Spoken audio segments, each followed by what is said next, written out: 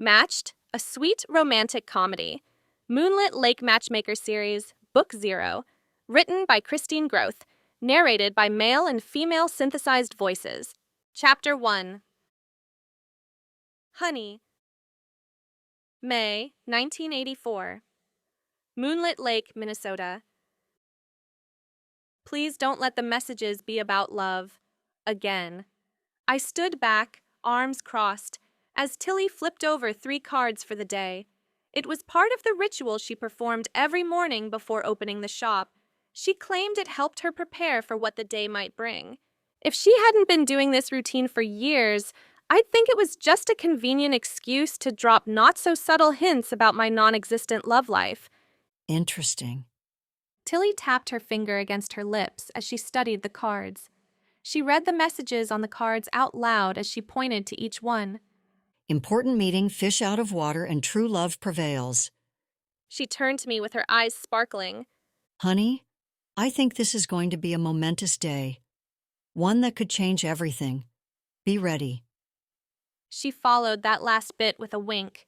I rolled my eyes to the heavens, then shook my head and tried to focus on my tasks. More and more, her daily cards seemed to poke at me. There was nothing Tilly loved more than helping people find love. It wasn't like I was one of those desperate callers on her radio show, Tune In with Tilly, otherwise known as the Love Oracle, or one of the lovelorn who called on her mystical pink rotary phone. No, those readings were special and for people in search of their soulmates. The cards she flipped today were for the shop, for anyone who came through our doors. The messages could mean anything. At least, that's what I told myself. Tilly knew any efforts to meddle in my love life would be a waste of energy. I wasn't interested in love, not in the least. I'd made that abundantly clear. That didn't stop her from trying to give me love advice, though. Again. So then, why did hearing today's messages cause goosebumps to bristle across my arms and a shiver to zip down my spine? Tilly may have been eccentric with her mystical hippie ways, but she was like family and more of a mother figure than my own ever was. I loved Tilly with all my heart, but was never quite sure what to make of her daily predictions. The logical part of my brain wanted to discount her predictions as the silly musings of an old woman, but I'd been around Tilly long enough to know when she gave her advice or warned about something, it was best to listen, even if it didn't make sense at the time. Tilly's intuitive senses were scarily accurate, and only a fool would ignore them. Better listen to them then, honey. You don't want to be a fool. No time to think about all that. I had work to do. It was almost time to open. Part of my morning routine was to make sure all the shelves were full of our handmade soaps, candles, cosmetics, teas, and tinctures. Divine Blessings, flower and gift shop was Tilly's baby and sold items made from her gardens. The soaps were our most popular items, as evidenced by the almost empty shelf in front of me. I loaded a basket from the back and restocked the shelves.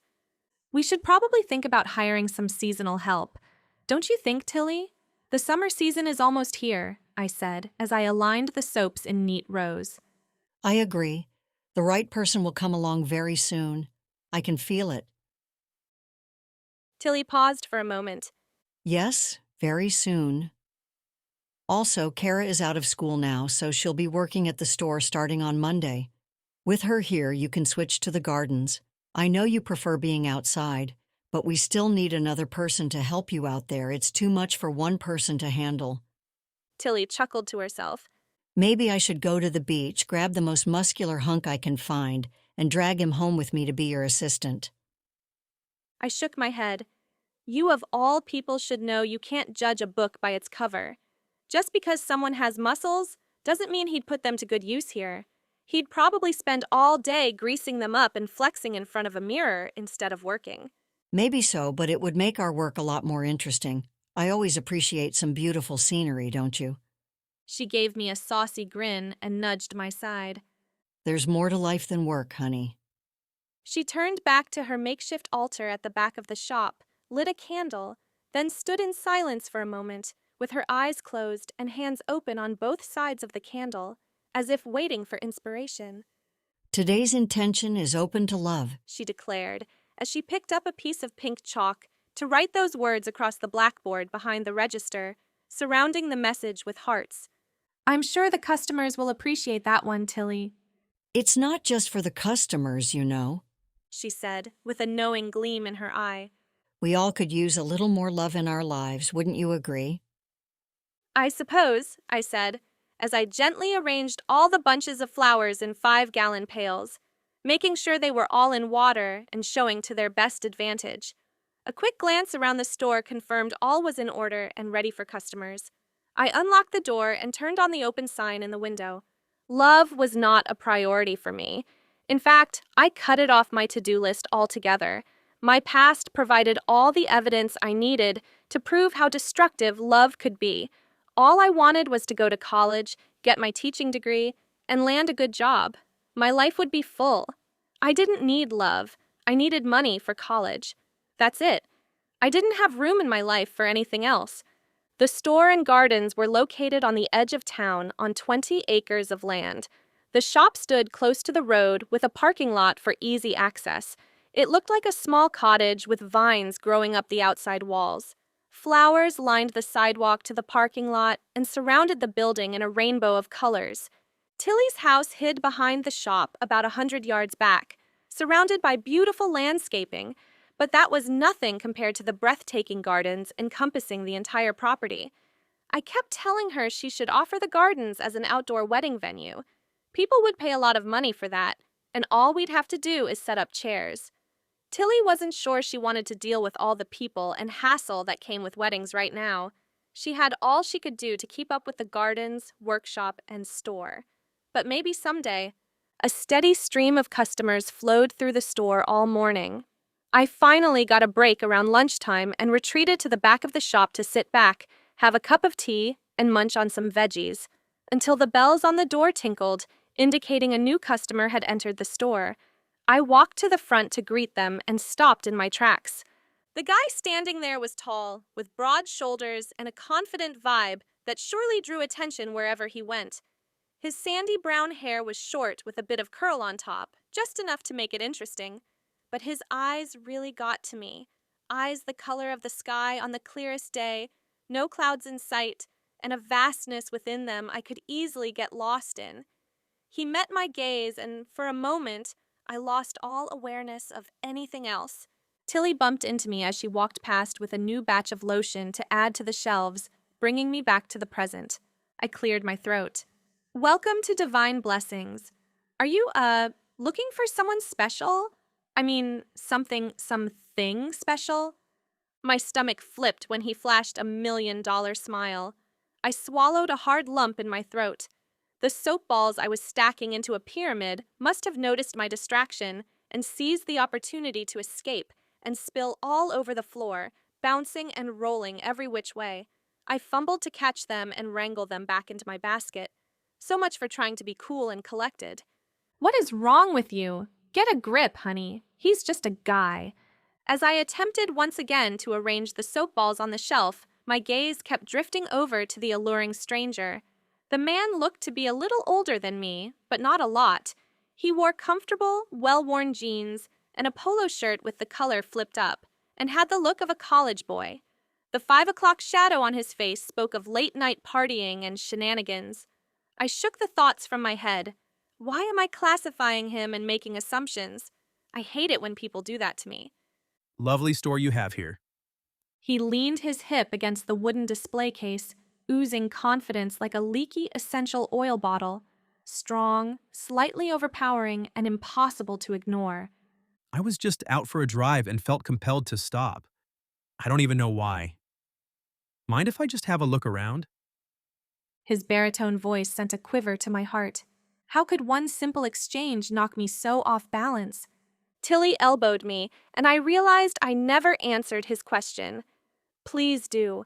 Everything you see here was made or grown on this property, with all organic plants and ingredients. He smiled at me again, and I felt my brain short-circuit.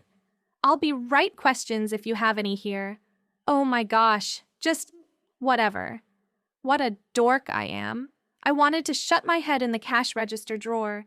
If only I were small enough to crawl in there and hide until he left the store. His lips curved upward in amusement and continued perusing the store, taking time to study items on every shelf. You really grow and make all this right here? Mm-hmm. That's right, I answered, proud of myself for forming a coherent answer. The key was to stick to as few words as possible. That's amazing. And it's all organic? I nodded. Yep. Tilly was suddenly next to the man, looking him over with intense focus. He squirmed under her scrutiny, unaware of what she was doing or why she was looking at him like that. Then she asked him, Would you like a job? We're hiring for the season, and you're exactly what we're looking for. "What?" My body froze in place, and my hand stopped mid-reach on its way to pick up an empty basket to return to the back. My mouth dropped open. She didn't just offer this stranger a job, did she? His eyes widened and his brows raised. He stepped back from Tilly, probably wondering if she was crazy. Are you serious? Is this some kind of joke that I don't get? No joke. We were just talking this morning about how the summer season is about to start, and we need extra help in the gardens and the store. I picture you working mostly in the gardens, planting, tending, and harvesting the flowers and herbs. Are you interested? He paused for a moment, stunned by the sudden offer, but he actually appeared to consider it. He looked at Tilly like he was trying to figure her out and determine her motives. Why would he want to work in our gardens? What is Tilly thinking, offering this frat boy a job? We don't even know his name. You've got my attention, but I'd like to hear more about it before I decide. Certainly. I'm Tilly Devine, owner of this fine establishment. And this is Honey Bosworth, my right-hand girl. She keeps me in line. If there's anything you need to know about this place, Honey can show you. Come with me and we'll talk. Tilly guided him to the workshop area at the back of the shop. What is your name, dear boy? Rob Rhodes. Nice to meet you, Mr. Rhodes. Tilly said with a knowing grin. As they walked back to the workshop, I peered through the door. Why couldn't I tear my eyes away from the handsome stranger? And what was Tilly up to? She did nothing without reason. I had a feeling this reason had something to do with me. There was no stopping Tilly when she got inspiration. I only hoped to figure out what she was up to before things got too out of hand. Chapter 2? ROB. Tilly led me to an open room she referred to as a workshop at the back of the store. Hopefully, I wasn't about to be sacrificed or cursed by this strange woman. It wouldn't surprise me to see a boiling cauldron in the corner. I looked around with wide eyes. Bunches of flowers and herbs hung from clotheslines strung at 3 different heights across the back wall. An island in the middle of the room had a wood countertop for chopping, mixing, and preparing products. Shelving along one wall held glass jars of varying sizes that appeared to be full of dried herbs and other natural ingredients. There appeared to be a full-functioning kitchen along one wall with a refrigerator, stove, and cabinets. Another area contained freestanding shelves of their inventory. A little bistro table stood in the back corner of the workshop, probably where they went to eat lunch or have a coffee break. Tilly motioned for me to sit at the table. Would you like some tea, Mr. Rhodes? Please, call me Rob. Mr. Rhodes is my father, and I really don't want to be confused with him. I inwardly cringed. That didn't come out exactly as I intended, and revealed a bit more of my anger and resentment towards my father than was proper for an interview. Was this an interview? I was completely confused and yet intrigued by the entire situation. I just stopped on my way through town on my way to nowhere in particular to clear my head. And now I was sitting down for an interview? The woman must be some kind of a witch to make me even consider such a thing. She pulled 2 pottery mugs off hooks under the cabinet and proceeded to prepare 2 cups of tea, even though I never said I wanted any.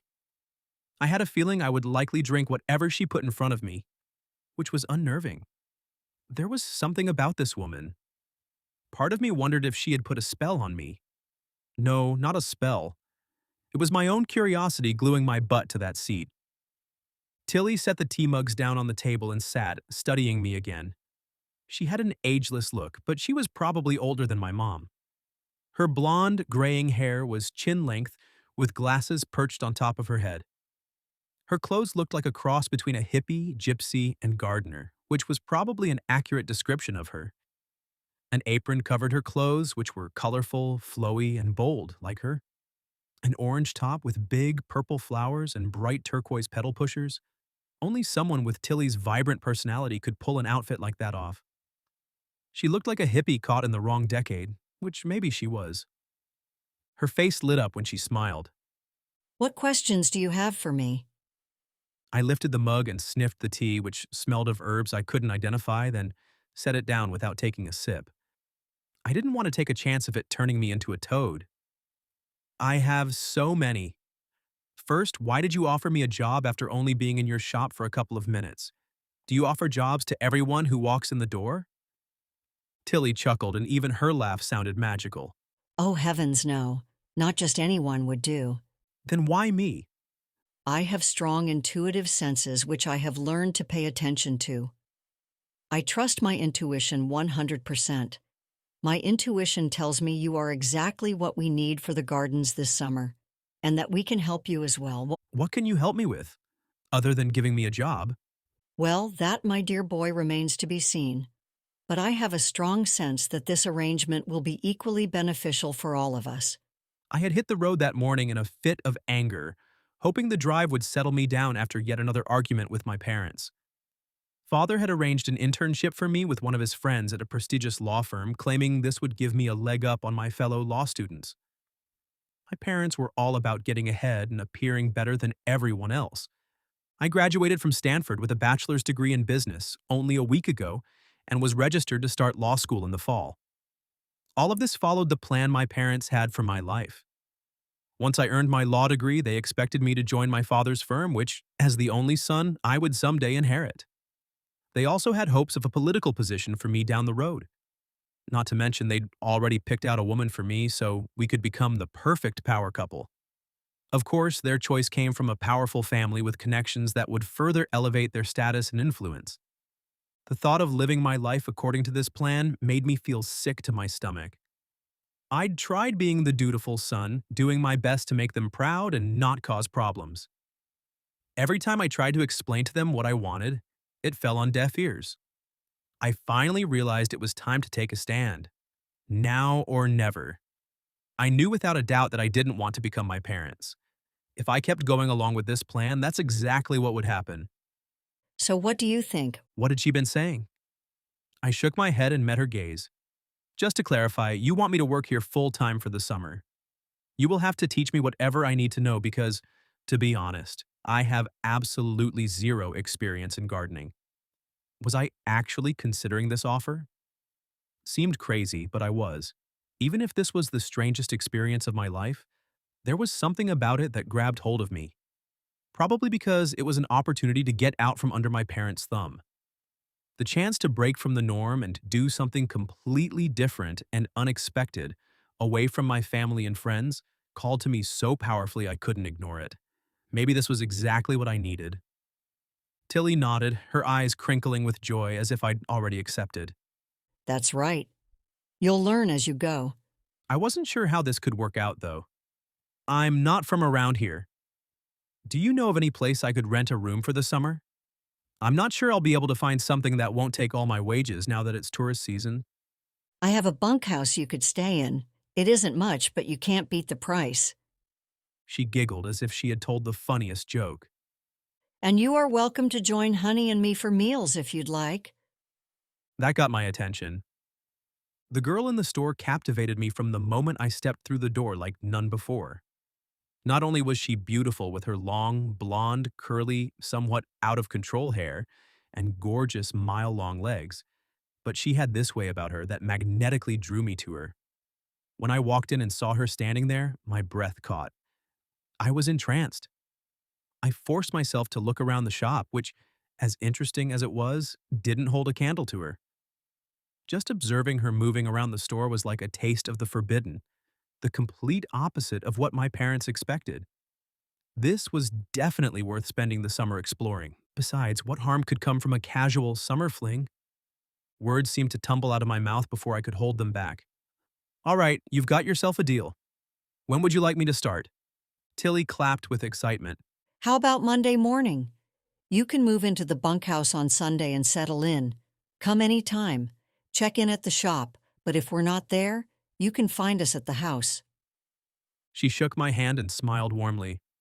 Welcome aboard, Rob. I have a feeling this is going to be a life-changing summer, full of amazing surprises. Tilly's words made my skin tingle. I wasn't sure what she meant by that prediction, but the prospect intrigued me. It was very possible that by accepting this job and going against my parents' wishes for the first time in my life, everything was about to change. I just hoped it was for the better. Chapter 3. Honey. Thank you, Mrs. Davies. I hope you enjoy the new bath salts. Please tell us what you think, I said, placing the items into a bag along with her receipt. Oh, I will. I've got it all planned out. This evening when our daughter Ginny comes over, I'll run my bath with the new salts, light some candles on the edge of the tub, pour a glass of wine, and float away in blissful tranquility. I can't wait. Enjoy it. You deserve a little respite once in a while. Sharon Davies had retired from the Army, but was now the full-time caregiver for her husband with Alzheimer's. Don't we all? She said as she grabbed the bag with her purchases and turned to leave the store. I leaned my elbows against the counter, enjoying a moment to myself now that the store was empty. My eyes veered toward the back room, wondering what was going on back there. Should I go back to make sure Tilly is okay? We knew absolutely nothing about this guy. He could be a con artist or thief, or maybe even an axe murderer. An axe murderer in designer jeans? I grasped the counter to keep myself from going to check on them. Tilly was the most perceptive person I'd ever met and wasn't easily fooled. Desperate for a distraction, I busied myself with tidying up the shelves.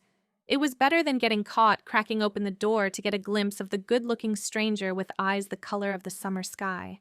I tried to shake those thoughts out of my head. What is wrong with me? I wasn't one of those girls who drooled over every good-looking guy. Plenty came through town. Moonlit Lake was a hopping tourist destination in the summer. No, I understood what was important and wouldn't let my priorities be derailed by a handsome face or muscular body. Voices approached from behind me. I looked up to find Tilly and Rob returning from the workshop, laughing and joking like best buds. A spike of jealousy hit me at the sight. Was I jealous of Rob being so close to my Tilly? Or was it the other way around? Honey, you're being ridiculous. Rob shook Tilly's hand, thanking her. Then he turned toward me. I guess I'll see you Monday, honey. He winked and disappeared out the door before I could utter a response. He winked, of all the arrogant, self-assured, cocky. Quite the eye candy, isn't he? I reined in my emotions and straightened up the shelves where items had been purchased. I don't know what you're talking about. You know I have no interest in dating. I have more important things to worry about. Which is exactly why a delicious distraction may be just what the doctor ordered. I'm fine, and I certainly don't need you or any doctor ordering anything for me, especially not an arrogant frat boy like that. My, aren't you judgmental for someone who isn't interested and didn't notice? Tilly clucked her tongue and started back to the workshop. Probably a good thing you're not interested in him since you'll be working very closely with him this summer. He needs you to train him and teach him all about our way of gardening. I'll be spending all my time creating enough products for the summer rush, but I'm confident you can put your teaching skills to work and show him everything he needs to do, as long as you can keep your tongue untied. Tilly understood just which buttons to hit to make me go all mushy. I'd do whatever Tilly asked of me, but it didn't mean I'd do it quietly or without argument. Tilly, what were you thinking, offering him a job when you know nothing about him? Oh, I knew all I needed to know just by looking at him. The moment he walked in the door, I was certain he was what the cards were referring to. Tilly was halfway through the door of the workshop when she turned back to me. Oh, and he'll be staying in the bunkhouse. I'm going to go over there right now to get it ready for him. My mouth gaped, and then I sighed heavily, knowing there was nothing I could do to change Tilly's mind. Tilly, what are you doing to me? As if working with this frat boy every day wasn't bad enough. Now he was going to live here too? Ugh! I'll just have to keep an eye on this guy to protect Tilly. Like the old saying, Keep your friends close and your enemies closer. An unexpected thrum of excitement moved through me. Obviously, Tilly was matchmaking, or trying to, but it wasn't going to work. I was absolutely not interested. Nope, not one bit. Chapter 4, ROB. My father slammed the book he was reading closed and glared at me. What do you mean you're not taking the internship? I already told James you'd be thrilled to accept. He stood behind his desk to intimidate me and put me in my place. His anger only fueled my resolve. My chest throbbed and my muscles tensed with defiant exasperation. Suppressed hostility wriggled beneath my skin, making my chest tighten and my fists clench, eager to lash out. I crossed my arms across my chest to hold myself in check and fortify my stance. Rather than acquiescing to what he wanted, like I'd always done, I stood tall and countered him. Then you'll have to tell him you were mistaken, or that my plans changed and I'm no longer available. If you would have asked me about it, we could have avoided this awkwardness. His face turned beet red, and I feared he might have a stroke. It didn't surprise me that my father went ballistic hearing my refusal. In fact, it was exactly the response I expected. All the way home, I tried to figure out how to talk to him about what I wanted and how I needed some time to figure out my direction in life. But as soon as my dad started yelling about my irresponsibility, family duty, doing what was expected, blah, blah, blah, it became clear to me that I couldn't tell them the truth about what I would be doing for the summer. What are you going to do for the next 3 months if you turn this down? I'm not about to let you lounge around the house all day, if that's what you're thinking. A lie spewed from my lips before I could think better of it. My friend Cole from college invited me to spend the summer with him at their beach house. You remember Cole, the son of Senator Creighton? My father's ears sure perked up when he heard me drop that name. My parents would do anything to further a connection with a powerful man like Cole's dad. Father wasn't happy about my change in plans, but I imagined him resetting my course to that of a politician. It even seemed as if a wistful expression crossed his face, just for a split second, before he returned to his usual state of stoic gruffness. I suppose. Guess I could allow you one last summer of fun before you go off to law school in the fall. Don't make me regret this. It was far from a glowing recommendation, but I took that as acceptance, or as close as I would ever get, and left it at that. Guilt gnawed at me. The lie was risky, but I knew Cole would back me up. He was as frustrated with his parents' expectations as I was, and even more rebellious. Besides, our parents didn't move in the same circles, so it should be a safe story. Lying didn't sit well with me, but it seemed to be a small price to pay to claim my future. As I packed my suitcase with what I would need for the summer, not sure when I'd be back, my younger sister, Brielle, flounced in and bounced onto the bed next to my suitcase. What's this I hear? You're spending the summer with Cole? I reached over and quietly shut my bedroom door before answering in a hushed tone. Not exactly. That's just what I had to tell Father to get out of that internship and away from here. I didn't want to lie, but he wouldn't listen. You know how he is. Yeah.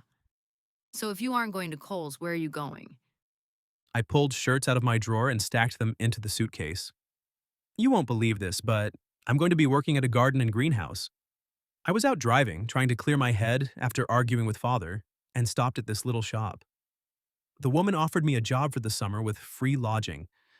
It seemed crazy at first, but I realized it was the perfect way for me to get away and figure out what I want to do with my life without all the unwanted parental influence. I don't blame you for wanting to go away with nobody knowing where you are. You don't know how tempted I am to climb into this suitcase and go with you. I just hope it doesn't blow up in your face. Are you sure you can trust Cole? And what happens when Father and Mother find out what you've been doing? I hate to say it, but I have a feeling this isn't going to end well. My lips pursed in a straight line as I considered her questions. The gravity of what I had set in motion hit me like a ton of bricks and snatched my breath. What was I thinking? This really could go horribly wrong. I took a deep breath, refocused my resolve, and reminded myself how I felt in Tilly's shop. I know this is a risk. might be a terrible mistake and I could very well regret it, but it doesn't seem like it. For some reason, this just feels like it's what I need to do. Does that make any sense? Yeah, I get it. I'm just gonna miss you so much. I can't believe you're deserting me here all by myself all summer. Whatever will I do? Even though she was teasing, tears welled in her eyes. I hope you find what you're looking for, big brother, and that it's worth it. She stood and wrapped her arms around me in a tight hug. Me too, sis. Me too. Loading my suitcase into my car the next day felt bittersweet. Brielle and our housekeeper Cecilia were the only ones who seemed to care that I was leaving. Mother reminded me to return for Brielle's birthday party in a few weeks and to be sure to invite Cole, but didn't even say goodbye. Getting introduced to a senator's family was more important than me. Not that I'm bitter or anything, or surprised. My nerves tingled with excitement and apprehension as I drove to what would be my home for the next 3 months. I hoped I hadn't made the biggest mistake of my life, but it didn't feel like it. A sense of peace settled over me as soon as I drove into the driveway of Tilly's place Sunday evening. A sharp yet welcome contrast to what I'd felt at home. Maybe this wasn't such a bad idea after all. The store was dark, so I went directly to the house behind it, as Tilly had instructed. I knocked on the door and heard Tilly's voice call out to me. Come on in, Rob. You're just in time. I opened the door to find 2 green aliens staring at me. One of them squeaked. Screamed? Something in between the two, her golden hair flying as she ducked beneath the coffee table. There you are. The other said with a wide, green grin. Tilly? I stuttered, dropping my bag. That meant the screeching, hiding alien was... Honey? Don't look! She demanded, waving her arm up above the edge of the coffee table. Go away! Tilly guffawed. He doesn't care, honey. You're gorgeous whether you're green or not. Isn't she, Rob? She winked. She was. Even painted green, she made my heart race. I can go outside for a little bit if you want. I tried to peer behind the coffee table to see her. Yes. I turned to step back out the door when Tilly stopped me. Nonsense. We're all friends here, or we will be. She said with a wink and a smile. Then she yanked me away from the door and pushed me into a chair before I could even utter a response. You're just in time, Rob. We're testing some new products.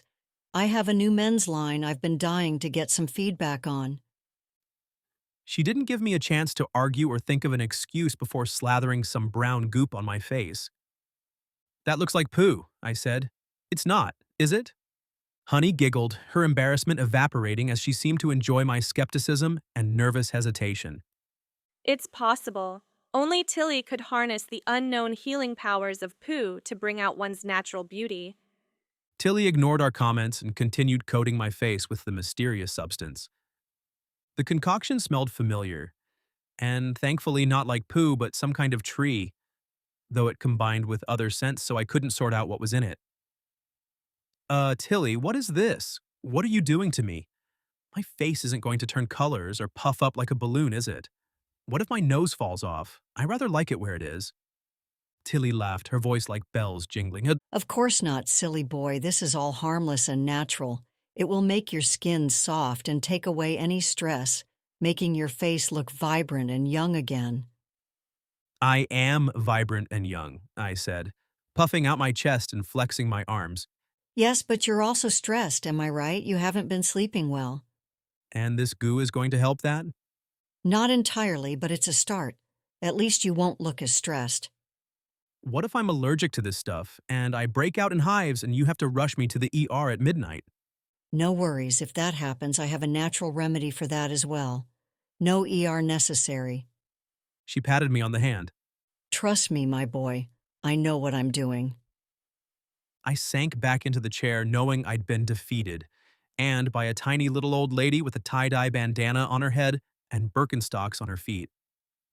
A timer dinged, and Tilly handed out warm washcloths for me and Honey to wipe the goop off. Then she had us lean over the bathroom sink to splash water on our faces to rinse. As I looked in the mirror, I couldn't put my finger on it, but I looked better, more refreshed, that's for sure. Tilly clapped when she saw me emerge from the bathroom. Yay, I'm so happy it worked. She pulled me down to study my face from every angle, as if examining every pore. Then she patted my cheek with satisfaction. Do you notice a difference?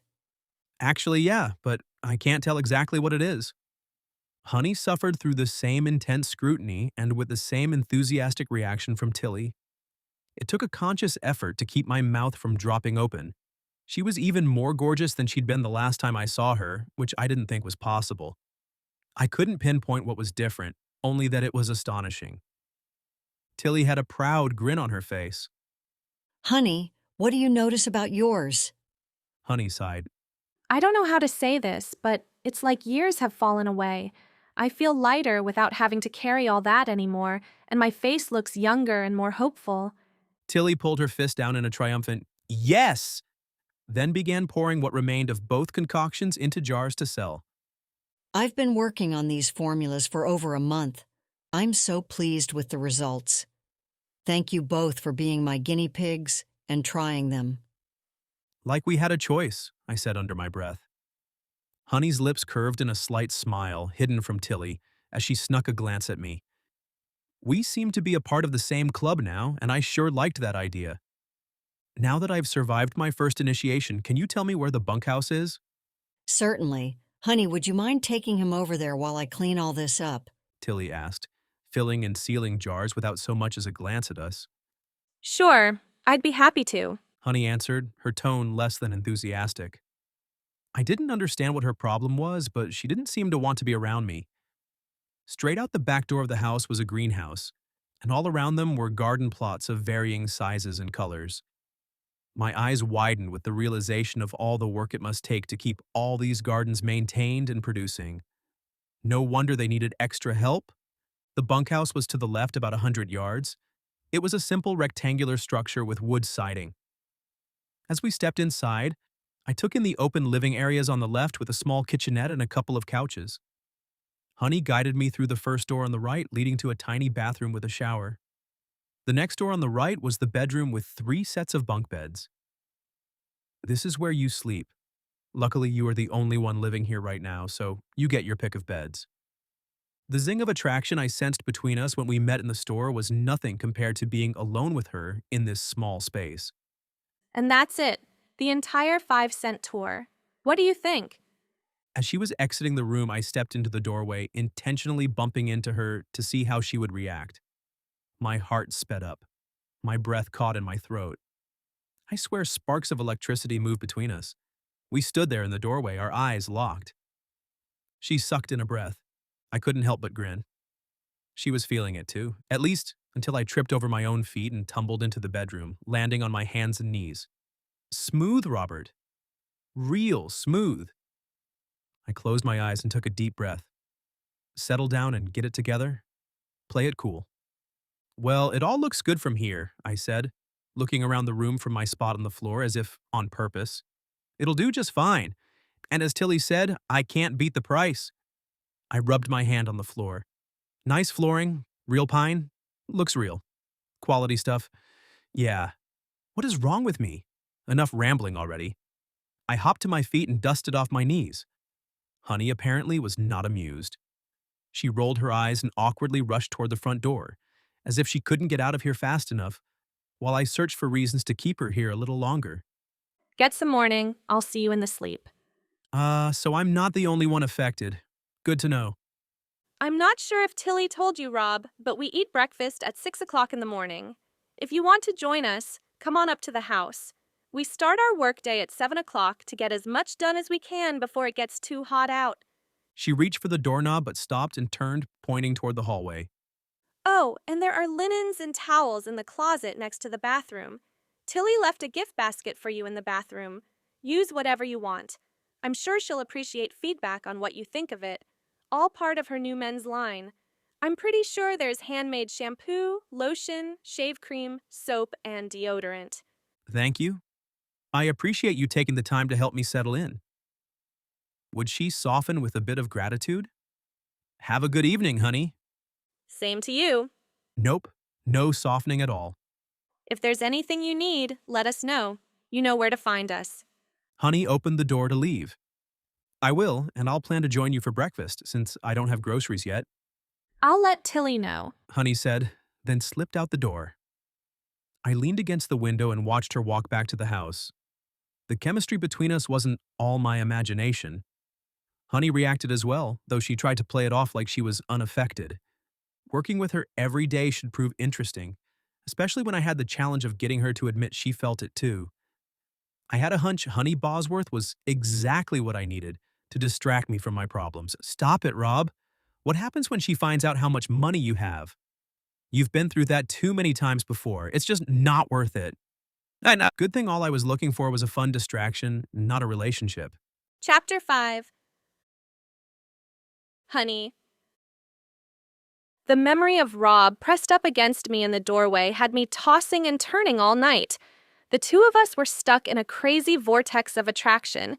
Even though my mind flashed a bright red warning signal, the rest of me was drawn to him like a moth to a flame.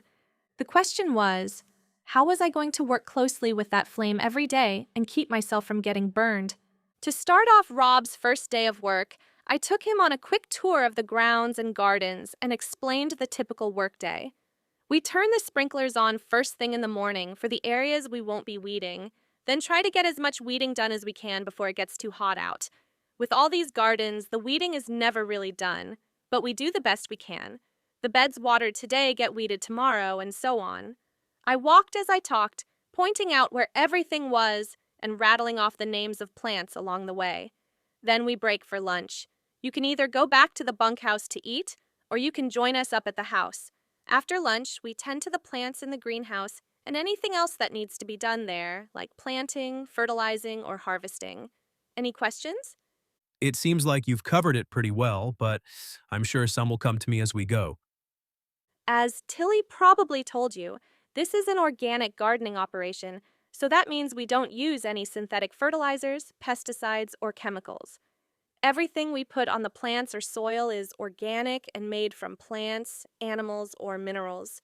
We also use sustainability practices to keep the land healthy and potent. Rob grinned like a kid touring a candy factory, soaking up every word. I'm a big believer in conservation and saving the planet, so all of this is fascinating to me. I'd love to learn more about it. He kicked at a clump of dirt as we walked. Believe it or not, when I was younger, I think I was in third grade, I campaigned to make our home carbon neutral, setting up recycling and compost bins throughout the house and yard. But others complained it was too much work, so my mom told me I had to stop with that nonsense. Story of my life. He kicked another clump of dirt on the ground, with more force this time, and his shoulders seemed to sink with the heaviness of his memories. The disappointment and dejection from his childhood still clung to him. Well, you came to the right place then. Besides being good for the earth, our organic plants are used to make high-quality organic products. The stuff we put into our bodies and on our bodies impacts us far more than just our nutrition. It affects our emotions, our thoughts, and our energy field. Listen to me. I think I've been around Tilly too long. I'm starting to sound like her. He looked at me with genuine interest in his expression. How long have you been working here? His blue eyes gave me his full attention, which made me more than a little self-conscious. I fidgeted with my hands and focused on the ground in front of me as we walked. I've been living and working here for 4 years. Tilly saved me. I caught myself before revealing too much. Rob didn't need my entire sob story, though I suspected if he knew more about me, he'd keep his distance. His closeness was already making me uncomfortable. The smell of his soap and the warmth of his presence flooded my senses, making me want to breathe him in. I'd never felt such a powerful pull toward anyone, and it bothered me. Rob was nothing like me. From what I could tell, we were polar opposites, and getting involved with him would be disastrous, at least for me. I looked at my watch. This would be a good time to take a break. I needed to pull myself away from his magnetic presence while I still could. All right, let's break a 15-minute take, then weed back here and we'll start meeting. You know what I mean. I hightailed it back to my bedroom and collapsed onto the bed, staring at the ceiling. Oh man, how am I going to work next to this guy every day for the entire summer when, after 1 hour, I need a break to hold myself together? And what is wrong with my mouth? I've never been twisted up like this before. I sat back up and took a deep breath. And another. All right, honey. He's just a new employee who needs to learn the difference between weeds and plants. You've been doing this with Tilly for years.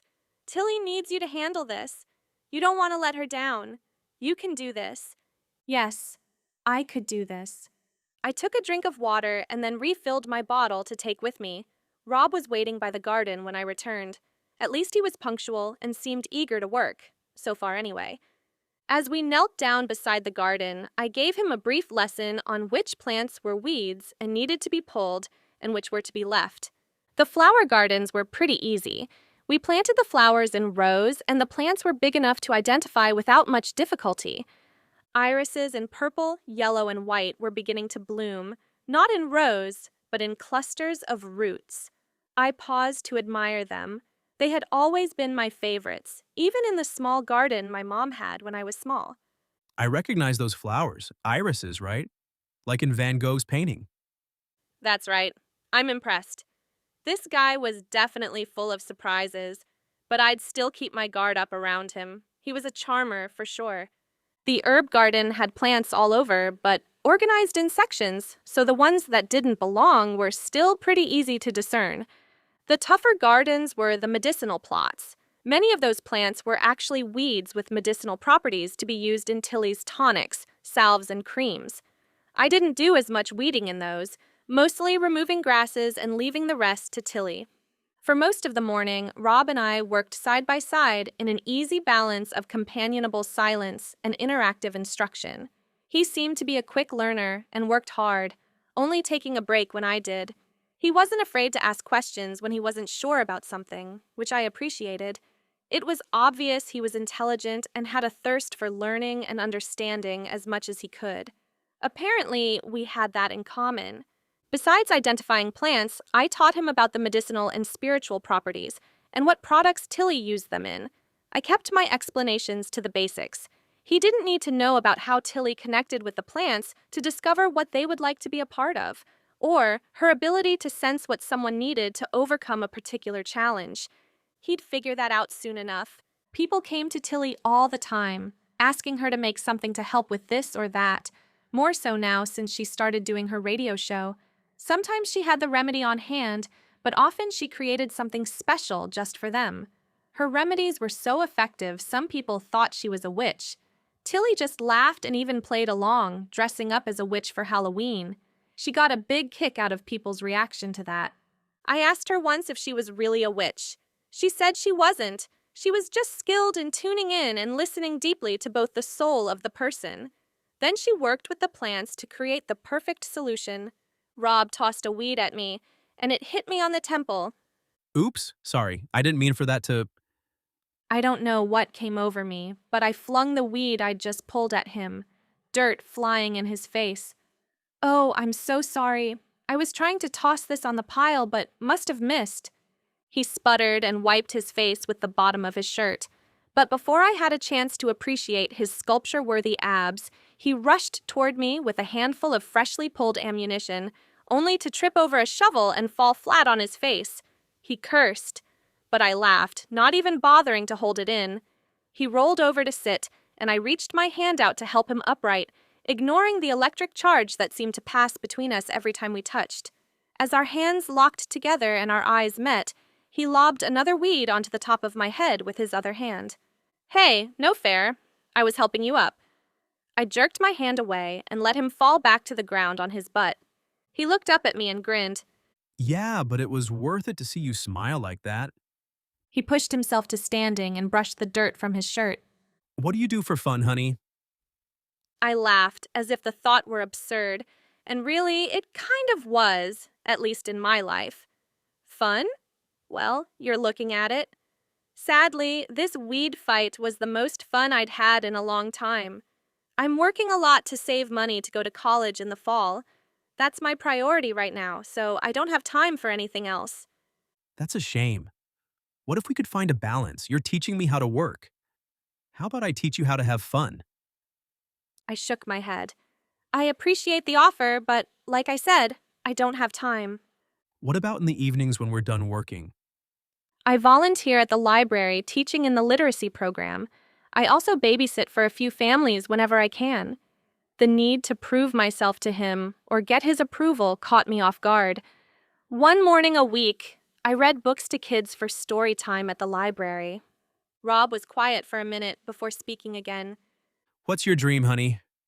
You work so hard, there must be something you're working for or dreaming of. I want to be a kindergarten teacher. I love seeing the light and wonder in the kids' eyes and the excitement when they learn something new. Children are so impressionable at that age and don't always have suitable role models to show them the good in the world. I want to be that for them. Was there someone who was that for you? His insight surprised me. Nobody but Tilly had ever asked me that, and Tilly seemed to know the answer before asking the question. Without realizing what was happening, I heard myself spilling my story to this handsome stranger, one I rarely shared. When I was 5, my parents were in a car accident. My dad died, and my mom was never the same. It was as if I lost both of my parents that day. My kindergarten teacher, Miss Golden, took me under her wing and made sure I had everything I needed. She told me I was welcome to come early or stay late, and she would be there for me.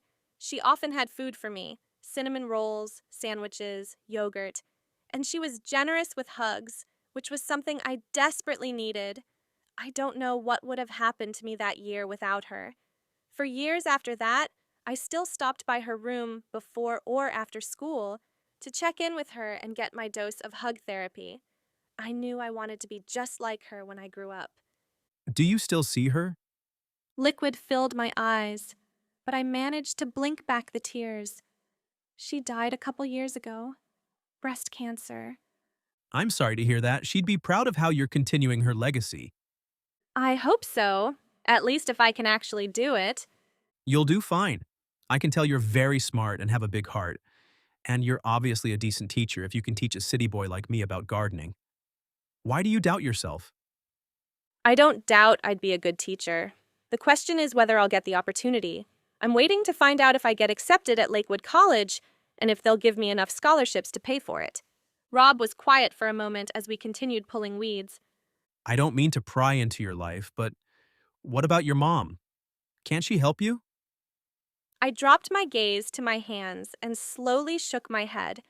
Unfortunately, no. My eyes stung with the flood of memories coming to the surface. She and my dad had an amazing relationship. I remember them dancing in the kitchen when making supper and sneaking kisses when they were near each other. We had this big cushy chair that we would all 3 sit in to watch TV. It really wasn't made for more than one, but Mom would sit on his lap with her legs going one way, and I would be on top, facing her. That's my favorite memory of them. That memory always warmed me and made me sad at the same time. Oh, what I wouldn't give to have another moment like that, when my life was filled with love. My mom's spirit died with Dad. After the accident, she became lost in her grief. For a long time, she couldn't get out of bed. There was a neighbor who helped me get off to school. I'm not sure how I survived. My mom wasn't really there for me. Then she began drinking and taking prescription drugs. It went downhill from there. Do you still see her? Yeah. I check in on her every couple of days to make sure she has food and is still alive. She has boyfriends that come and go. Most of them are not good. I left when I was 15. My jaw clenched to keep from revealing what precipitated my leaving and hoping he wouldn't ask. Tilly found me walking down the road with all my belongings and took me in. I've been here ever since. Wow, I don't even know what to say. I'm sorry you had to go through all that. You're probably the strongest and most resilient person I've ever met. Thanks for sharing your story. I get the feeling you don't share it with many people, so I appreciate you trusting me. You're right. I don't. And I'm not sure why it all spilled out of me now. To be honest, I am kind of embarrassed that it did. I hardly know you. I looked down at the weeds I was pulling, fiercely yanking them out of the ground. What must he think after hearing about my wretched past? Rob reached out and touched my arm. A zing of electricity passed through me at his touch. I froze in place as our gazes caught. He seemed to forget what he was going to say. His mouth opened and closed without sound before he whispered, For what it's worth, I respect you even more for all you've overcome. especially since you clearly still have a kind and caring heart and are willing to help others. The softness in his eyes had me swallowing tears. I shrugged it off like it was no big deal. You may think it's insignificant, Rob said. but let me tell you, where I grew up, nobody did anything without ulterior motives. If they did a good deed, it was because it would somehow help them advance. I've never met anyone like you. Eager to deflect the attention away from my life, I turned the tables on him. You've heard my life story. Now I want to hear yours. All right, that's fair. I have 2 sisters. The oldest, Daria, was always the perfect child and has grown up to be exactly how my parents raised her to be. I always hated being compared to her. My younger sister, Brielle, is the rebellious one, but also the one I'm the closest to. Being the middle child, I've tried to be what they wanted, like Daria, but maybe I'm more like Brie after all. He yanked a weed out of the ground with more force than necessary, causing dirt to fly in an arc over his shoulder. As the only boy, I'm expected to follow the path of the men who came before me. My parents have my life all planned out, and it doesn't matter if it's what I want or not. That sounds like medieval England, not modern-day America. I know, I keep telling them that, but it's no use. It's getting to the point where I need to take a stand. But that's not going to be pretty. I may lose everything. But if I don't speak up, I'll live a life that I hate. The thought of it makes me feel sick. Is that why you took this job? Yeah, partly to get away from them, and partly to do something different from anything I've done before. Even if I could break away and forge my own path, I don't have any idea what I want to do. You'll figure it out. And I believed he would. There appeared to be more to Rob than I thought. My initial impression of him might have been a bit off. Even though our backgrounds were completely different, that didn't mean his life was all roses and sunshine. I guess we all have our struggles. I stood and stretched my back. Let's rake up these weeds and dump them in the compost area. Then I'll show you the greenhouse. Rob combed the area around the garden, raking the loose weeds into a pile and loading them into a wheelbarrow. I led him to a compost pile behind the equipment shed. The greenhouse was almost as big as the house and filled with long tables lined with plants of all types. A lot of these plants are medicinal ones that Tilly uses for her products all year round, but there are also some tropical plants that wouldn't survive the elements. The greenhouse allows them to grow all year. She even grows plants from seeds until they are big enough to plant. This is warm enough to keep them growing all winter. It doesn't freeze. Rob asked, looking around with inquisitive eyes. His brow furrowed as he tried to figure it all out. It's heated, and the glass brings in sunlight and warmth that they need to grow, so the plants that are lucky enough to stay in here do quite well all year round. That's amazing. What does she use to heat it? Well, see these long raised beds on each end of the greenhouse? They're hotbeds, which are actually compost beds. Not only do they create good soil for the plants, but they give off heat as they're decomposing. To supplement that, there are solar panels on the shed roof that collect energy to heat the greenhouse. This is mostly just in the winter, when it gets really cold. I'm blown away at all Tilly does for the environment. Where did she get all these innovative ideas? I believe most of these ideas came to her in dreams. She said she was talking to the plants late at night and asked them what she could do to keep them alive through winter. And the next morning, when she woke up, she knew exactly what she needed to do. That's incredible. And it doesn't seem that complicated. Why don't all places do this? For the same reason other people in your family didn't want to recycle, I suppose. Too much work, and they don't think it matters. I guess all we can do is do our part and hope it's enough. I turned on a boombox. Purple Rain was playing. Oh, I love this song. Have you heard it? Yeah, there's a bar my friends and I went to that played Prince's music all the time. Did you know he's from around here? One of my friends even saw him in concert at First Avenue a few years ago. Apparently, he puts on a wild show. I bet. So, we just need to go around and water all the plants. The plants in this section only need to be watered once a week. The rest get watered every day. Without thinking, I danced along to the music while I watered. I didn't know it for sure, but I think Rob was watching me. I felt his gaze heavy on every swing of my hips. But surprisingly, I didn't mind. After all we shared today, I felt a connection with him, and even if I didn't want to admit it, I liked him. He listened to my story without an ounce of judgment or pity. He also seemed to be trustworthy. Not that I completely trusted him yet, but so far, he was gaining ground in that area. Was it possible Tilly had a good sense of him after all? Maybe it wouldn't be so bad to have him here all summer. My heart thumped at the thought of spending more time with him. Careful, honey. Next thing you know, you'll be falling for him. No way. Falling for him would ruin everything. We're just friends. No, not even that. Co-workers, that's all. Are you sure? Chapter 6. R.O.B. A week later, Honey and I were weeding again when she leaned across me to point out a short weed with scalloped leaves and purple flowers to my left. Her sweet scent of vanilla mixed with something floral tickled my nose and caused me to suck in a breath. My hands itched to touch her to find out if her skin was as soft as it looked. I squeezed my hand into a fist to keep them to myself, knowing she wouldn't appreciate the contact. She explained, That one is called Creeping Charlie. It's an invasive weed, but has a lot of great medicinal properties.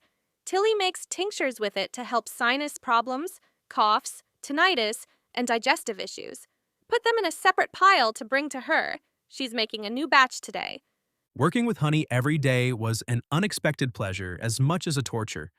She was a wealth of knowledge, and I was learning so much from her about plants, soil, natural remedies, and the environment.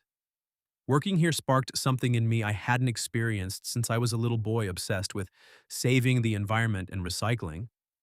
It was all I talked about back then, driving everyone crazy with my intense zeal, but that passion was pretty much snuffed out by my parents.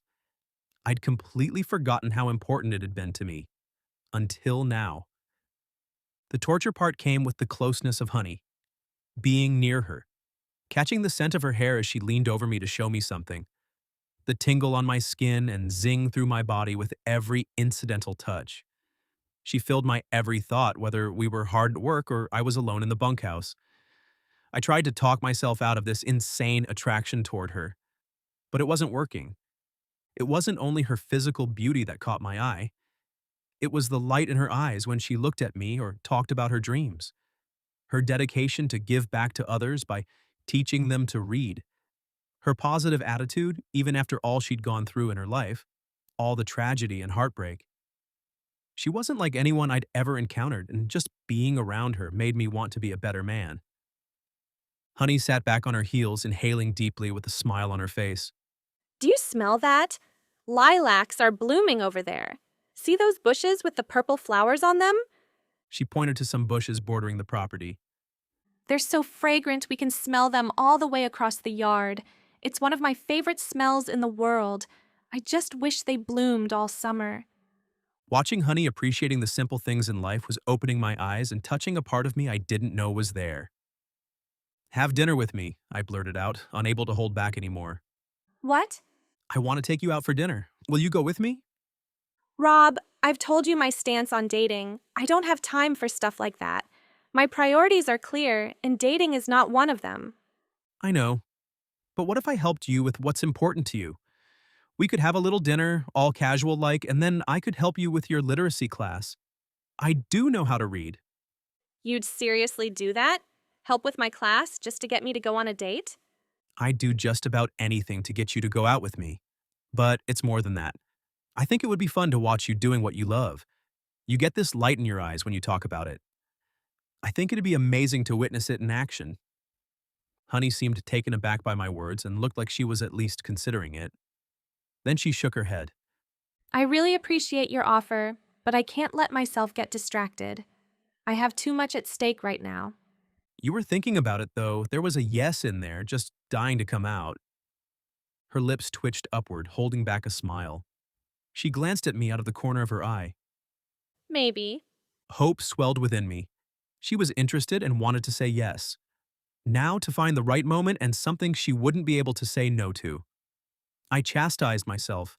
This wasn't about breaking her down and winning. This wasn't a conquest. No, I wanted more with Honey. If only I could help her to realize how great we could be together and how being with me wouldn't pull her away from her dreams. I wanted to help make all her dreams come true. There wasn't anything I wouldn't do to see her smile and light up with emotion. I wouldn't give up. I considered talking to Tilly. Would she approve of me wanting to date Honey? She was protective of her. But if I want anything serious with Honey, I would need Tilly's blessing. What are you talking about, Rob? You just met her. This is supposed to be a summer fling, remember? But I had to admit that I'd never felt this way about any of the society girls I dated. I'd never actually had a serious girlfriend before. The idea of having that with Honey sent a thrill through me, filled me with an excitement for life that had eluded me for years. I just hoped Tilly agreed with my pursuit. If she was against it, I was dead in the water. What if she finds out your entire presence here is based on a lie? What will she think of you then? If it's only a summer fling, it won't matter what you told your parents. Keep it casual, Rob, and she'll never need to know. Once we finished weeding the flower bed, I offered to bring the creeping Charlie plants to Tilly in the workshop. I gathered them in a basket and carried it to the back of the shop where Tilly created her magic. Her workshop in action looked like a cross between a lab and a gourmet kitchen. There were pots simmering on the stove, steam rising from them, cutting boards with knives and piles of chopped herbs. A mortar and pestle sat next to the cutting boards, waiting to grind up the herbs for tinctures, salves, and tonics. Jars of varying shapes and sizes lined the countertop, awaiting their fulfillment. Tilly was mixing up a concoction in a large pottery bowl. Her face lit up when she noticed me. Rob, good morning to you. Looks like you brought me some goodies. Yes, Honey said you'd need these today. I lifted the basket for her to see. Wonderful. Could you set it on the table over there? I'm not quite ready for it yet. I should probably get back to work. It looks like you've got a lot going on, and I don't want to take your attention away from your work. I'd hate for someone to turn green or get purple spots because I distracted you. Tilly laughed with the bubbling musical laugh I'd come to love from her. Oh, Rob, you crack me up. She motioned for me to come over. Pull up a stool and talk to me while I work. I may be old, but I'm still able to multitask. In fact, I may have invented the concept. She winked. I did as she suggested and sat like a schoolboy with wide-eyed wonder at what she was creating. A part of me wondered if there was some kind of magic going into her creations, or maybe it was just her. There was something enchanting about watching her work. What's on your mind, my boy? I can tell there's something you want to talk about. It shouldn't surprise me that Tilly picked up on that right away. No use denying or hiding anything from her. I might as well just put it all out there. I don't know what to do about Honey. She's like no girl I've ever met, and I'd love to get to know her better outside of work. But she turned me down flat and won't even consider dating me. She even rejected my offer to help with her literacy class. How do I convince her to give me a chance? You offered to help her teach? Well, I wouldn't be teaching, just assisting the students, but yeah. Tilly studied me as if she were peering right into my soul and then nodded, as if she found what she was looking for. Honey's life so far has taught her that love has the power to destroy. It won't be easy to change her mind. It'll take persistence, compassion, and the willingness to not give up. You'll need to show her you're serious and in this for the long haul, are you? Her question caught me off guard. I wasn't prepared to answer something so personal or make a commitment before we even had one date. But I also understood that Honey was not someone I could ever date casually. She was special. With most of my relationships, even the hint of commitment made me break out in hives and run for the hills. But with Honey, I couldn't imagine it being any other way. How do I do that? Prove it to her, I mean. I'll do what little I can to help your cause, but it'll be up to you to convince her she's more than a summer fling to you. And you'll also need to be completely open and honest. Anything less will sabotage the whole thing. You won't get another chance. Tilly's gaze looked right through me and made me squirm. Patience, compassion, perseverance, honesty. Let her see the real you. Be vulnerable. If it scares the crap out of you, you know you're on the right track. Tilly poured oil into the pan and slowly added the herbs she had chopped. A heavenly scent filled the room. She looked up at me as she stirred. Also, remember, it takes time to build trust inch by inch. It doesn't happen overnight. That makes sense. Thanks for the talk. I glanced at my watch.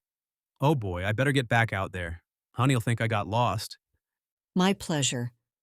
Oh, and Rob, have you tried the products I left in the bunkhouse for you? Yes, I was pleasantly surprised how great they are. I love them. Tell me what you notice about them. How do they make you feel? How does soap and shave cream make me feel? I'd never thought about that before. As if she read my mind, Tilly said, These are not like other ordinary soaps.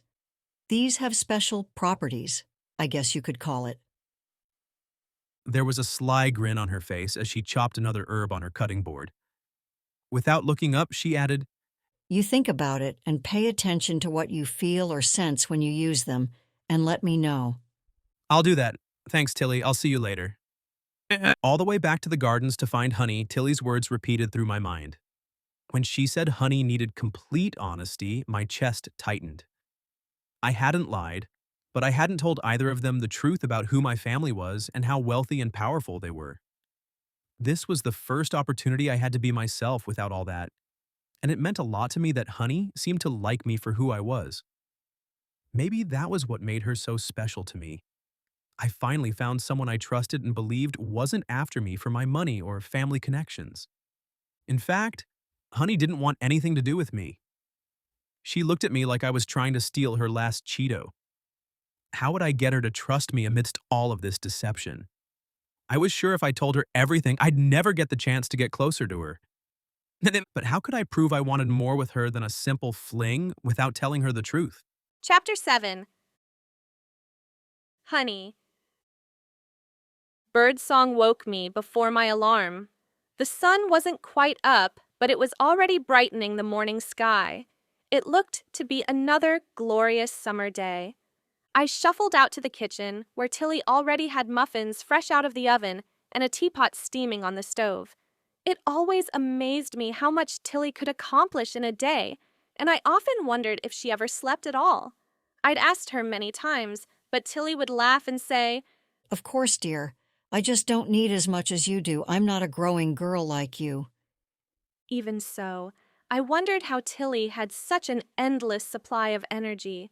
Not only did I wish I could be in such amazing shape at Tilly's age, I wished I could be like that at my own age. At only 19, I sometimes felt like I was older than Tilly, with the weight of the world on my shoulders. It was exhausting. I kissed her on the cheek and snatched a warm muffin from the pan. Good morning, Tilly. These smell incredible. Thanks for cooking so early in the morning. I don't know how you do it. Oh, you're welcome. The best way to start the day is with a loving breakfast. Tilly believed food tasted better when cooked with love, and I had to agree, at least according to what I consumed at Tilly's table. And when you're done eating, I have a new blend of essential oil I'd like you to try. What's it for? I asked, knowing all of Tilly's oils had specific purposes and healing properties.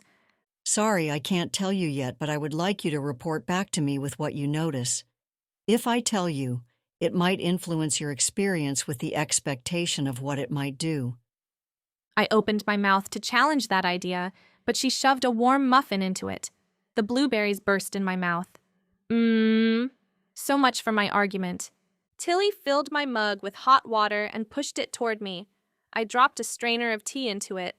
Tilly's teas were different from any tea I'd ever tasted, probably because everything was grown right here and was as fresh could get. Tilly also created flavor combinations that were unique and seemed to bring out the best in the plants. At least that's how she described it. She said she chose them by connecting with the plants and asking what wanted to come together. Here, smell this. Tilly waved a small bottle under my nose. I sighed at the heady, evocative scent, but couldn't place the combination. It had some floral, some earthy, and something that tickled me inside as I breathed it in. It seemed as though something inside of me was opening up, and doors were unlocking in front of me. I shook that crazy thought from my head. It's just an oil, a scent, nothing magical about it. What is it? It smells wonderful, but I can't pick out what's in it. I'll tell you later. For right now, just dab some on your neck, temples, and wrists. I did as Tilly instructed, loving the scent and wishing I could bathe in it. Suddenly, I stopped and glared at Tilly. This isn't a love potion, is it? Tilly's mouth opened and she clasped her hand against her chest. I can't believe you'd suggest such a thing. There's no such thing as a love potion, and my oils can only bring out what is already there. You know this. My intentions are always for the greatest good of whoever wears my creations and only work with the soul, never against its will. I'm sorry, Tilly. I know you'd never do anything to hurt me or force me to do anything against my will, but I can tell you've been trying to play matchmaker here. You can't blame me for wondering about your motives with these new blends. As I said, I only work with the soul and what it wants. That was the part that worried me. I knew there was a part of me that desperately wanted to accept Rob's offer and see what it would be like to let myself be loved by someone like him. But my practical and protective parts spoke up and reminded me of my goals, and also of my mom, a prime example of what happened when one was vulnerable to love. Working side by side with Rob every day was not the dreaded chore I expected it to be. He worked just as hard as I did. We found a good rhythm, which was helped by the music from the boombox I often brought out. There was nothing like Madonna, Prince, or Michael Jackson to get the weeds practically leaping out of the ground, making the morning fly by. The sun was high in the sky when I sat back on my heels, wiped my forearm across my brow, and said, "I think it's time for lunch. Want to join us today, or do you need a break from me?" Rob chuffed. A break from you? You've got to be kidding. No matter how much time I spend with you, it never seems to be enough. Pift, you have a line for everything, don't you?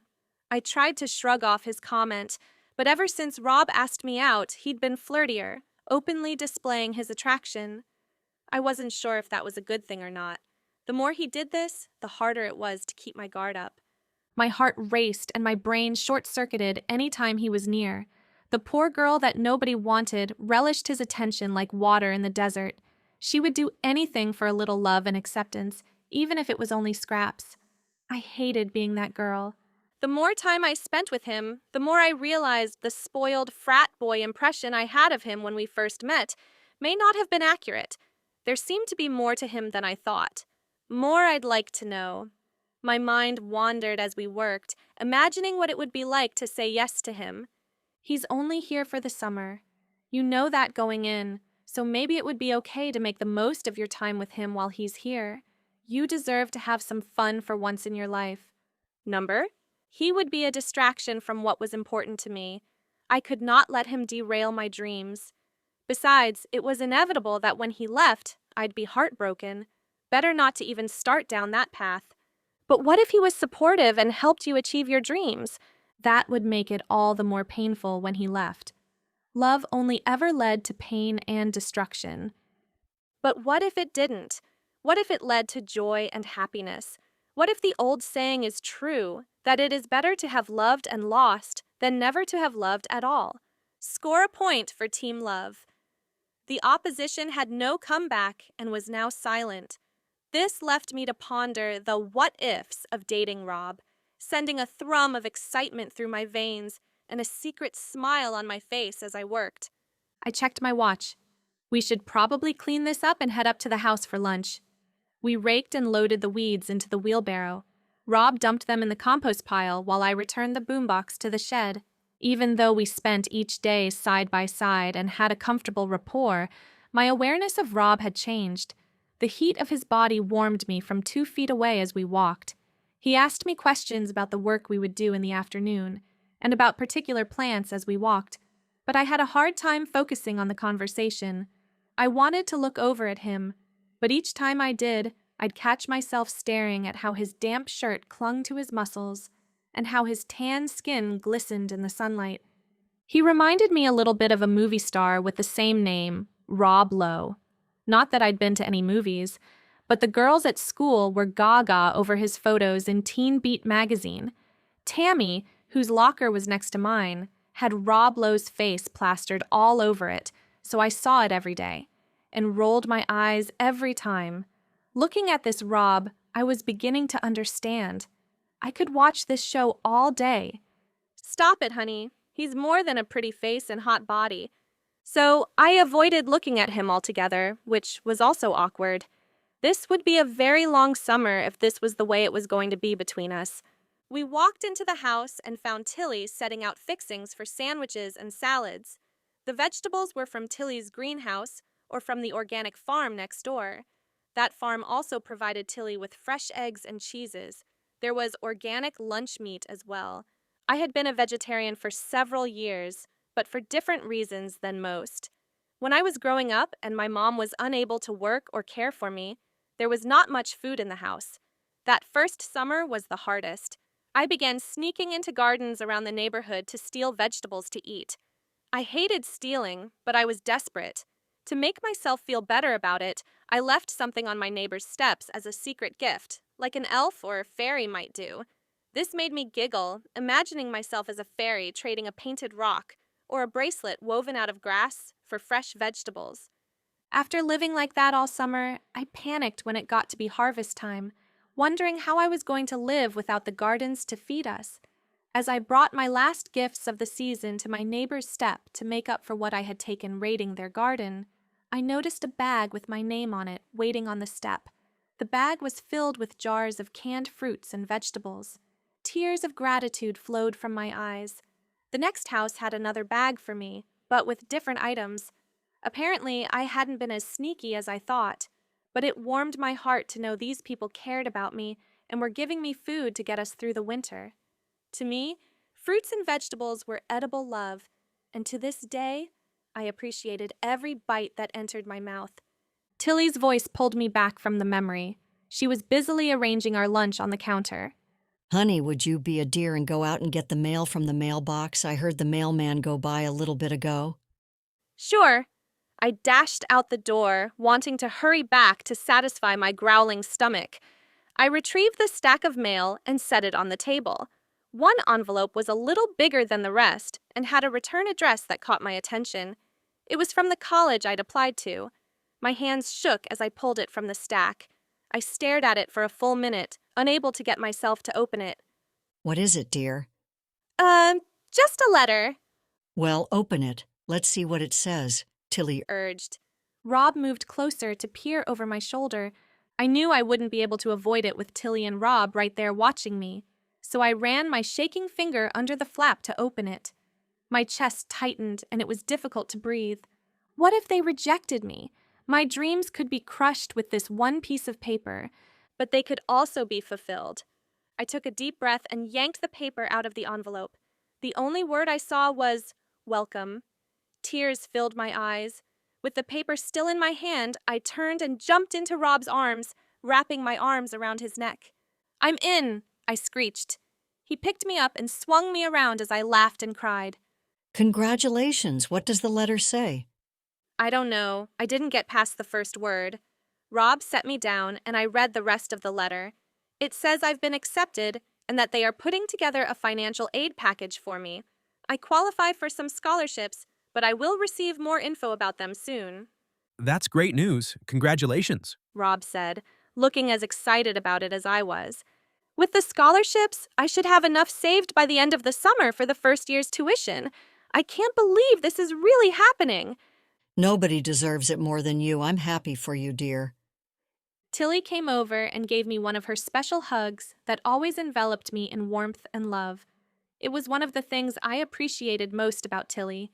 She gave the best hugs. Thanks, Tilly. I couldn't have done it without you. Tilly waved me off. Nonsense. You are such a sweet girl, a hard worker, and one smart cookie. Nothing would have kept you from all you are becoming. I can think of several things that could have done that, but not today. Today, I'm going to savor this moment and celebrate my dreams finally coming true. Let me take you out for a celebratory dinner. You deserve to be treated special today. What do you say, honey? Let me help you celebrate? Rob grabbed my hands in his and looked pleadingly into my eyes. Tilly was right there with a big grin on her face. How could I refuse? Because I'm in such a great mood, I'll let you spoil me. I know you'd both give me a hard time if I said no, so I'll have dinner with you just this once to celebrate my acceptance. Rob's face lit up, rewarding me with a bone-melting smile. Wonderful.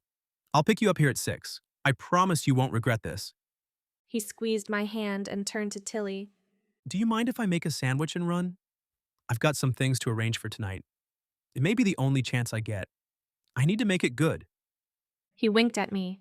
Tilly seemed to approve, her face beaming with pride and joy. That's fine, and I'll be here if you need anything. I'm happy to help. Pride wasn't the only thing in her grin. It looked a bit knowing, too. I'll meet you in the greenhouse in an hour. Don't be late, I reminded him. We still have work to do this afternoon.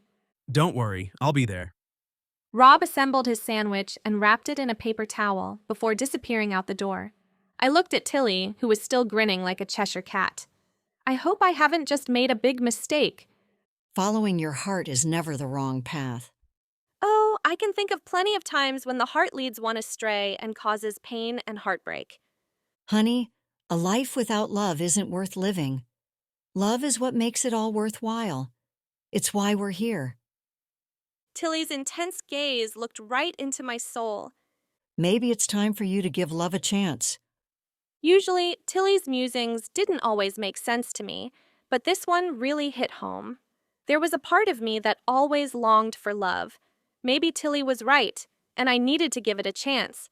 What if love really was the greatest part of life, and I was missing it? The phone rang. Tilly paused in front of it. And who knows, you might even have fun. She winked before answering the phone. Apparently, I was going on a date. Chapter 8. ROB. As soon as the door closed behind me and I was out of sight of Honey and Tilly, I jumped in the air, pumping my fist in excitement. I had a date with Honey tonight. She might have been caught up in the thrill of her acceptance letter, but it didn't matter to me. A date was a date. This might be my only chance with her. I had to make sure everything was perfect. Honey was not like other girls I dated who were easily impressed by my money and connections. No, Honey needed to be shown that I saw her and wanted to celebrate her and her accomplishments. Once I reached the bunkhouse, I sat for a moment, trying to come up with the perfect first date for me and Honey. I'd planned 100 dates in my head, but none of them were doable on such short notice. Impressing someone in ways other than money was completely foreign to me, yet it felt right this time. I racked my brain for something I could do for Honey in just a couple of hours. Dang. What if this is a total flop? My one chance to impress the girl of my dreams, someone who doesn't see me as a walking dollar sign. And now, I'm at a loss for what to do. The idea of taking her on a special picnic popped into my head. It seemed like something she would appreciate, if only I had supplies for a picnic. Tilly. Tilly would help me figure this out. I fiddled with the phone cord, winding it around my finger as I waited for Tilly to pick up. Unsure what I would do if Honey answered the phone, I exhaled in relief when I heard Tilly's voice. Hello? Hi, Tilly. I hope Honey isn't there with you because I'd like your input on some of my ideas for our date tonight. Tilly answered in a whisper. The coast is clear. She just went back to her bedroom, so I'll talk quietly. Great. I want to make this a special night for Honey, but nothing too flashy. I held my breath and grit my teeth, hoping Tilly wouldn't think my idea was stupid. I thought I'd take her on a picnic. Is there some place you'd recommend? Why, yes. That's a splendid idea. I know just the place. Come by the house later, and I'll tell you how to find it. Great! And do you happen to have some picnic items I can borrow, like a blanket, plates, silverware, glasses? Yes, I have a basket with all of that ready to go already. You're welcome to borrow it. I'll get it out for you. What are you planning to do for food? I thought I'd call a restaurant and order food to go. Can you recommend someplace that has good vegetarian meals, I asked, recalling Honey's food preferences. Of course. If you really want to impress her, go to Radicchio's. I don't believe Honey has ever been there. It's kind of pricey, but she's always wanted to go. Perfect! Thanks so much, Tilly. Is it all right if I leave a little early to get everything set up? Yes, absolutely. Come see me when you're ready and you can take the farm cart out to your picnic spot. It was challenging working with Honey all afternoon when my mind was occupied with our upcoming date.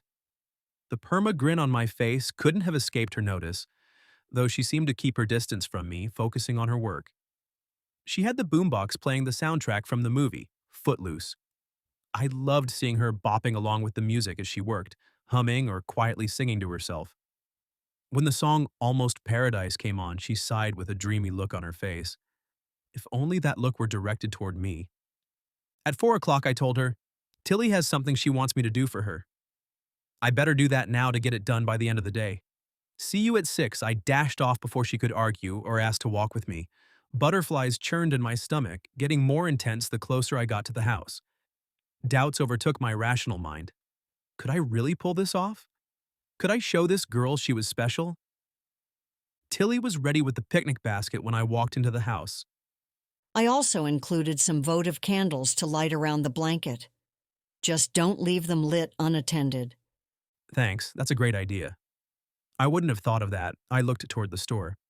Oh, and I would like to buy flowers for her. Would it be better to give them to her when I pick her up or arrange them in a vase at the picnic? Why not both?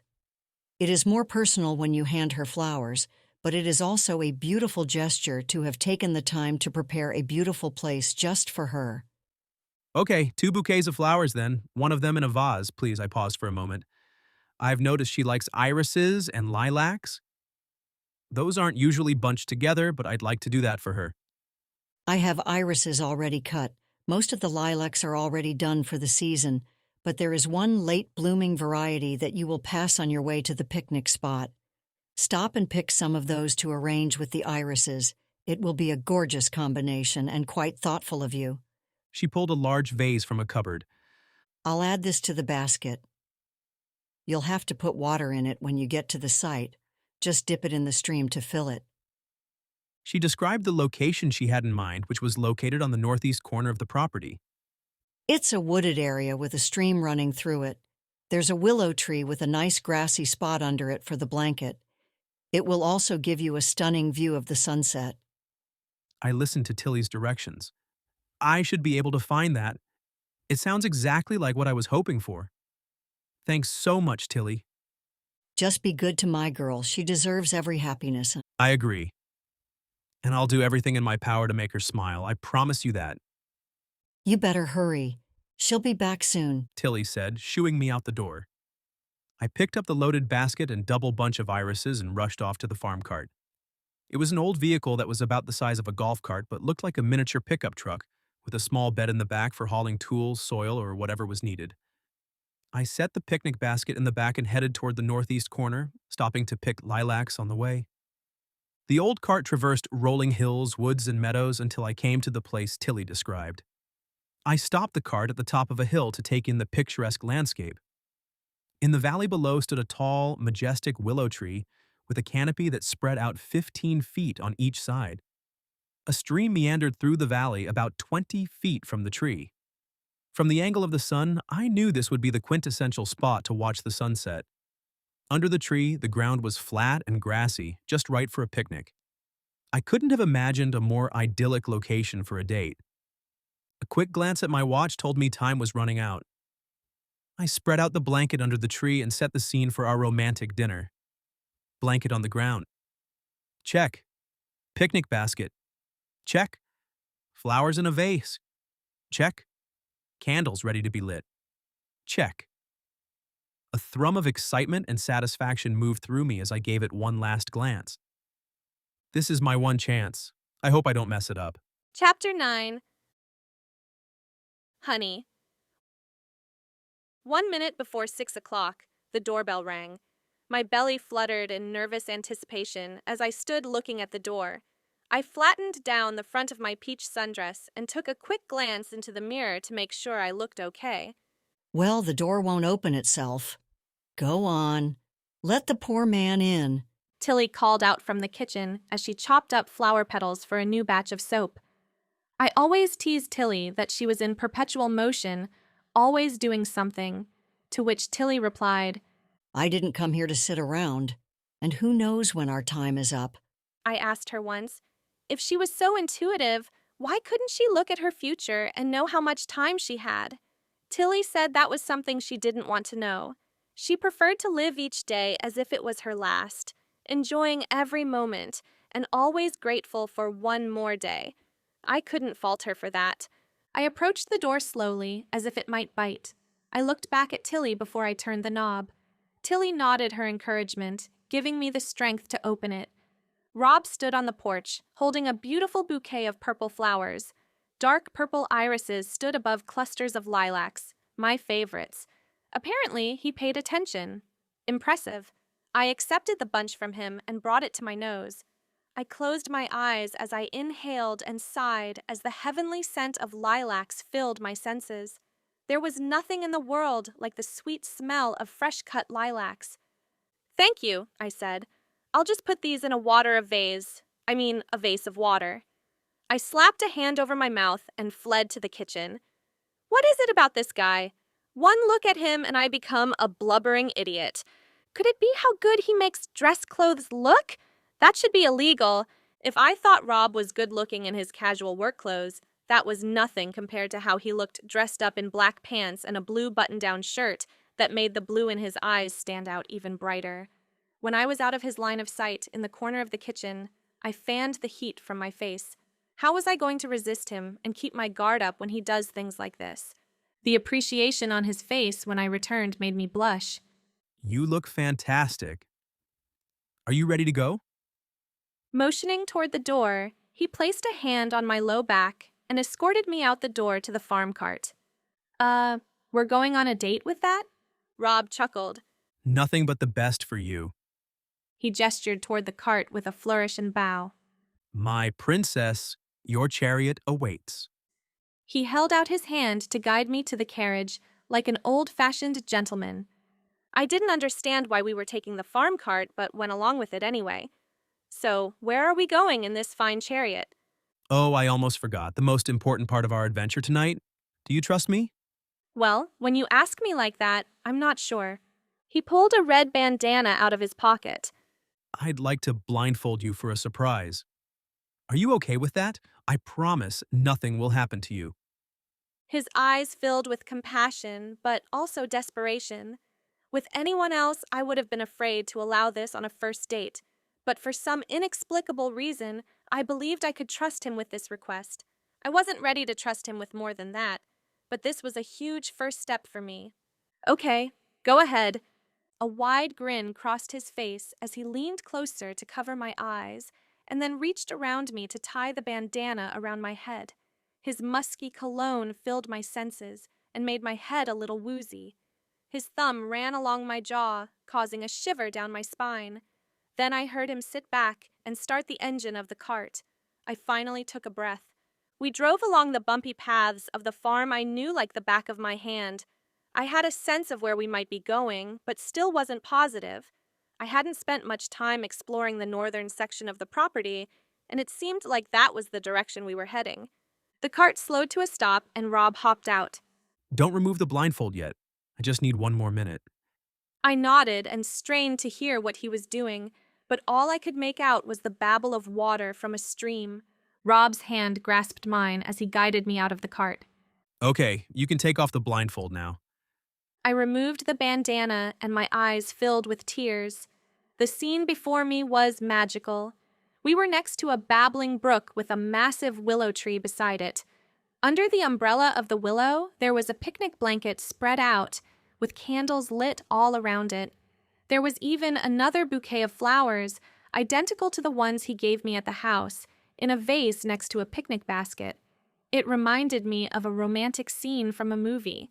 I hope you don't mind, but I thought you might prefer this to a restaurant filled with people. You're right. This is much better. He grabbed a bag from the rear of the cart and led me to the blanket. Kneeling, he opened the picnic basket and handed me a plate, silverware, and a champagne glass, then pulled out a bottle from an insulated bag. He really had thought of everything. Don't worry, it's just sparkling cider, non-alcoholic. After what you told me about your mom, I didn't know if you drank alcohol. But besides that, I didn't want this night to be about us getting drunk. I want it to be memorable. Everything he did softened me. But this, I almost couldn't breathe. The words stuck in my throat. That is probably the sweetest thing anyone has ever done for me. Then I'd say you're overdue. He poured me a glass of sparkling cider. May this be the first of many memories we have together. I clinked my glass to his. Our eyes met over the top of our glasses. I slowly took a sip. That's good. I've never had anything like this, but I like it. He pulled containers of food out of the bag. It was from Radicchio's. a restaurant I dreamed of going to but was never able to afford. I wasn't sure what you would like. I'm not used to ordering for anyone else, so I got 3 choices of entrees, salads, and dessert. I hope there's something you like here. He opened the lids to reveal mushroom risotto, butternut squash ravioli with white wine sauce, and eggplant lasagna rolls. They all look and smell amazing. Maybe we can try all 3. He pointed at me and winked. I like the way you think. He opened a foil container. We also have garlic bread knots and a green salad with a lemon vinaigrette. He sat back, looking at the spread of food in front of them. I hope you're hungry. I'm starved, but even so, I doubt we'll be able to make a dent in all this food. Rubbing my hands together, I admired the buffet spread across the blanket. I'm all for making a valiant effort. One of the many things I like about you. He took a bite of the risotto. Oh my gosh, this is superb. I don't know much about vegetarian food, but this is incredible. I followed his lead and tried the risotto as well. The flavors were decadent. My eyes drifted closed and I hummed in ecstasy. Oh my gosh! I think I've died and gone to heaven. I want to dive into this bowl and lick it clean. That would probably be bad form on a first date. I giggled and licked my fork clean before glancing over at the other dishes. Now I feel bad because I just want to keep eating this and don't wish to offend the other meals. The rule is you have to try all 3. After that, if you like one more, you can have the whole thing.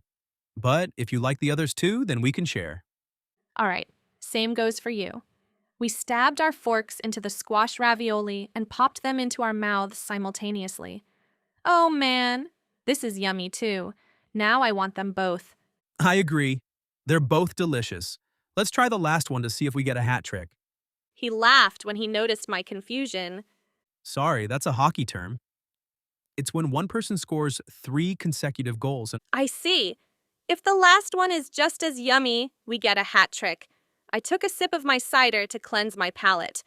Well, let's see what the verdict will be. I scooped a lasagna roll onto my plate and cut a bite out of it. Rob did the same, and once again, we took our bites at the same time. He chewed and swallowed, maintaining a poker face the entire time. What do you think?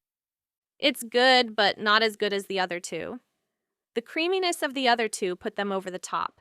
I can't resist a good cream sauce. I'll have to remember that. Dish up whatever you want on your plate, and don't forget the salad and bread. All prior nervousness faded away, and the ease with which we talked while we worked during the day returned as we ate. Rob leaned on his elbow to face me. He looked like he belonged on the cover of a magazine.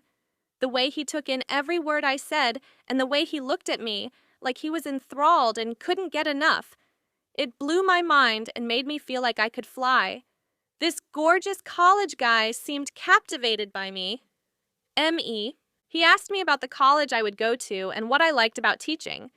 I love being able to teach these little kids who are so filled with wonder and eager to learn.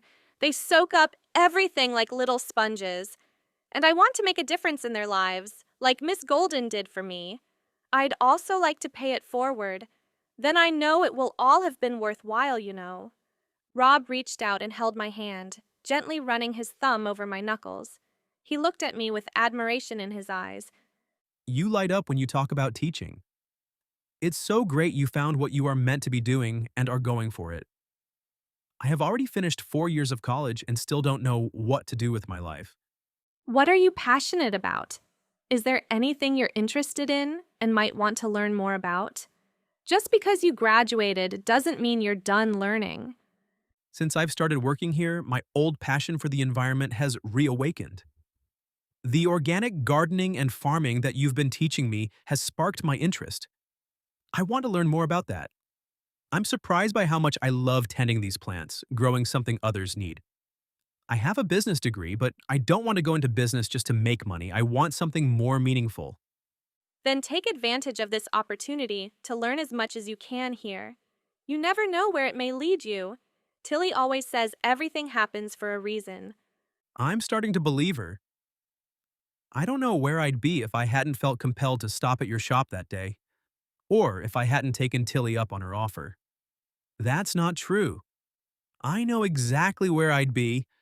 Working 60 hours a week, interning at a stuffy law firm, and hating every minute of it. His face tightened, and a shadow dulled his eyes. I was about to ask him about it when he shook his head to clear the thought from his mind. His pained expression softened once again. I'm sorry. Let's change the subject so we don't ruin our evening. When I'd eaten all I could, I pushed my plate aside. He pulled one last container from the bag. I hope you saved room for dessert because this looks to die for. He opened the lid, revealing what looked like a chocolate brownie in a round bowl. It's dark chocolate lava cake, and I have some whipped cream to put on top. I held my stomach, so full I thought I would burst.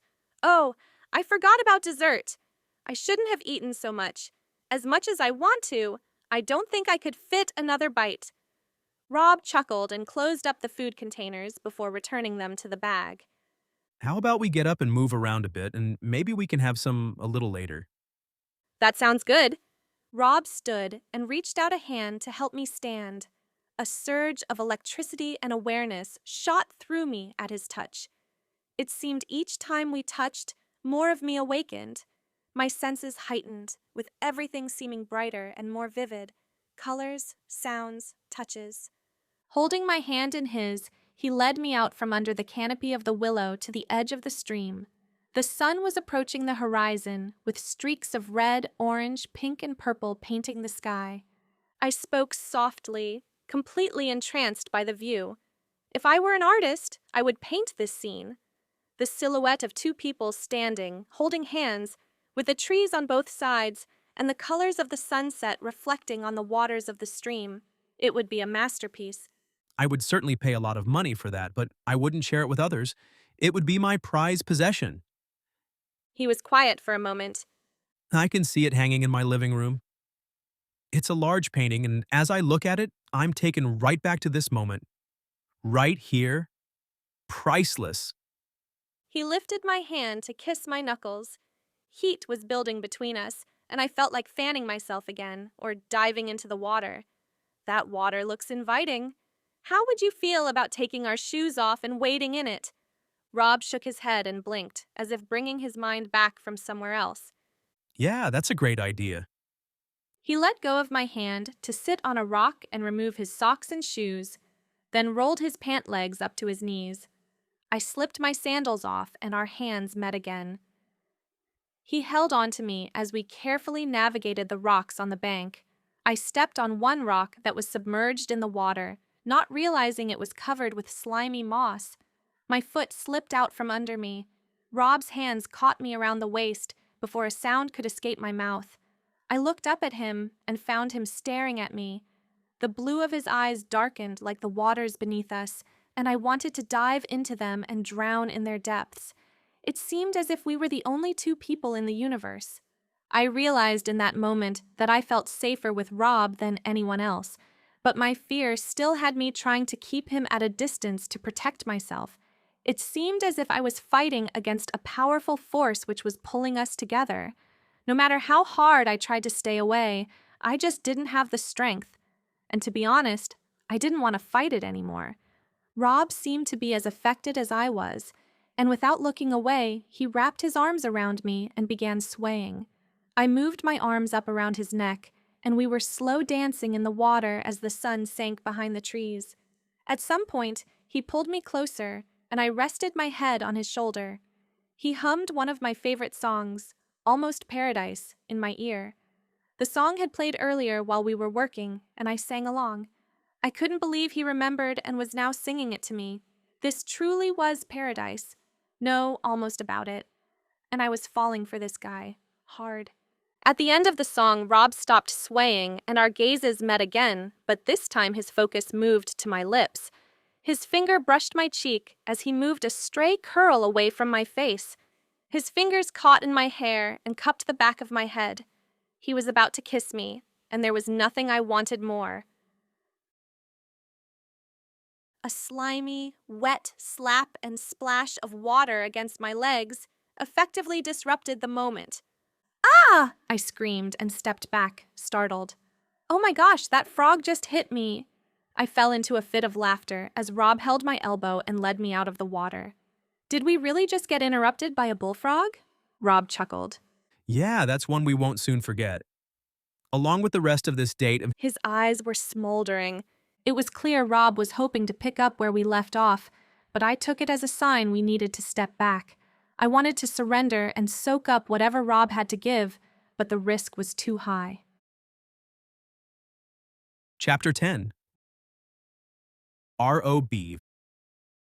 Vivid dreams of kissing Honey had me wanting to stay asleep, her hands clutching my shirt as she pressed herself against me, the feel of my fingers threading through her soft curls as I tilted her head toward mine. The moment our lips met, the world seemed to disappear. Nothing existed but her. Heat pulsed through my body, and I couldn't get close enough. I wanted to take my time and savor her, but I also wanted to stake my claim and devour her. This powerful urge to possess her and make her mine was completely new to me. Beep, beep, beep. The sound of my alarm brought me back to reality and the keen disappointment of being interrupted by a frog last night. We'd almost kissed. I groaned and rubbed my hand over my face to wake myself up. Even though the kiss hadn't happened, something had shifted. There was a rightness, as if a missing piece was coming together to complete the puzzle. That's what I had experienced, at least. I felt whole and invincible, a novel concept for me.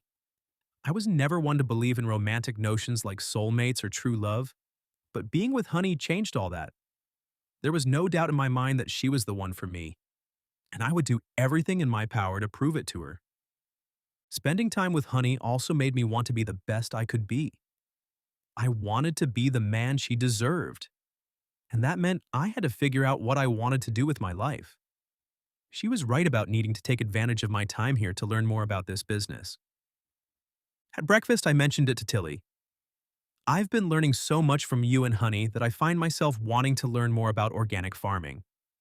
Do you have any book recommendations or other ways I can learn more?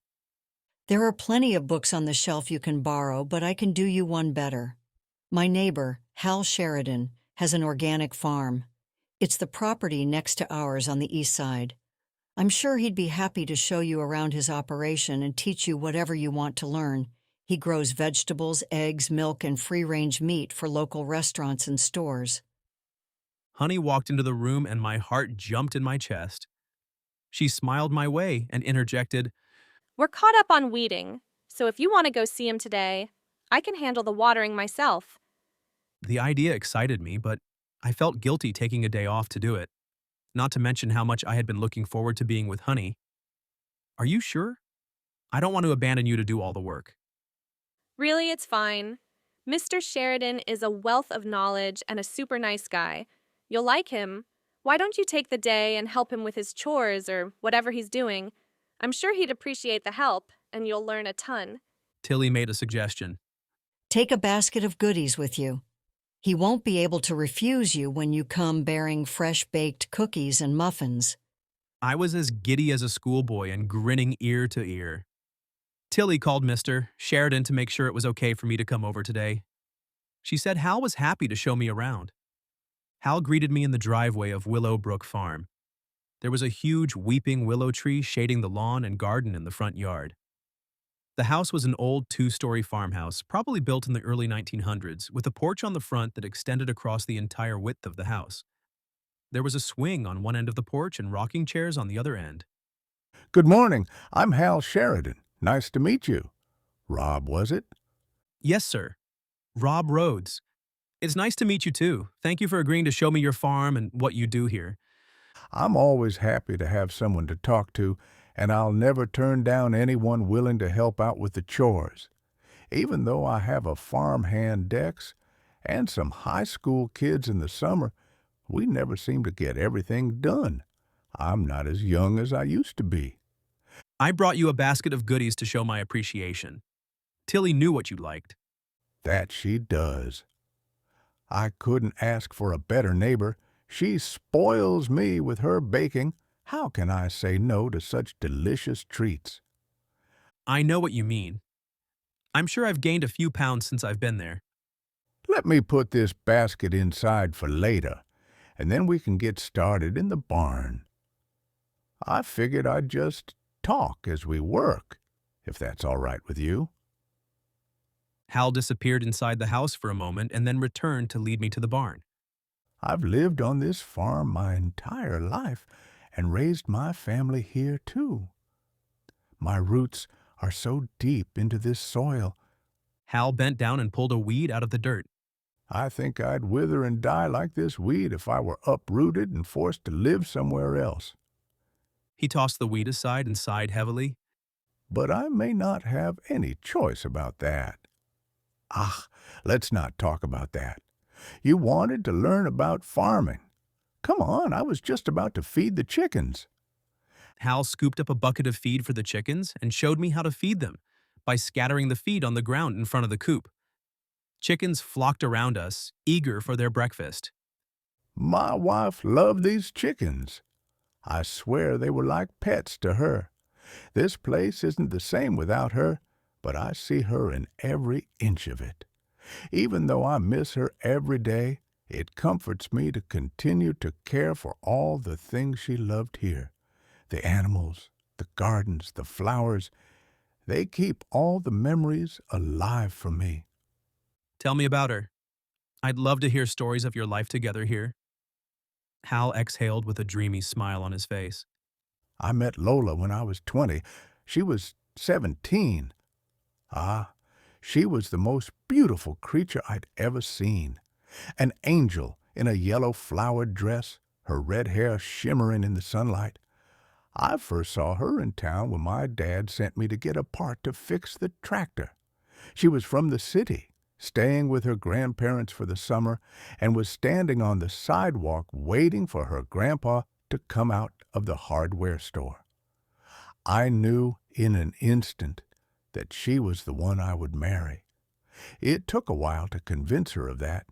Her family was wealthy, and it was understood that she would marry the son of a family friend, and I was just a poor farm boy and mechanic.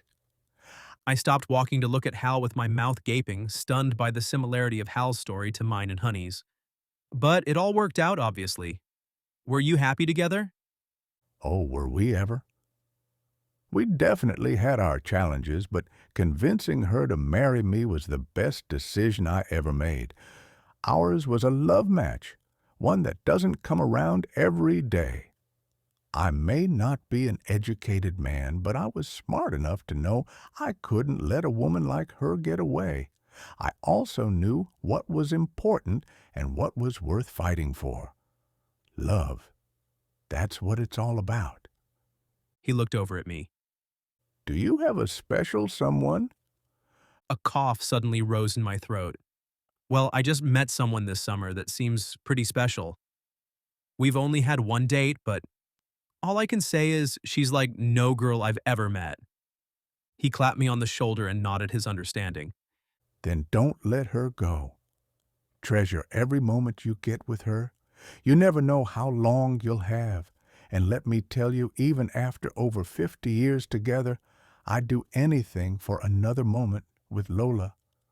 Wow, to still be so in love with your wife at age 80, even after she's gone. The warmth and sadness in Hal's eyes as he talked about Lola made my heart ache.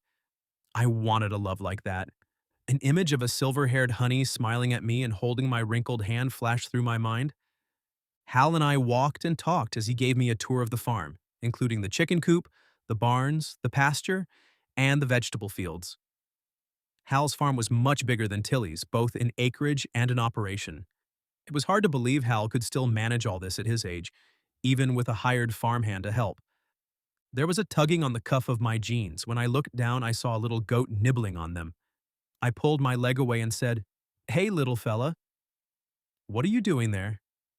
She must like you. She's usually more skittish. One of this year's babies, just a few months old. I reached down to pet her, expecting her to feel like a dog's fur. "Hey there. You're pretty adorable." And soft petting zoos weren't on my parents' list of acceptable events, so this was another new experience for me. I couldn't believe how soft it was, like the best cashmere sweater. The goats were always a favorite of my daughters and my grandkids. He chuckled at a memory. The girls would play outside, tossing a rubber ball to each other, and the goats would steal the ball. The girls chased them around the yard, over hay bales, and all over, giggling until they were out of breath. Then the goats would be all over them, nibbling on their hair and licking their faces. A warm smile crossed his face. Those goats can be mischievous, but also quite entertaining. Such wonderful memories. We stopped to take in the view and vastness of the property from the top of the hill. The view was spectacular. Looking out over the land, a vivid image emerged in my mind of myself and Honey on this farm together, working together like we do in the gardens at Tilly's, our children laughing and playing with the animals. I would bring her flowers and fresh vegetables at the end of the day, and we would sit together on the porch swing and talk about our day. This was the life I wanted, not what my parents had or wanted for me. I wanted what Hal had with his wife, and I wanted it with Honey. I imagined Honey and I happily living next door to Tilly, with me working the farm and her teaching at the school in town. We would fill the farmhouse with golden-haired girls and boys. The vision almost made me giddy, and I felt like I might burst with happiness. A hard and sudden push to my backside knocked me to my knees. Hal stepped in to stop the goat from hitting me again. Whoa there, Jenny. This guy is a friend. He reached down to help me up. This is the mama goat, Jenny. Apparently, she thinks you're stealing her little one away. A little possessive, but a wonderful mother. Hal shooed them both away, and I laughed, brushing the grass off my jeans. Well, I sure didn't expect that. I've never seen her do that, but then I've never had one of her kids take to someone like that one did to you either. Did you always want to be a farmer? I did. I loved being out here helping my dad and my brothers, but being the youngest of 6, I didn't think there would be a place for me here. I learned to be a mechanic as a way to get a job outside of here, yet still be of value on the farm. It was my responsibility to keep the tractors and everything running. I had 2 older brothers. One had no interest in farming and couldn't wait to get out of here. My oldest brother worked the farm with our dad, but he died of a heart attack about 30 years ago. I've been running the farm ever since. A heaviness seemed to weigh on him, his shoulders hunched. Honestly, kid, I would love to retire. I've been working this land my entire life, and I'm just plain tired. But my daughters are married, and none of them or their husbands have any interest in the farm. Not even my grandchildren want anything to do with it. Sure, they like to visit, but they don't feel a connection to the land like I do. I've gotten to the point where I would like to sell and retire on a beach somewhere, but I can't stomach the idea of selling to someone who would turn it into a big housing development. That would break my heart. And I really hate losing the source of all of my life's memories. The wheels were turning in my mind. Not only did I want the kind of life Hal had with his wife on this farm, but I loved how this farm served the community and provided what people needed. I also saw many possibilities for expansion. This place had so much potential. Organic food was a growing industry and one that could be lucrative if done right. If I combined my knowledge of business with Hal's farming expertise, we could turn this operation into an empire. Wait a minute. What would Father say? He would think I'd lost my mind. He would never understand my need to find an occupation that gives back, one that is meaningful to me. And he definitely wouldn't understand wanting to create a life focused on love and happiness. It was a big possibility that he would never speak to me again if I not only went against his plan for me to take over the law firm, but to do something as lowly as farming. That would be unconscionable. Yet I couldn't stop the flow of inspiration and possibility from overriding that pesky voice. I shared some of my ideas with Hal, who nodded and cupped me on the shoulder. I appreciate your ideas, son, but I'm 80 years old. It's time for me to pass the baton and move on. I understood. Hal deserved to relax and enjoy the rest of his life. And if he needed to go somewhere else to do it, I would wish him well. But it didn't stop me from envisioning and dreaming about what could be of what my life would be like if I spent it here with Honey. What if... Chapter 11. Honey. My heart sped up, watching Rob walk out to the greenhouse to meet me the next morning, seeing his muscles flex as he walked, and knowing how it felt to be held in those strong arms. My breath caught. What would it be like to be with him again? When my friends got all gaga and gooey-eyed over a boy, I thought they were ridiculous and was sure that would never be me. And it never had been, at least until now. I hardly saw him yesterday since he spent the day with Mr. Sheridan. It was only one day, but I missed him. It seemed weird to be working alone, without him to talk to or even sense his presence next to me. We hadn't been alone together since the date. Would things be different between us? The date with Rob blew me away. All the effort he put in to make me feel special. He was the first person, other than Tilly, who seemed to see me for who I was, and not just a victim of the circumstances in my life. He paid attention to every word I said and everything I did, and made me feel like I mattered. I tried so hard not to fall for him. What a waste of energy that was. Rob had bags under his eyes and moved sluggishly toward me. Nobody should look that good first thing in the morning. Even when obviously tired, he was still drool-worthy. "Good morning, Day. How was your Rob?" I stumbled and almost dropped the garden tools I was carrying.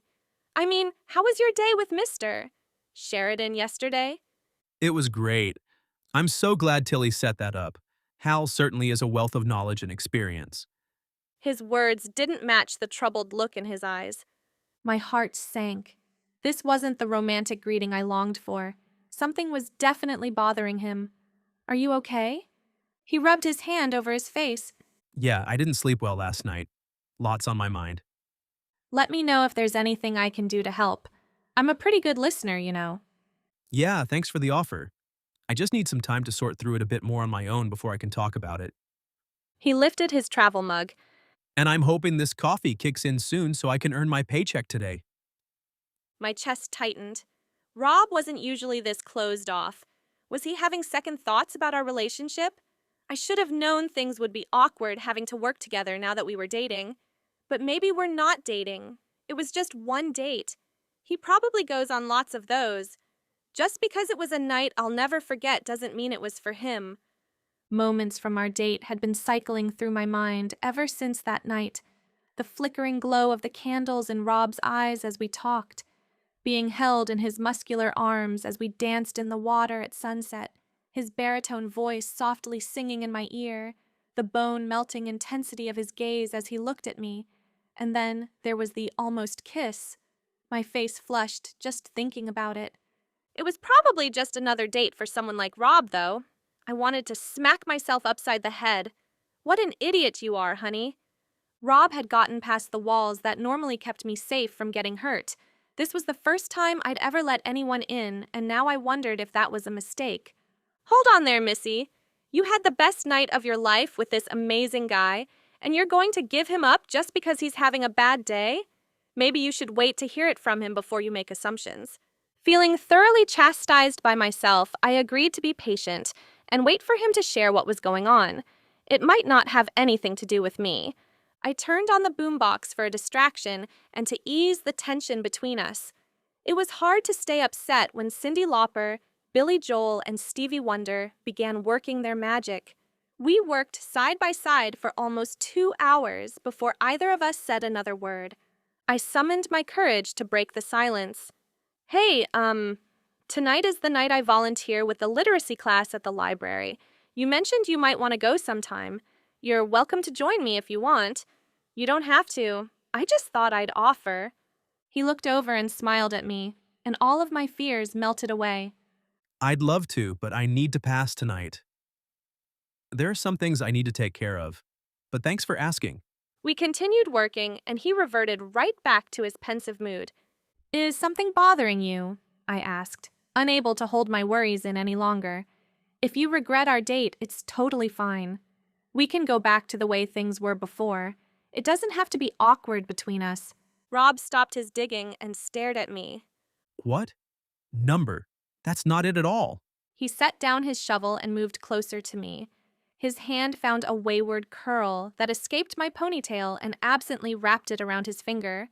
The light graze of his finger caused my breath to catch.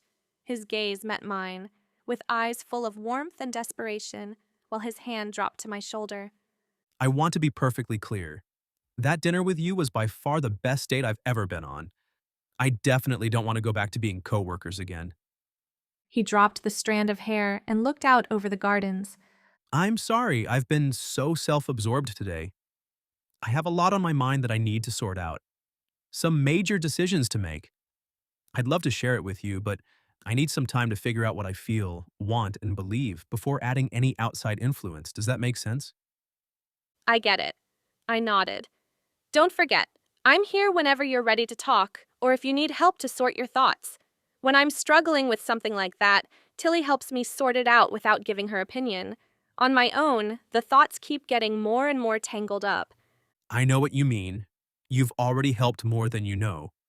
He squeezed my shoulder and went back to work. Feeling only slightly reassured, I continued worrying about him. He said it had nothing to do with me, but I felt otherwise. A heaviness filled my chest and wouldn't go away. I wished I possessed the psychic sense to know what was coming. But then again, maybe I didn't want to know. Chapter 12. ROB. I didn't know what it was about growing things in the soil that was so appealing. Maybe it was the empowerment that came from burying a seed in the ground in hopes of it turning into something wonderful. It could be working in harmony with the elements of the earth, sun, wind, and rain. Or possibly being able to grow something that others needed to survive, doing my part to end world hunger and all that. It could also just be that I wanted to do something completely opposite from the way I was raised. Whatever the reason, I couldn't shake the feeling that this was important. After finishing my work for the day, I paid Mr. Sheridan another visit. Hal peeked his head out of the barn as soon as I drove in. Well, hello, Rob. Nice to see you again. What can I do for you? I have some things on my mind and also some questions that I'd like to talk to you about. Do you have time? We could talk and work if you still have chores to finish up. I just finished and was about to rustle up some dinner. Would you like to join me? It won't be anything fancy, but I'm always happy for the company. That sounds great. Hal led me into the house and went to the sink to wash his hands. He placed a basket of vegetables on the counter and pulled out a cutting board and a knife. Would you like to chop up these veggies while I light the grill? I have a couple of chicken breasts we can cook up. That sounds great. I'd be happy to help. I began chopping fresh zucchini, summer squash, tomatoes, and bell peppers, and tossed them into a pan. Hal drizzled the vegetables with olive oil and sprinkled some fresh herbs on them before covering them to cook. He brought out some chicken and placed them on the grill outside. When he returned to the kitchen, he asked, What's on your mind, son? I leaned against the counter and explained. When I came here this summer, I was at a crossroad trying to figure out what I want to do with my life. All I knew for sure was that I didn't want to follow in my family's footsteps.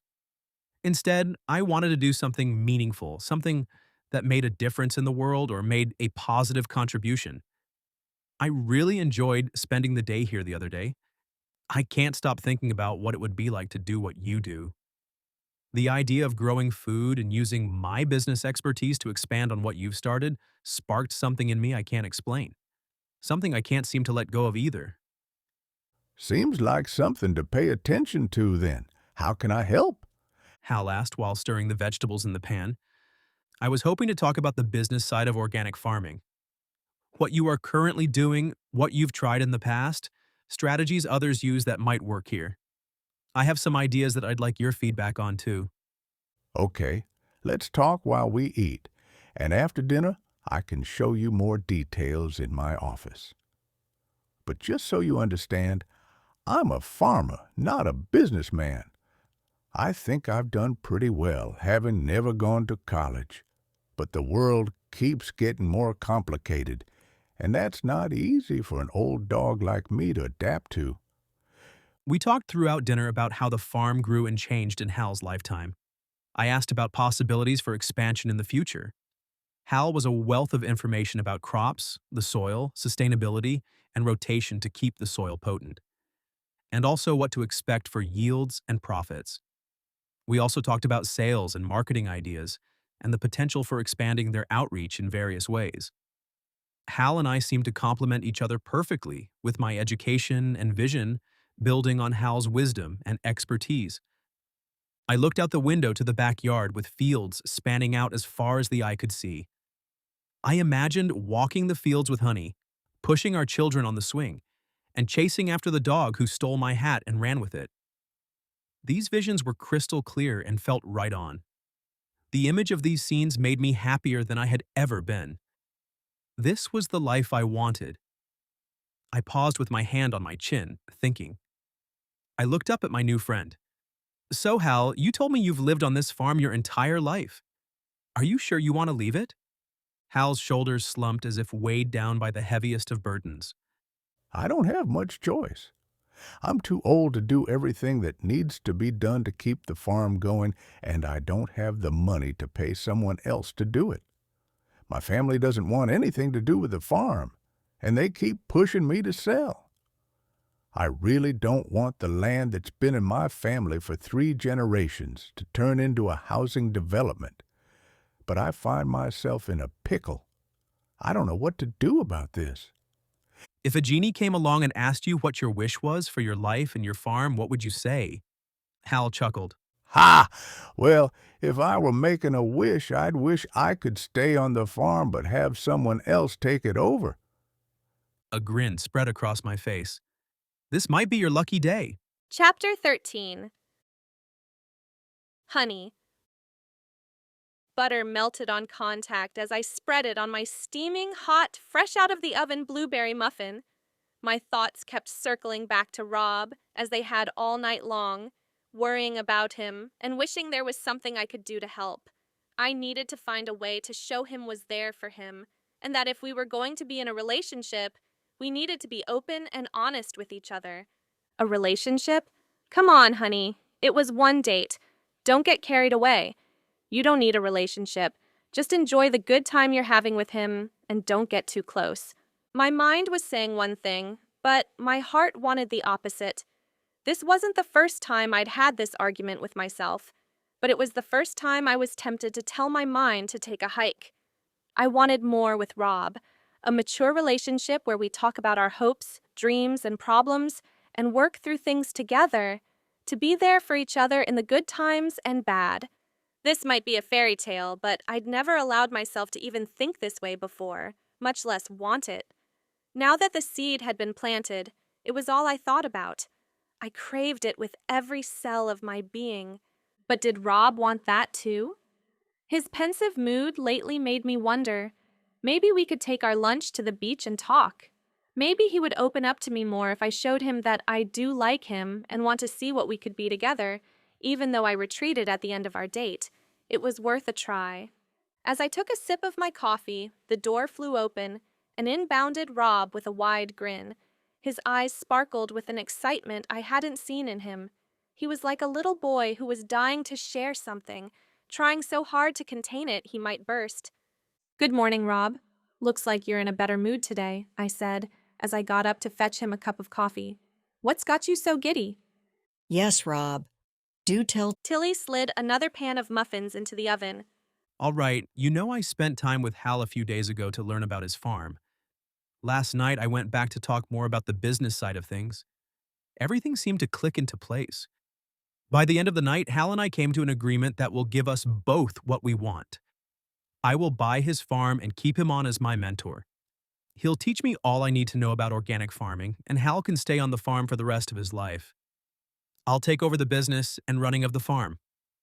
He filled his plate with muffins and fruit, but seemed to be in a hurry for something. I need to go talk to my attorney today to get it all written up and arranged for the purchase. Last night, I was so excited I could hardly sleep. I was stunned. My mouth opened and closed without a sound. Once I got my voice working, I asked, "What about law school? Aren't you already enrolled?" Rob flicked his hand away. Forget law school. I'd be miserable doing that the rest of my life. I contacted the school to withdraw. They can give my spot to someone else. I still couldn't believe he was doing this. It all seemed so sudden. That's a huge farm with a ton of acreage. It must be worth millions. How can you buy it like it's no big deal?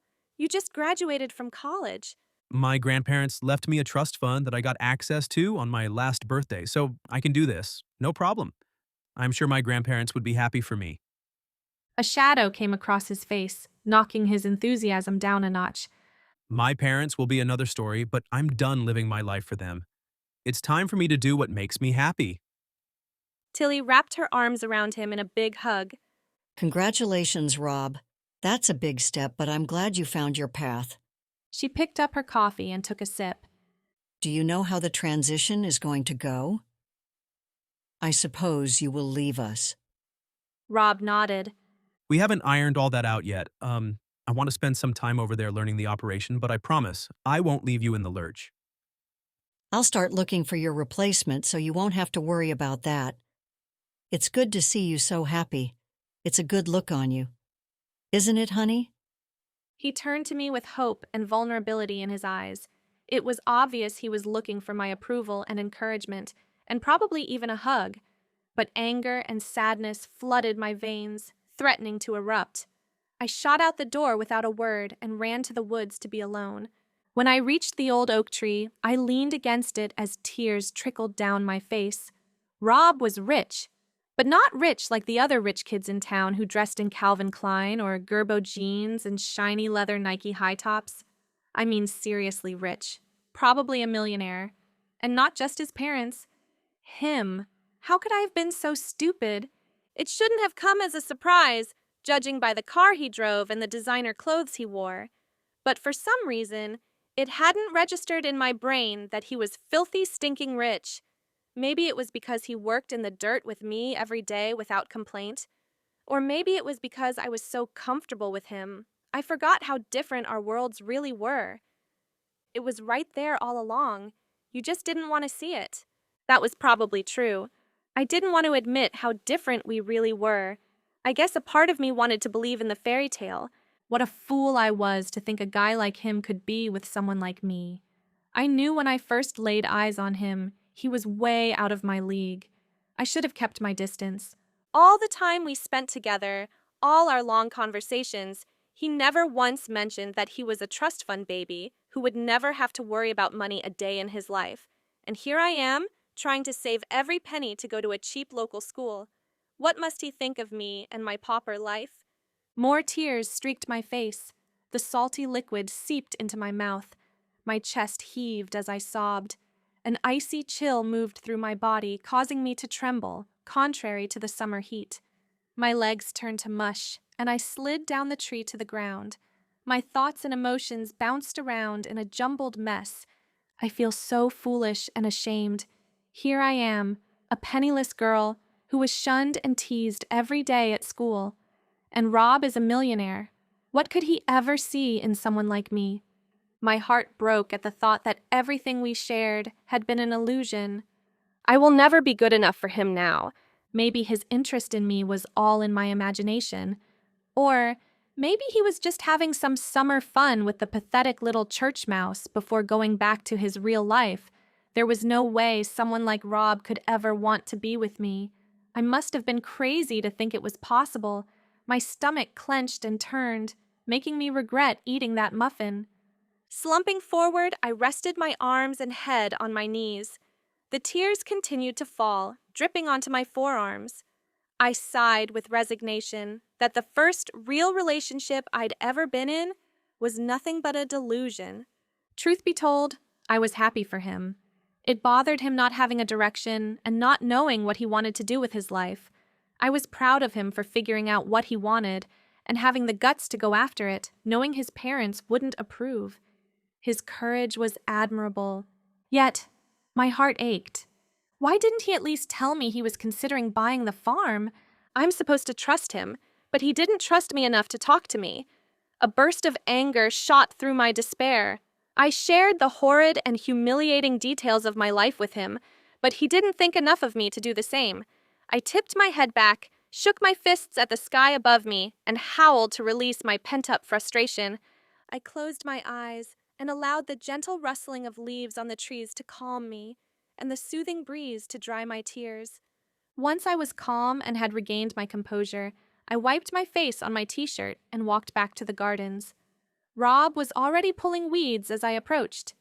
"You know what you're doing. Why don't you work on this bed while I do the greenhouse?" Honey, I'm sorry. "It's okay, Rob. I'm happy for you. We both need to just focus on getting our work done, then move on to bigger and better things."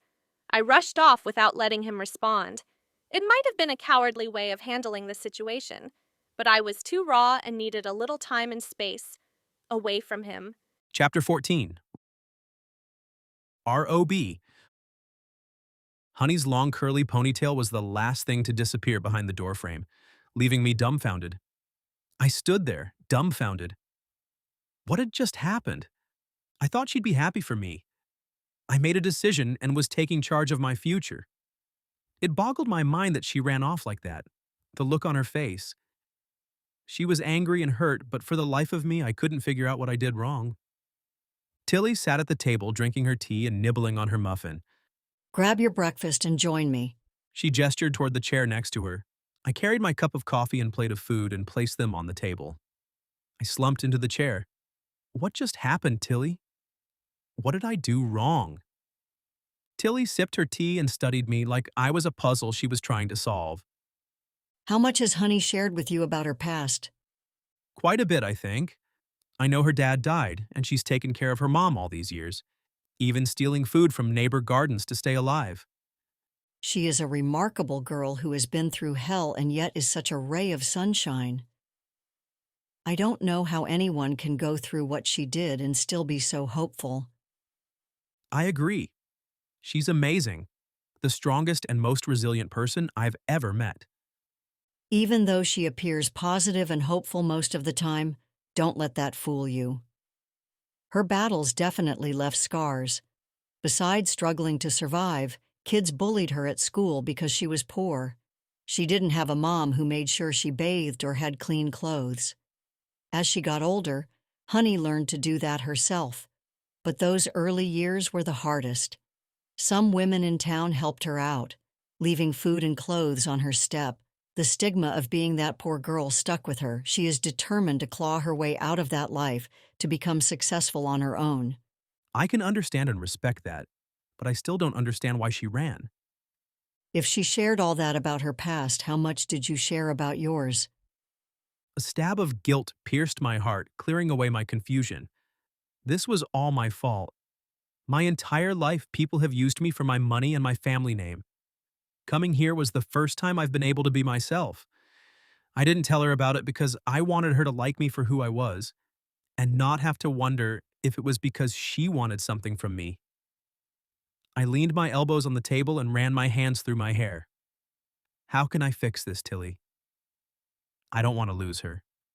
Be completely open and honest with her about your past and about your feelings. I looked over at Tilly, my gut clenched with fear. Do you think I have a chance? True love always has a chance. You will need to prove yourself to her and earn her trust. Are you willing to fight for her? Absolutely. Whatever it takes, I sat quietly for a moment, too worked up to finish my breakfast. I looked up at Tilly, a sly grin on my face. I have an idea. Chapter 15. Honey. Most days, working in the gardens, digging in the dirt, and nurturing the plants soothed my emotions and calmed my mind. After my emotional meltdown this morning, I just felt exhausted. All day, I tried to distract myself, but my thoughts kept coming back to Rob. I cranked up the music, hoping it would lighten my mood, but all the songs reminded me of him. I had all I could do to hold back my tears and get my work done. Thankfully, Rob respected my need for space, and I didn't see him for the rest of the day. As grateful as I was for that, I missed him. It seemed strange to me I could go my entire life keeping people at a distance, with the exception of Tilly. And this guy came along and, in no time at all, wheedled his way so deeply into my heart that I didn't know how I'd survive without him. This was not good, and was precisely what I was trying to avoid. Love may seem wonderful in the moment, but just as I witnessed with my parents, it was destructive, and so not worth it. By the time I got to the house at the end of the day, all I wanted was to take a shower and go to bed. But Tilly had other ideas. She wrapped me in a tight embrace as soon as I walked in the door. The tenuous control I'd had on my emotions let loose, and I sobbed onto Tilly's shoulder. There, dear. Let it all out. Tilly said, her hand rubbing circles on my back to soothe me. When my breathing settled, I pulled away from Tilly to get a tissue. I dropped onto the couch, physically and emotionally spent. Thanks, Tilly. I guess I needed that. Tilly sat in the chair next to me and patted me on the knee. Do you want to tell me why Rob's news was so upsetting to you? I took a deep breath and sank into the backrest. My arms flopped next to me, and my head tipped back towards the ceiling. There is so much going through my mind and heart that I don't even know where to start. How do you feel about his decision to go into farming? I'm happy that he figured it out. He seemed so excited about it, I sighed. But honestly, that's overshadowed by feeling like he betrayed me. All the time we spent together every day, and he never said a word to me about this major decision. I knew he was struggling with something, but he wouldn't talk to me about it. It hurt he didn't trust me with that. And he also didn't trust me enough to tell me who he really was. Is he some kind of a millionaire or what? Millionaire. The word churned acid in my stomach. I mean, what college graduate just drops a pile of cash to buy a farm? Just like that. I snapped my fingers in front of Tilly's face.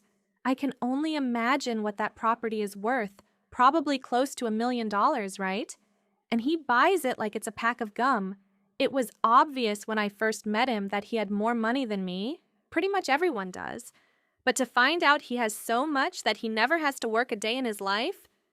Right. He could go off and party, live the high life, and have everything done for him. But he doesn't. Instead, he chooses a path that is physically demanding and has no guarantee of success. With his education and resources, he could be sitting in an office growing his fortune, but he wants a life that is challenging and meaningful to him. One that will serve many people.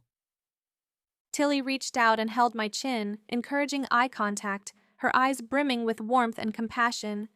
You must look to his heart and his soul to find the truth, my dear. It is not to be found in his outer circumstances, just like you are not defined by yours. Tilly's words hit right to my core. I was judging Rob for his money, just like others had judged me for my lack of it. At the very least, talk to him and let him explain, Tilly advised, as she stood and came around behind me to massage my shoulders. Man, that feels good, I groaned as she pressed on the knots in my muscles. You're right, Tilly. I bit my lip. I can forgive him and still make him work to earn my trust, though. Can't I? Absolutely. Trust is a vital part of any relationship, but something you both struggle with and need to develop. Even if he had good reasons for doing what he did and not sharing it with me, I still don't know if I can get past that. I'll always be wondering what he's keeping from me. Just be open to the possibility and see what happens. Thanks, Tilly. It always helps to talk things over with you. I walked around the couch and kissed Tilly on the cheek before retreating to my room for the night. The next morning was my time to volunteer at the library, reading to children during story hour. When I was done, I'd find Rob to hear his side of things. What if I jumped to the wrong conclusions and judged him unfairly? Or what if I was right and he's not who I thought he was? Only one way to find out. Chapter 16. ROB. Leaving early to grab coffee and pastries in town before going to the library was a good idea, but it felt wrong not to start my day with Honey and Tilly. I remembered this was the morning Honey read to the children at story time. 1 cup of coffee and a warm cinnamon roll was for the librarian to bribe her into allowing me to read to the kids this morning.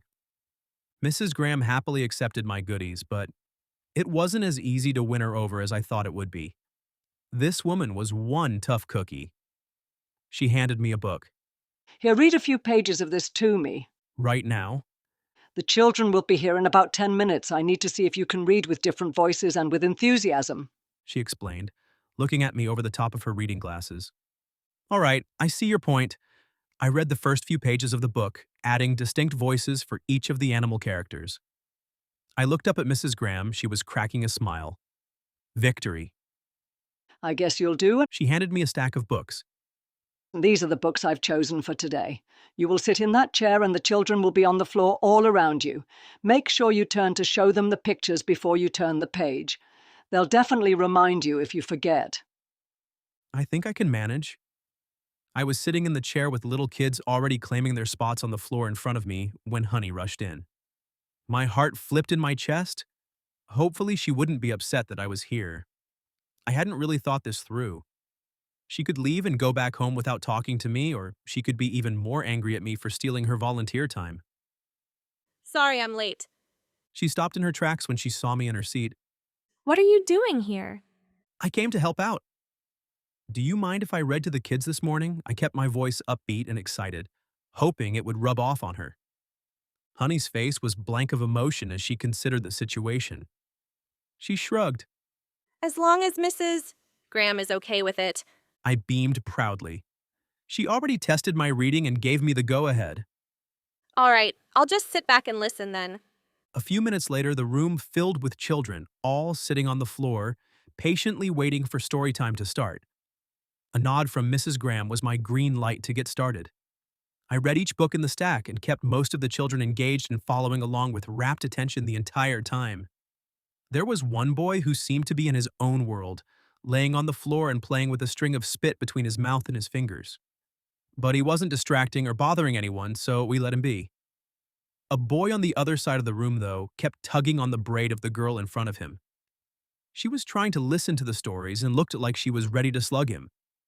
When Honey gently whispered something in the boy's ear, he promptly sat with his hands in his lap the rest of the time. Other than that, my first story time flew by in what I considered a roaring success. As all the kids left the room with their parents, I saw Honey moving toward the door. Hey, Honey, can you wait for a minute? I need to say goodbye to Mrs. Graham, but would you be willing to go for a walk with me before going back to work?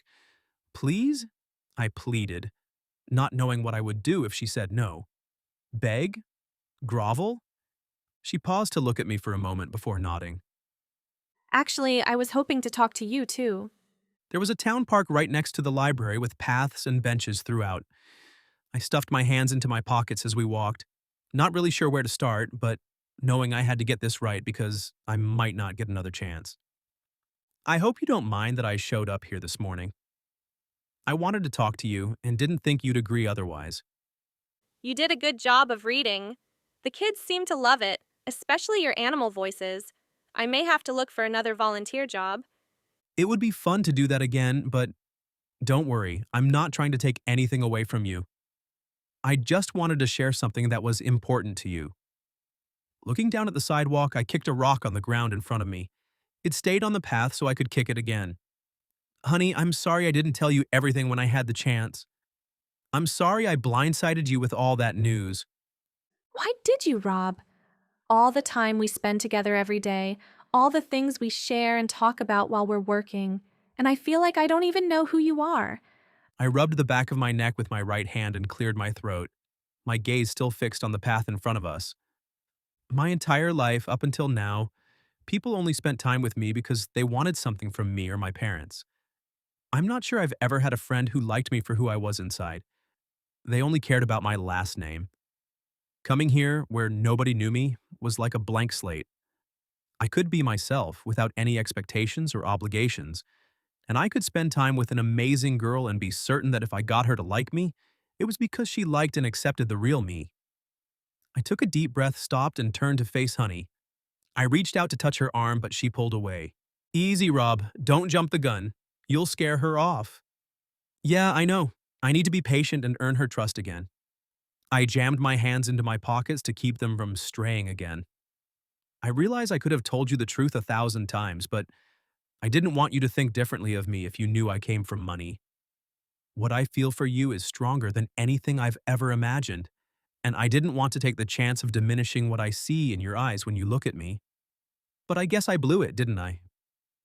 Apparently, we both have trust issues, don't we? Yeah, I guess we do, I said, as we started walking again. Is there any way I can make it up to you? I realize I made a mistake in not telling you everything. I promise it won't happen again. Will you give me another chance, or have I blown it completely? Why don't you start by telling me everything now? Complete and total honesty. I can't promise I'll be able to trust you again, since you broke that trust. But this would be a start. I'll take it. I took a deep breath to find my starting point. My mom's side of the family owns a franchise that is all over the country now. That's where my trust fund came from. On my dad's side, I come from a long line of lawyers. My great-grandfather founded the law firm my father now runs. And as my father's only son, I am expected to follow in their footsteps, become a lawyer, and inherit the firm when my dad retires. There have also been a lot of politicians in the family, so that is also something they want me to pursue. I tipped my head to steal a peek at her, hoping for a clue of how she was taking this information. Her lips were pursed together, but her face was blank as she took it all in. With each step, her gaze remained on the ground in front of us, and her hands were hidden in the pockets of her jean shorts. Growing up in that legal and political arena, I have never known who I could trust, who was using me, and who was real. People not only used me for my money and family name, they also tried to be my friend to get access to my father or grandfather for their own agendas. I kicked another rock but tripped as it was embedded into the ground. Honey grasped my arm to keep me from falling on my face. Her eyes were warm with compassion, giving an unexpected surge of hope to my heart. At least she cared enough to keep me from getting hurt. That was something. It even happened with kids at school. Once there was a boy who was nice to me and invited me to his house to play, but his father was just trying to get information out of me about my dad. This was in 3rd grade. Oh my gosh, I can't believe that. Right? Well, that's the world I grew up in. I accepted this job to get away from all that. It was never any big secret what my parents expected of me. In fact, that plan was told to me since I was a little boy, but it was never what I wanted.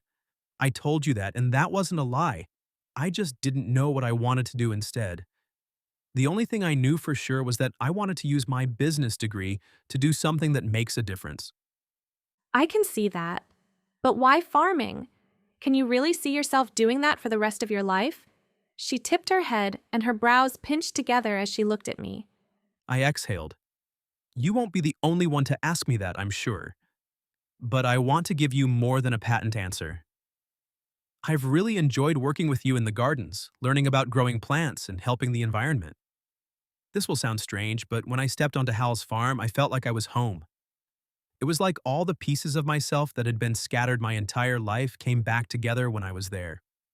Walking the land, feeding the animals, talking with Hal about various crops and strategies to expand the farm business and make it profitable. It was like being plugged into an electrical outlet. All of it energized and excited me. Ideas were coming to me of innovative ways to get organic vegetables to other marketplaces and distributors. My business brain was lighting up and feeding off of Hal's experience and expertise. I forced myself to stop because I could talk about this all day. She paused and studied my face, her expression softening. It seemed impulsive to me at first, but hearing you talk about it, I can tell this is what you need to do. It feels right. I reached out and grasped her hand in mine. You don't know what it means to hear you say that. To know that you get it. I figured if anyone would understand, it would be you. Why do you say that? Maybe I'm wrong, but I assumed you probably had some people tell you that you couldn't go to college or become a teacher with the circumstances you grew up with. She nodded slowly and her gaze shifted downward. There have been some people who judged me or treated me badly because I was poor. But there were so many more people in this community who were encouraging me and trying to help me create a better life for myself that I didn't pay much attention to the negative Nellies. You know, in that respect, you had a better upbringing than I did.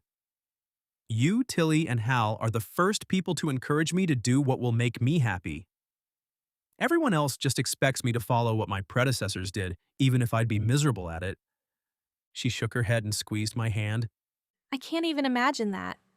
That's because you're different, honey. And why I will do whatever possible to keep you in my life. What do you say? Will you give me another chance?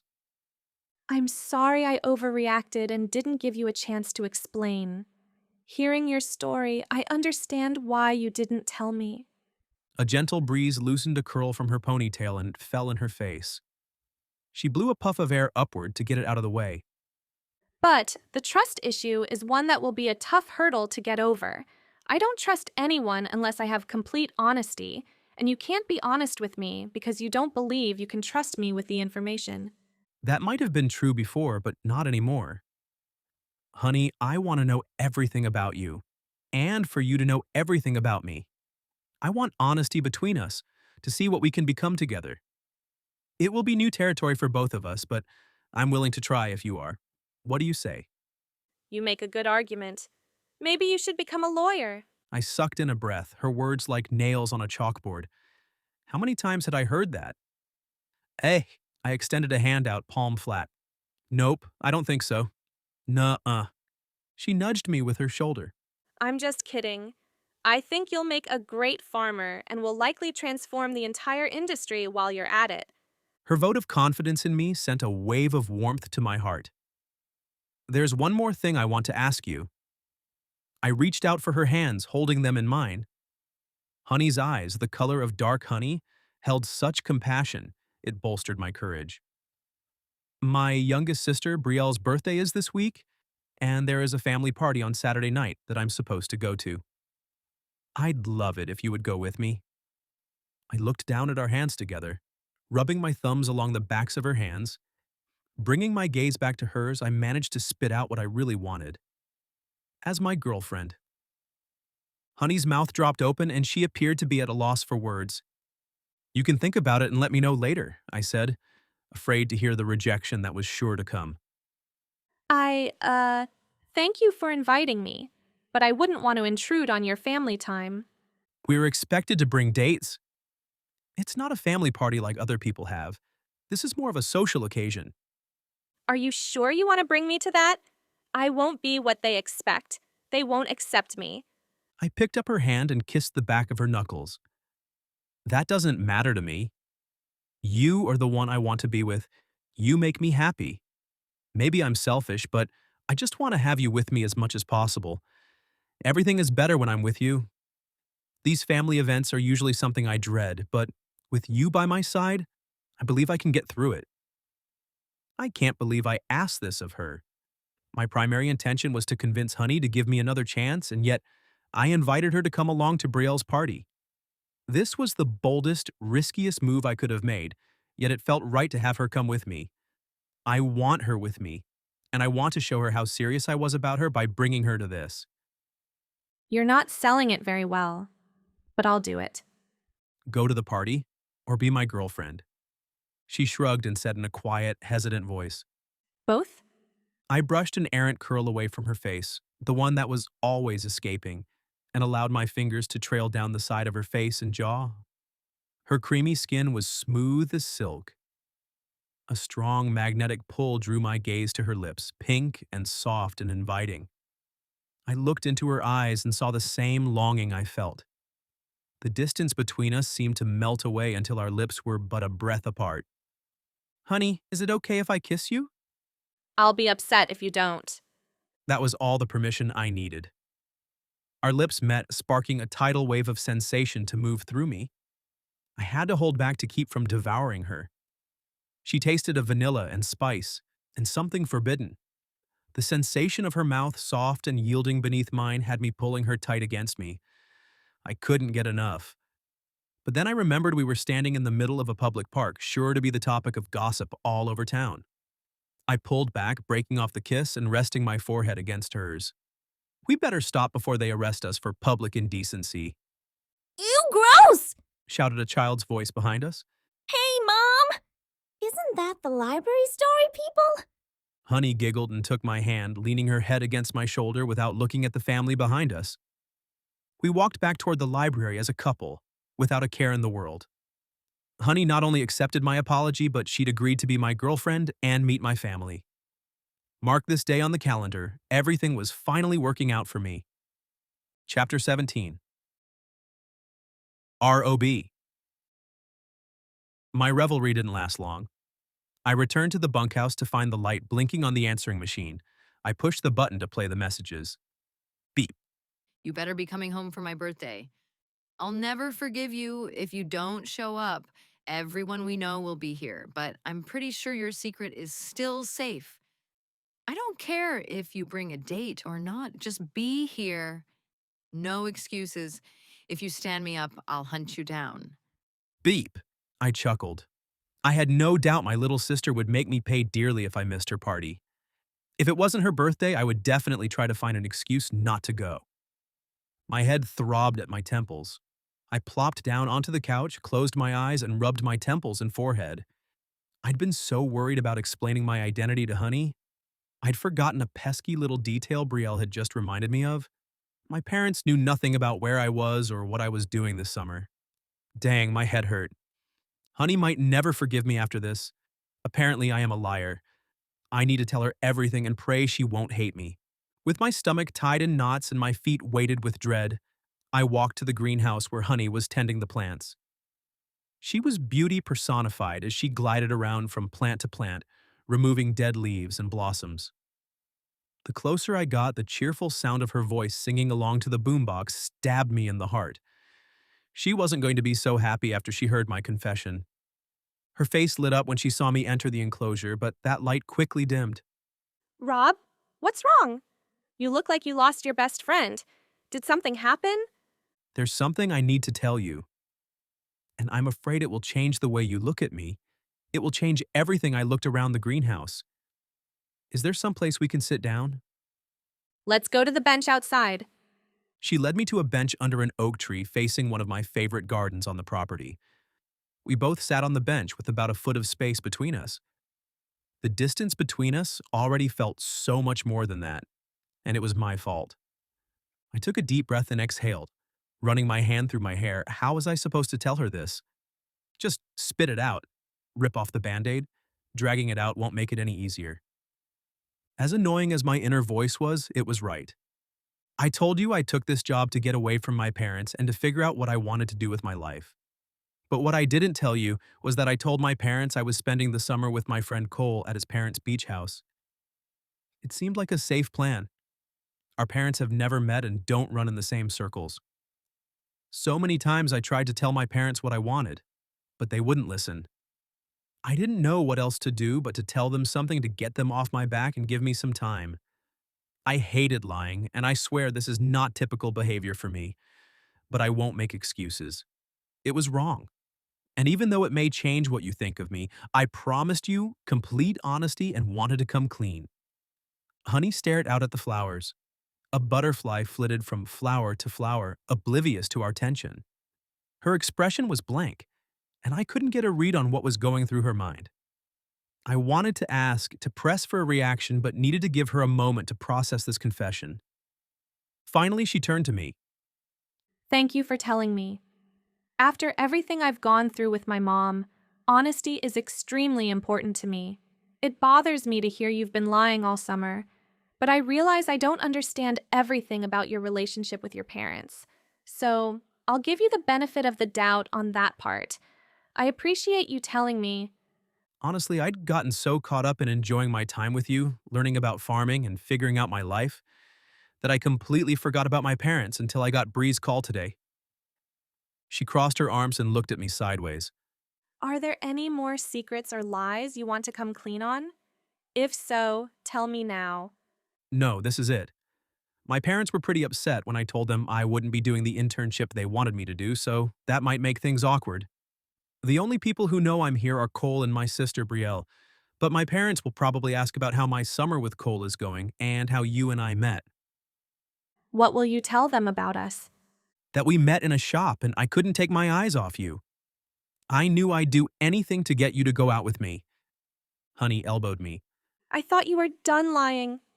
That is the honest-to-God truth. When Tilly offered me the job, I thought she was crazy. But then, when she said I'd be working with you every day and even joining you for meals, I couldn't say no. Honey laughed, but then her expression became serious again. Are you sure you want me to be there with you? I don't want to make it harder for you. More than anything, I'd love for you to be there with me.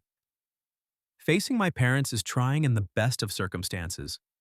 Having you with me would make the most grueling event enjoyable. Don't you think introducing me to your family now will make things worse?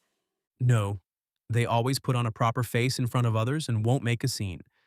If anything, they'll focus on my irresponsibility and what a disappointment I am. I don't think they'll pay much attention to you, but you might witness some ugly interactions that could make you run for the hills. She reached over, clasped my hand, and squeezed. If you want me there with you, I will be. But if it's too much right now and you want to wait to introduce me, I'm fine with that too. Nothing they say will change how I feel about you. I know who you are now, and I kind of like that guy. You do you? I slid over next to her and pulled her into my arms. Thank you. I promise you I'm not a deceitful person. From here on out, I promise to tell you everything in complete honesty. You are important to me. Your trust is important to me. Trust is a delicate thing. It's kind of like a house of cards. It takes a long time to build, but one wrong move can bring the entire thing crumbling to the ground. I hope we can build trust that is stronger than a house of cards. I see it more like we are building a solid foundation, brick by brick. Something that can weather any storm or battle and still be standing strong many years from now. Tears welled in Honey's eyes. She squeezed my hand and leaned her head against my shoulder. A vision flashed through my mind of Honey and me sitting on a bench like this when we're old and gray. This was the foundation for the future I wanted. It all started with the woman next to me. Chapter 18. Honey. As I paced in front of the window, waiting for Rob to pick me up, Tilly placed something in my hand. It was a necklace made of sparkly crystals. These will help to ground you and also keep you connected to the energy of love, as that is what binds you and Rob together. She pulled it out of my hand, and I lifted my hair to give her access to my neck as she fastened it around me. Then she reached into her pocket and pulled out a small black bottle. Put some of this oil on your neck and wrists. She waved a bottle under my nose. That smells amazing. What is it? Tilly just smiled. It's to help you be yourself, know your own strength, and know your worth. Wow, all that in such a tiny little bottle. You know what they say, the best things come in small packages. Thanks, Tilly. Whatever it is, I like how it smells. Maybe that will give me some confidence. Just be yourself, love. That's who Rob is so smitten with. Don't try to be something you're not just to make someone else happy or to meet their expectations. Be the Honey we all know and love, and it won't matter what anyone else thinks. She paused for a moment. And remember, what someone else thinks of you is a reflection of them, not you. I wasn't sure I agreed with that, but I appreciated how Tilly was trying to boost my confidence. Her words had the opposite effect, though, reminding me that there was no way Rob's parents were going to accept me without a bit of mystical help. I pushed my worries down, forced a smile, and leaned over to kiss her cheek. You're the best, Tilly. The entire drive to Rob's family home, I fidgeted in my seat. I couldn't sit still. Since it was the first time I was meeting a boyfriend's parents, I expected to be nervous. But this, I was way out of my depth. Honey, what were you thinking agreeing to this? My hand moved over to the door handle, wishing I could say I changed my mind and escape. Jumping from a moving vehicle would not be a wise decision, as tempting as it seemed. Rob reached over to give my hand a reassuring squeeze. He glanced my way and smiled before bringing his attention back to the road. You are breathtaking, by the way. I looked down at the black dress I purchased yesterday at the secondhand store in town. The only other dresses I owned were sundresses, and not appropriate for a fancy party. This dress was the nicest I'd ever owned, but I still wasn't sure it would meet the standards of Rob's parents. He pulled my hand to his lips and kissed the back of it. Don't worry. It will be okay. My parents are all about putting on a good face so that everyone thinks they're perfect. They won't cause a scene. That wasn't what concerned me. I understood how it was with these types of families. Every town had them, the ones who thought they were better than everyone else. They would not be happy to discover their only son was dating a poor girl from the country, especially with the high expectations they had for him. Besides my nerves being on high alert, it felt as though a rabid creature was wreaking havoc in the pit of my stomach, forewarning me that this would not go well. Come on, honey. Where's your positive attitude? At the moment, it's trying to keep me from losing my lunch in Rob's fancy car. The drive was much shorter than I expected, or at least shorter than I had hoped. It was tempting to ask Rob to keep driving. We could spend the evening exploring the countryside. It was a perfect night for that. But I kept that idea to myself, knowing Rob would take any excuse to avoid this party and the inevitable confrontation with his parents. Rob needed me to support him through this, so that's what I would do, even if it killed me. He pulled into a gated driveway and found the gate wide open, as if it were waiting for us. I had seen movies with monstrous mansions in them, which I assumed were make-believe sets. Nobody lived in homes that big, but apparently Rob's family did. Their house could have been in one of those movies. The expansive white brick building with pillars in the front. It had a circular driveway like a real-life Dallas or Knots Landing, complete with uniformed staff people waiting for us to step out of the car. Rob got out and came around to open my door. Everything in me wanted to escape, to grab the keys and make a run for it. But as Rob reached his hand out to assist me, I glanced up and saw the look in his eyes. A look that drew me in, wrapped me up, and wouldn't let go. I realize you don't want to be here any more than I do, he said, as he pulled me to stand and shut the car door. I just want you to know how much it means to me you're here, and how much easier it'll be for me to walk in that door with you by my side. No matter what happens tonight, I'm grateful you're with me. There's no place I'd rather be. And in this moment, with him looking at me like that, it was actually true. I took a deep breath and wrapped my arm around his. All right, let's do this. That's my girl. His girl. I like the sound of that. Hopefully, he'd still think that by the end of the evening. Just as we approached the door, it opened. A man who could only be a butler, if that was still the correct term, answered the door. Welcome, Master Rob. It is good to see you.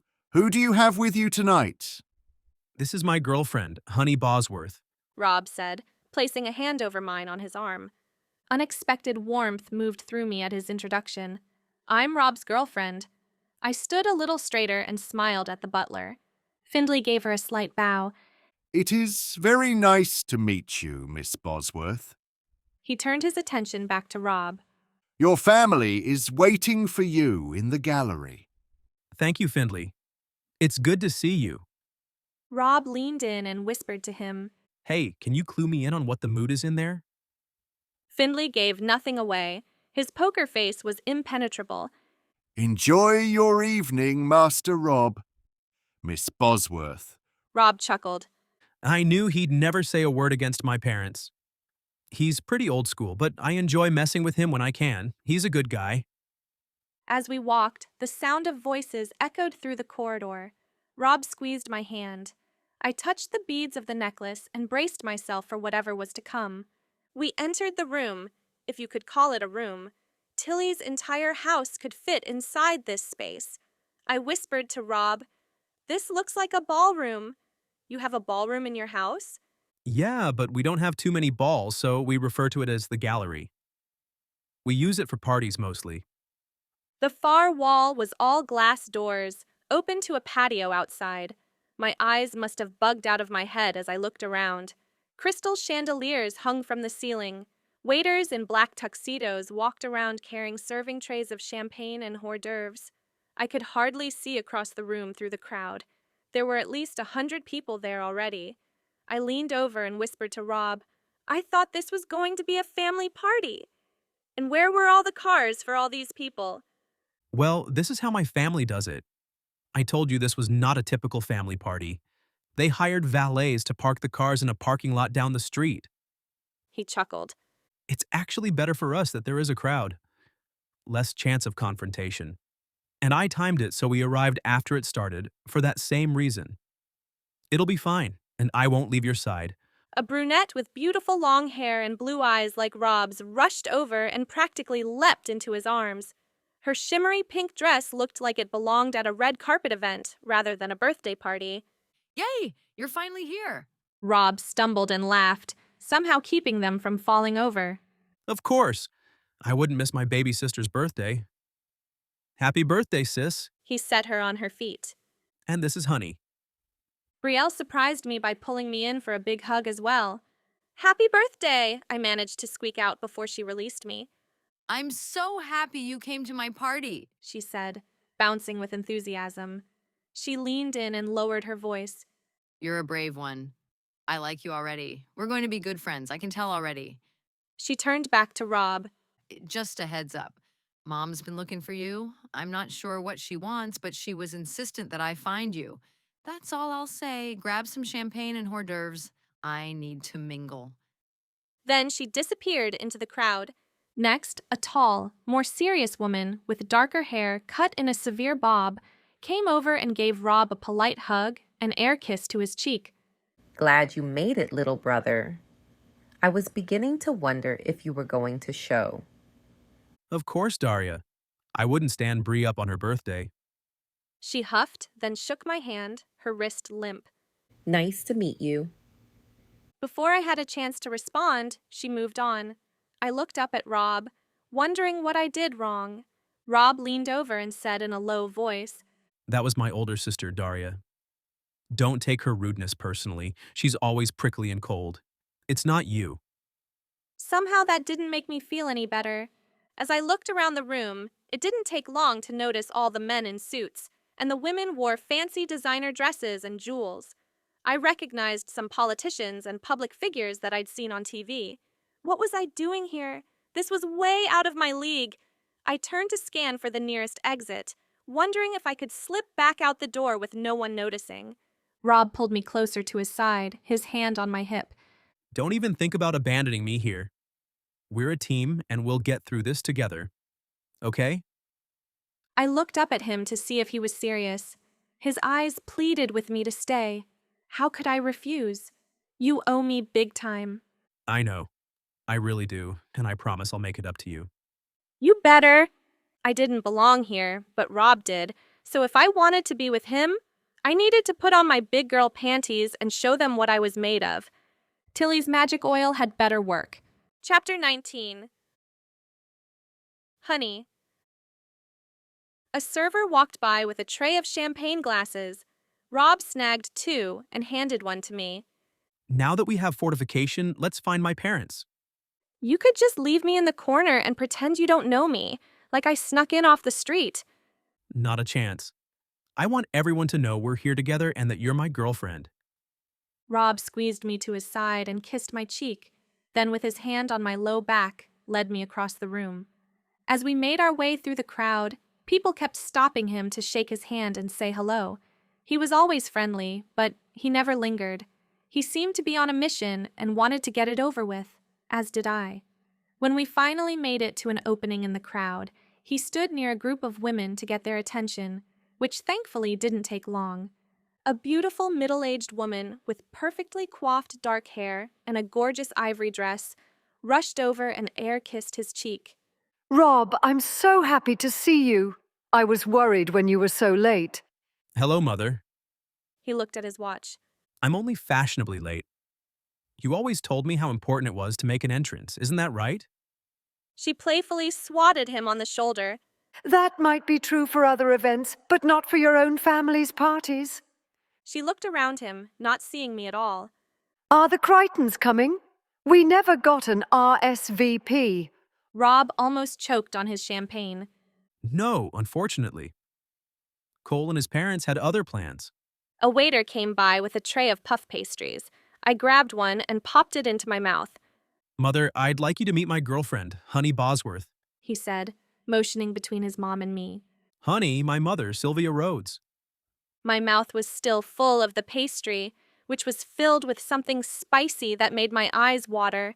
I tried to swallow it so I could speak, but ended up mumbling with flakes of the pastry spraying out from my lips. A quick gulp of champagne washed it down, but the bubbles made me cough. Good job, honey. Way to show her you're not a country bumpkin. If only a hole would open up in the floor and swallow me up. I subtly tapped my heel on the marble, praying for a miracle. No such luck. I extended my hand toward her, though mine was already shaking from sheer mortification, sure she was about to snap her fingers and have me escorted out of there, pronto. Mrs. Rhodes pursed her lips like she'd just sucked on a lemon. She gave me a once-over.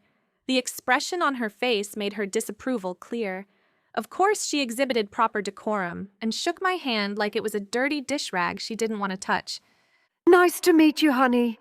How lovely of you to come as Rob's guest tonight. Are you friends with the Creightons? Who are your parents? Rob pulled me to his side and gave me a squeeze. Honey and I met in a wonderful little shop. It had the most wonderful handmade organic soaps, cosmetics, and candles. You would love it. I was thinking their products would be perfect for a silent auction basket for one of your fundraisers. His response was effective in evading her questions. Oh, you'll have to tell me more about that. I bet the auxiliary would love something like that for next month's gala. Though her words were cordial, she still looked down her nose at me. Mother, Honey will be going to Lakewood College in the fall to get her teaching degree. Don't you and Father have connections to that school? A teacher, huh? How nice for you. She looked at me out of the corner of her eye, as if I didn't warrant a full glance. I guess Lakewood really is an equal opportunity institution. I hope you enjoy the festivities, Miss Bosworth. Her condescension turned my humiliation to simmering anger. Before I could respond, she turned, grabbed Rob by the elbow, and pulled him away, leaving me behind. Look who else is here, Rob. Meredith came all this way to see you. How could a sweet guy like Rob come from an ice queen like her? She dragged Rob toward a woman with stunning, long, dark hair. The woman was dressed in a beautiful, form-fitting red dress. She looked like she could be fresh off the pages of Vogue magazine or a runway in Paris. I felt myself shrinking to escape notice as I watched from the sidelines. The woman came over and kissed Rob on the cheek. Not an air kiss this time, and it seemed to linger a bit too long. Then she wiped her lipstick off his cheek with her thumb and leaned in close. She whispered something into his ear and gave him a seductive smile. My hand gripped my champagne glass so hard I was surprised it didn't break. I wanted to claw her eyes out. Rob reached for my hand, pulled me to him, and draped his arm across my shoulders. Meredith, I'd like you to meet my girlfriend, Honey Bosworth. Honey, this is Meredith Congdon, an old family friend.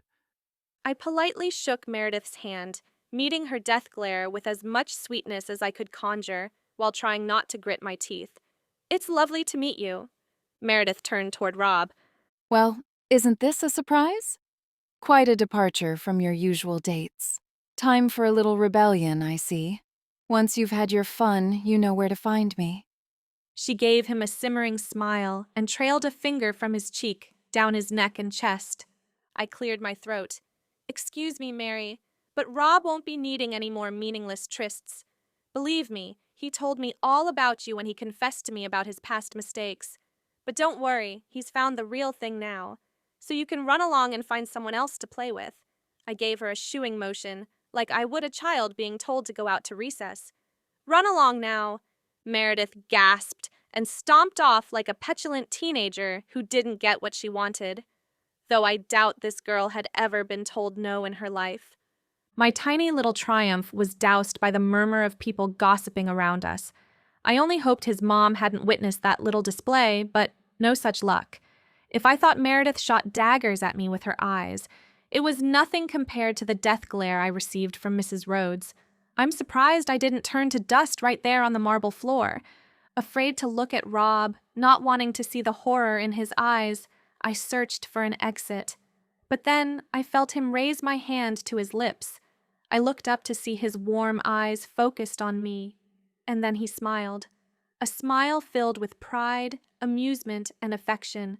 All my anger and jealousy disappeared as I soaked up his attention. Why did all rational thought leave me with a simple touch or glance from this man? He grasped my hand and led me toward the edge of the room for a little more privacy. I fingered the necklace Tilly gave me, trying to pull some confidence and strength from it to get me through the rest of the night, or maybe even a miracle to get me out of here. Rob, I'm sorry if I embarrassed you and your family with that scene. I don't know what came over me. Confrontation is not my usual response, especially not at an important event like this. I'd understand if you want me to leave. Not on your life. I have never been so proud of anyone as I am of you right now. Nobody has ever fought for me like that before. And you know, all of it was true. I have found the real thing with you, honey, and no one will ever come close to you. He leaned down and placed a tender kiss to my lips. My insides fluttered into chaos with his words and public display of affection. He continued, I'm sorry to have put you in that situation, though. I should have told you about my past with Meredith knowing she would be here, but to be honest, I was so happy you agreed to come with me, I never even gave it a thought. Meredith and I dated for a short while a couple of years ago at the insistence of our parents, but I ended it and have no interest in going there ever again. She, her parents, and my parents have a hard time accepting that. Even if I hadn't found you, I would never consider dating her again. he leaned in. She really is a shrew. Would you believe that was her best behavior? On a normal day, she's 100 times worse. I chuckled, feeling a little more at ease. Well, I guess I can be grateful we caught her on a good day, Are you okay? he asked, taking both of my hands in his. I shrugged, the weight of shame and disappointment in myself crushing down on me. I looked down at our hands, unable to face him. Maybe it would be better if I just ducked out. It seems I'm making things worse for you instead of better. It's obvious to everyone here that I don't belong. He gently lifted my chin with one hand while keeping hold of my hands with the other. His intense gaze enthralled me, and I was powerless to look away. It's true you are different from these people, but that's what I love about you. You are real, and I didn't realize how much I needed that in my life. Now you can see why. Honey, when they see who you are and how much joy you bring to those around you, they'll want to soak it in. As you can see, that is lacking in this crowd. Those that don't see or appreciate how amazing you are aren't people we want in our lives. The sincerity and tenderness in his eyes, along with the appreciation and affection in his voice, crumbled my resolve. And the fact that he used the L word didn't escape me. He probably didn't mean it the way I hoped he did. Tears welled in my eyes, but I blinked them back. Never had I been so deeply touched. I cleared my throat to find my voice. Well, I guess now that I survived that, I can make it through the rest of the evening. Piece of cake, right? He smiled and kissed my temple. You're amazing. I hope someday you realize that. Let's go share your beautiful self with the rest of this stuffy crowd. Rob led me around the room with his hand on the small of my back, introducing me to countless people whom I would never remember. Hearing him call me his girlfriend so many times throughout the evening lifted my spirits and made me feel like maybe I did belong here. One woman, an obvious busybody, came up and asked me multiple questions. It was obvious she was on a reconnaissance mission, trying to find out the dirt about Rob's date. I decided to go on the offensive. I love that dress on you, by the way. It really brings out the color of your eyes. Why, thank you. It's sweet of you to notice. She preened, reveling in the compliment before taking notice of my dress. You know, I had a dress just like that once. I wonder what happened to it. Oh, I think I donated it to charity. The fake smile plastered onto my face must have hid my horror and humiliation. All I wanted to do was crawl into a hole. This dress could very well be the same one she donated, since I found it at Goodwill. We looked about the same size. The woman didn't seem to notice my discomfort, or at least it wasn't enough to derail her mission. Honey, where are you from, and what do your parents do? You're the big mystery tonight, since nobody here has ever heard of you. I'm from a small town north of here. Moonlit Lake. Maybe you've heard of it. It's a beautiful vacation spot. We get lots of tourists passing through. I did my best to evade the question of my parents. Is that how you two met? Yes, as a matter of fact, it is. I was out for a drive and stopped in a shop there. The moment my eyes beheld this beauty standing there on the other side of the store, I was a goner. I knew I had to do whatever it took to get her to go out with me. Well, Rob, I didn't know you were such a romantic, the woman replied. I wasn't until I met Honey. She brings out the best in me. Be still, my heart. Whether he was just making this up to deflect attention or spoke the truth, I didn't care. My heart pounded fiercely upon hearing his loving words. I could just melt into a puddle on the floor. Then his mom would be upset about my puddle messing up the rug. Are you in college, honey? What school do you go to? The woman asked, trying to get the dirt on me. Before I could answer, Rob jumped in, pride in his voice. Honey will be going to Lakewood College in the fall. She's going to be a teacher. Isn't that nice? The woman clucked, her disapproval crystal clear. Even if you're trying to make a statement to your parents, Rob, you two are just the cutest. She patted us both on the cheek. Rob spoke with gentle authority. Mrs. Meyer, let me be perfectly clear. The only statement I am trying to make is that Honey is the one who makes me happy and the one I choose.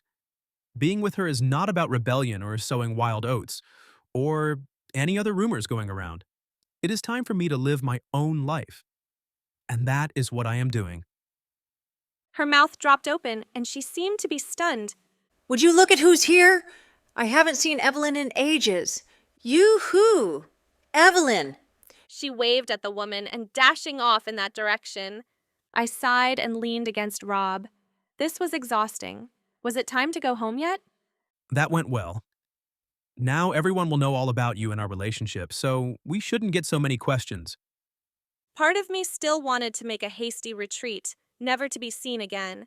But hearing Rob repeatedly defend our relationship and show how he felt about me, no matter what others thought, made me feel like Cinderella at the ball.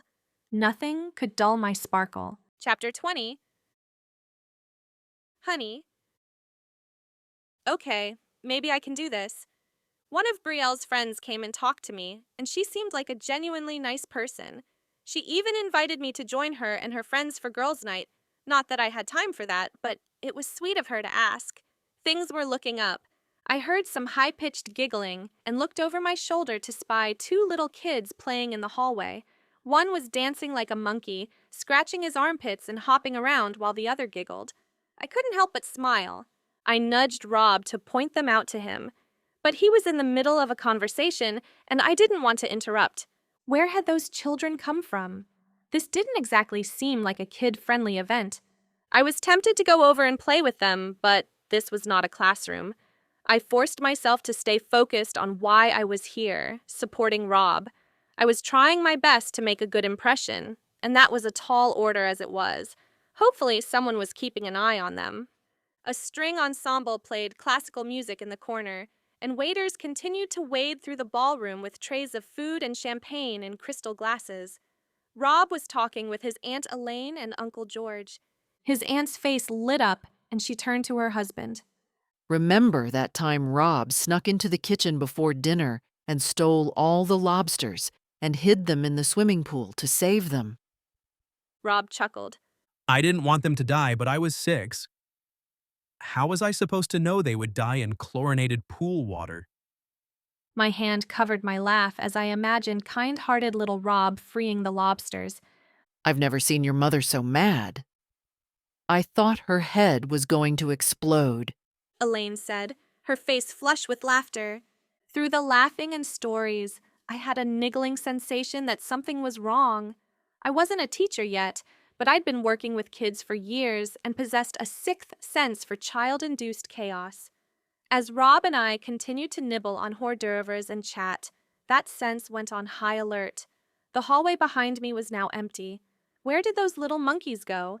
Not a moment later, I got my answer. As I scanned over the crowd, a line snaked through the masses like a tornado moving through a forest. Instead of leaves and branches, the carnage came in the form of flying trays and appetizers. Turns out the pint-sized tornado was the younger, giggling child I'd seen in the hall. The toddler girl ran through the room screaming and weaving through the legs of guests as she went. I caught her before she reached the waiter carrying champagne. Phew, that was close. I held tightly to her hand. Let's go find your... Another little tornado crashed into me from the other side, almost knocking me down and bumping me into the woman behind me. The woman's glass of red wine spilled onto her dress and all over the Persian rug. Look what you've done, she screeched. My dress and this rug are ruined. Who let those rambunctious children in here? A disgrace? The woman continued to holler at me and anyone else who would listen. Her husband tried to calm her down, but you can't stop a volcano mid-eruption. He looked at me and mouthed, "I'm sorry," while his wife continued her rant. The children were hiding behind my legs, cowering in fear. I hoped this woman's tirade wouldn't cause them to wet themselves. There was already enough of a mess to clean up. I crouched down to reassure them and give them a hug. Aunt Elaine peeled them away from me. All right, you little monsters. Let's go find your mom. They jumped up and ran off, disappearing into the crowd again.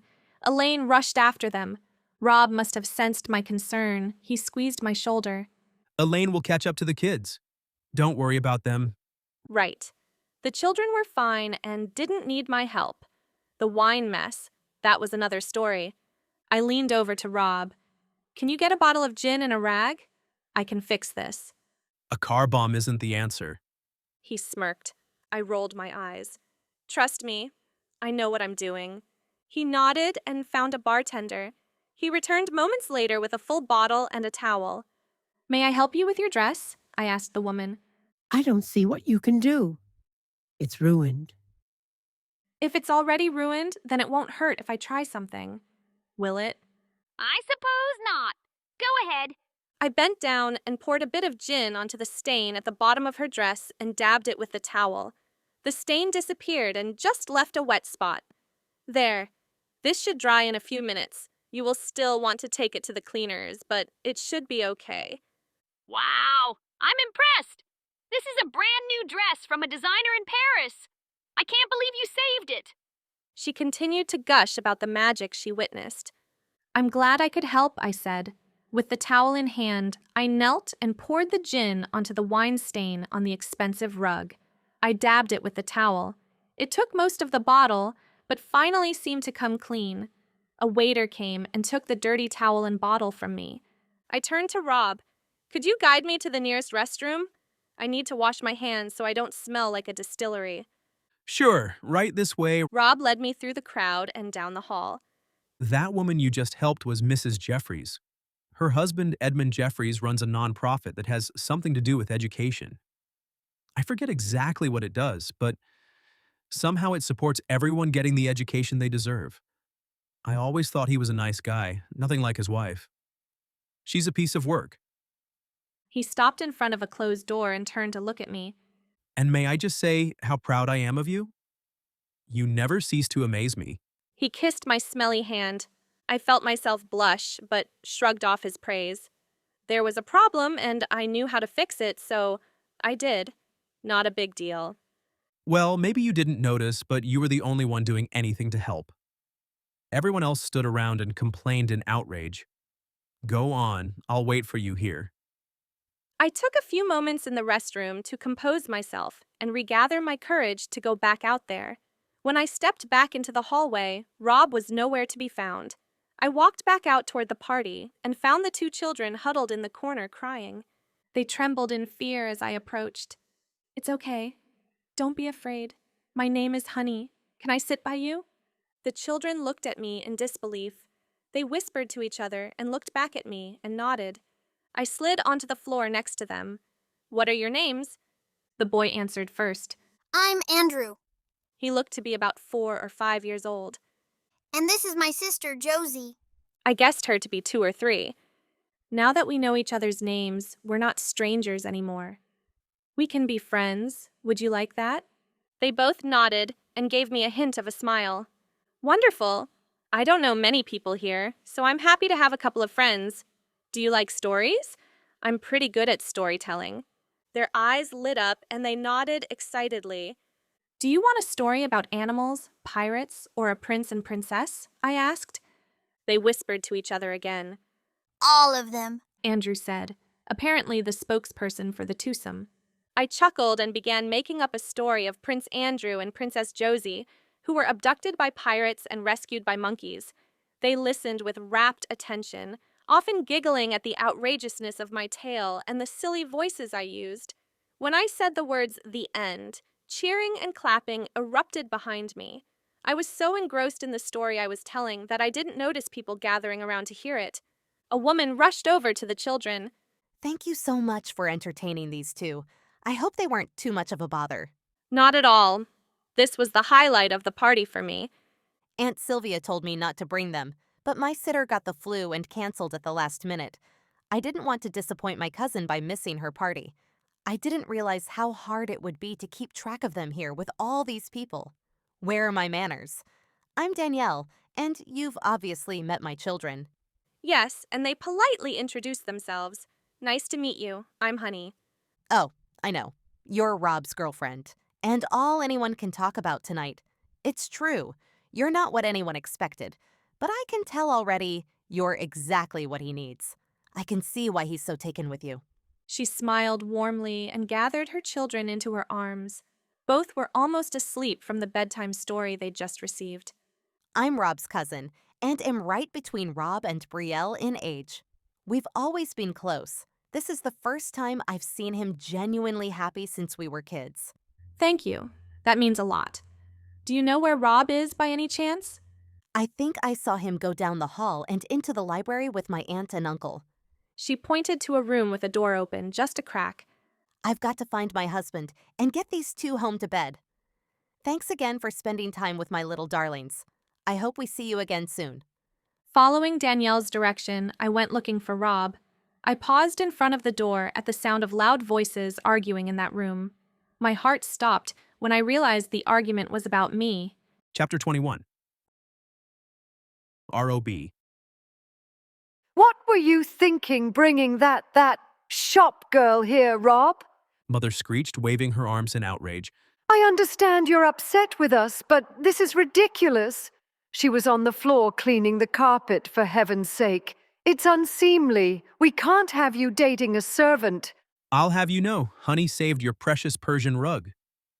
It would have been ruined otherwise, and we all know how upset you would have been about that. Besides, Honey is the most incredible woman I've ever met, and the first I've ever imagined a future with.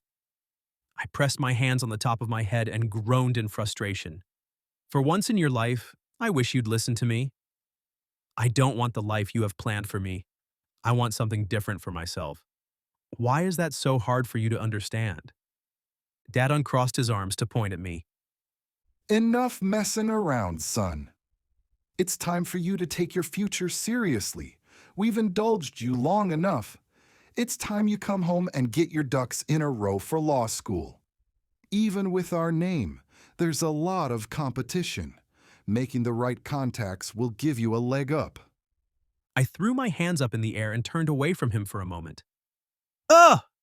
We've had this exact argument at least 100 times. My hands raked through my hair. I tried to keep my cool, but it was no use. I turned back and motioned to my father. See? This is what I'm talking about. You're not listening. You never listened to me. I don't want to go to law school. In fact, I already contacted them to withdraw. Mother gasped and clasped her hands at her heart, and Father slammed his fist onto the desk. Is this because of that little trollop you brought here? Mother wailed. I knew she was a bad influence on you. None of this would have happened if you'd have married Meredith like we planned. I'm all for enjoying a nice piece of tail while you're young, Father said. But you don't allow them to ruin your future. Heat rushed to my face and the vein in my temple pulsed. My teeth clenched together so hard they could crack. If anyone other than my father had said those words, I would have beaten them to a bloody pulp. My fists were white-knuckled, aching for something or someone to take my anger out on. That's it. I'm leaving. But hear this. I stepped closer, pointing at them, and looking them both in the eye to make sure they understood how serious I was. If I ever hear either one of you say another word against Honey or defame her character in any way, you will never see me again. I mean it. I am your only son, but if you ever talk bad about or mistreat the woman I care about, I swear I will disown you both. How dare you talk to me like that? Father bellowed. If you walk out that door, you'll be sorry. Mark my words. I stormed out of the room so fast I didn't see Honey standing next to the door. She reached out for my arm as I moved past her. Rob, are you okay? I pulled her into my chest and wrapped my arms around her, clinging to her as if she was the only thing keeping me alive. Maybe she was. Then I kissed her forehead, breathing in her sweet scent. When my heart rate and breathing calmed to a more manageable rate, I stepped back and took her hand. Let's say goodbye to Bree so we can get out of here. Even with Honey's hand in mine, tempering my emotions, I still wanted to lash out, scream, and throw something. But it had been ingrained in me from an early age that it is not proper to express emotions in public. In fact, I don't ever recall being allowed to express them. Men didn't cry or show fear. It was a sign of weakness.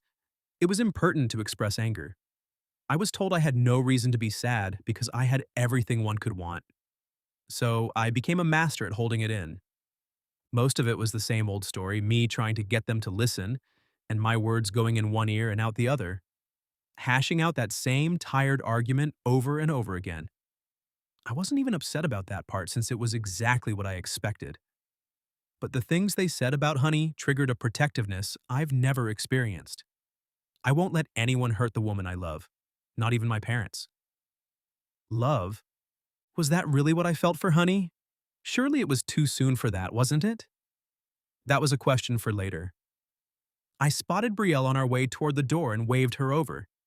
She broke away from the group of friends she was chatting with and rushed over to us. You're not leaving already, are you? I'm sorry, but after the run-in I just had with our parents, I can't stand to be in the same county as them, not to mention the same house. Bree grasped Honey's hand.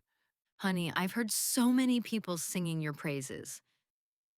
Well, to be perfectly honest, it is a mixture of praise and condemnation. People either love you and think you're the greatest, or they are appalled and believe you're a disgrace. I talked to Danny before she left with her sleeping kids. She couldn't say enough good things about you and how you charmed her little hellions. Bree leaned in as if she were just speaking to Honey, but intentionally loud enough that I could hear. And personally, anyone who can make my brother relax and smile like he was earlier, especially at an event like this, is a keeper. Welcome to the family. She wrapped Honey in a tight embrace and my heart warmed. And you, big brother, don't let them bully you. Go after your dreams. It's your life, not theirs. And thank you for being ahead of me, Rob. Hopefully, when it's my turn, they'll be worn out from your drama and will let me do what I want without a fight. It would be nice if something good came out of this. I'd say the good already happened. You found Honey. Brielle leaned in and whispered in my ear. I don't know where you found her, but don't screw this up. She's amazing and the best thing that's ever happened to you. I met Honey's eyes and smiled. You're right about that. Happy birthday, sis. I hope you had fun tonight. Of course I did. I always like being the center of attention. That you do. We hugged and I kissed her cheek. I love you, sis. We'll talk soon. Love you too. Drive safe. I led Honey out the door and asked the valet for my car. He had parked mine in the garage, making it easy to get to. Before we pulled away, I laced my fingers through Honey's and softly rubbed the back of her hand with my thumb. My previous anger melted away as I relished the warmth of her skin and the comfort of her presence. I looked up and met her gaze, the tenderness of her brown eyes pulling me into their rich depths. Thank you for sticking with me through all of that. I'm sorry for any pain it caused you. Since you were standing outside the door, I'm sure you overheard what my parents were saying. They are so wrong about everything. I wish there was something I could do to make it right. It's okay, Rob. I never thought they would accept me, so I wasn't surprised by it at all. And a lot of what they said was true, and they don't even know my whole story. If they knew my background, it would have been so much worse. The truth is, I'm not even close to good enough for you. Everything seems different when we're in our own little world in Moonlit Lake. Tonight was a wake-up call to what it would be like if we were together. I disagree. Tonight might have shown how narrow-minded people think, but it has nothing to do with our lives. If anything, it showed me how much I detest that way of being. I refuse to be like that, and I will not have my children growing up in that environment either. This also helped clarify who I want by my side. And that's you, Honey. I leaned over and brushed my lips against hers in a soft and gentle kiss. Then I rested my forehead against hers. Honey Bosworth, I'm falling in love with you. Rob My whole life, I've never been able to imagine what I wanted my life to look like. until I met you. Now I see it all as clear as day in front of me. The two of us reading stories to our children, working together on the farm, swinging on the porch swing, watching our grandchildren play. Every vision I have for my future has you right there beside me. She looked up at me with tears welling in her eyes, then she grabbed my shirt and pulled me in for a potent kiss that had my heart pounding in my throat. All hesitancy and guardedness faded away. The energy and emotion packed into that kiss could light up the darkest night. This kiss differed from our previous ones. It was tender acceptance and surrender, wrapped up in respect and appreciation, and tied with a bow of hope. This was a gift I would treasure for the rest of my life. I forced myself to break away and catch my breath. Does this mean you feel the same way? She gave me a secretive look out of the corner of her eye. Maybe. I'll take that. I couldn't suppress the grin spreading across my face as I put the car in gear and pulled away. A moment later, her shoulders slumped and her light seemed to dim. But what about your parents? They'll never accept me. I don't want to come between you and your family. One thing is crystal clear to me right now, besides how I feel about you, and that is that the only ones we really need to make happy are each other. If others don't like what we have, they don't need to be a part of it. She nodded, but I could tell this still weighed on her. You don't have to believe me now, but give me some time. I'll prove it to you, Hope, and excitement surged through me about my life and what was to come. Whether it was a result of finally making a stand to my parents or confessing my feelings to Honey, I was soaring high. Nothing could bring me down. As awful as this night had been, it seemed to strengthen my bond with Honey and helped us to take a big step forward in our relationship. For that, I was grateful. You know, Honey, I truly believe now that we survived this debacle tonight, everything else should be smooth sailing. Chapter 22. Honey. The summer sun shone brightly, causing sweat to drip down my brow and almost into my eyes. I wiped it off on the sleeve of my t-shirt. Today, we were only working in the morning to water all the plants and had the afternoon off, which was appreciated in this heat. Hey, Rob, I said. Any plans for the afternoon? No, but I keep daydreaming about ice cream. Wouldn't that be good on a day like today? Yes, I was thinking the same thing. How about we bike into town? We can get some ice cream, and I can show you some of the popular sites. That sounds fun, but I don't have a bike. We have extras in the shed that were donated either by past workers or by someone in the community. I'm sure there's one that will work for you. All right, it's a date. But I'm going to need to grab some lunch and a shower first. I'd hate to be seen in public like this. I don't know. Those dirt and sweat streaks across your face will probably come into style once people see you wearing them. I couldn't help but look at him and appreciate how his muscles glistened in the sunlight. He lifted up the bottom edge of his shirt to wipe the sweat off of his face, revealing his washboard stomach. Ugh! Honey, stop ogling the man. Just, maybe keep your shirt on to keep them from following us around town. That would get really annoying, I'm sure. A wide grin spread across Rob's face. You think they'd follow this? He motioned up and down his body. Would you? I couldn't help but look him up and down, swallowing hard.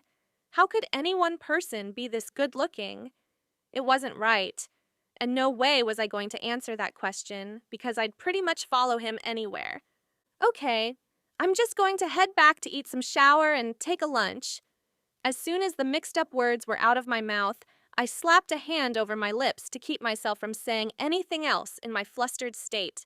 I turned away to escape before further embarrassing myself. Not only were my words coming out a jumbled mess, but my feet got tangled in the water hose, and I landed flat on my face in the dirt. Rob, being the gentleman that he was, rushed over to help me up. Are you okay? Yeah, nothing but a little banged-up pride. I'm fine. I stood and brushed myself off. Now, I really need a shower. I'll see you in a little while. Sure thing. I'll put this stuff away and meet you at the house in about an hour. I nodded, still brushing the dirt and grass off my clothes, as I turned toward the house. And Honey?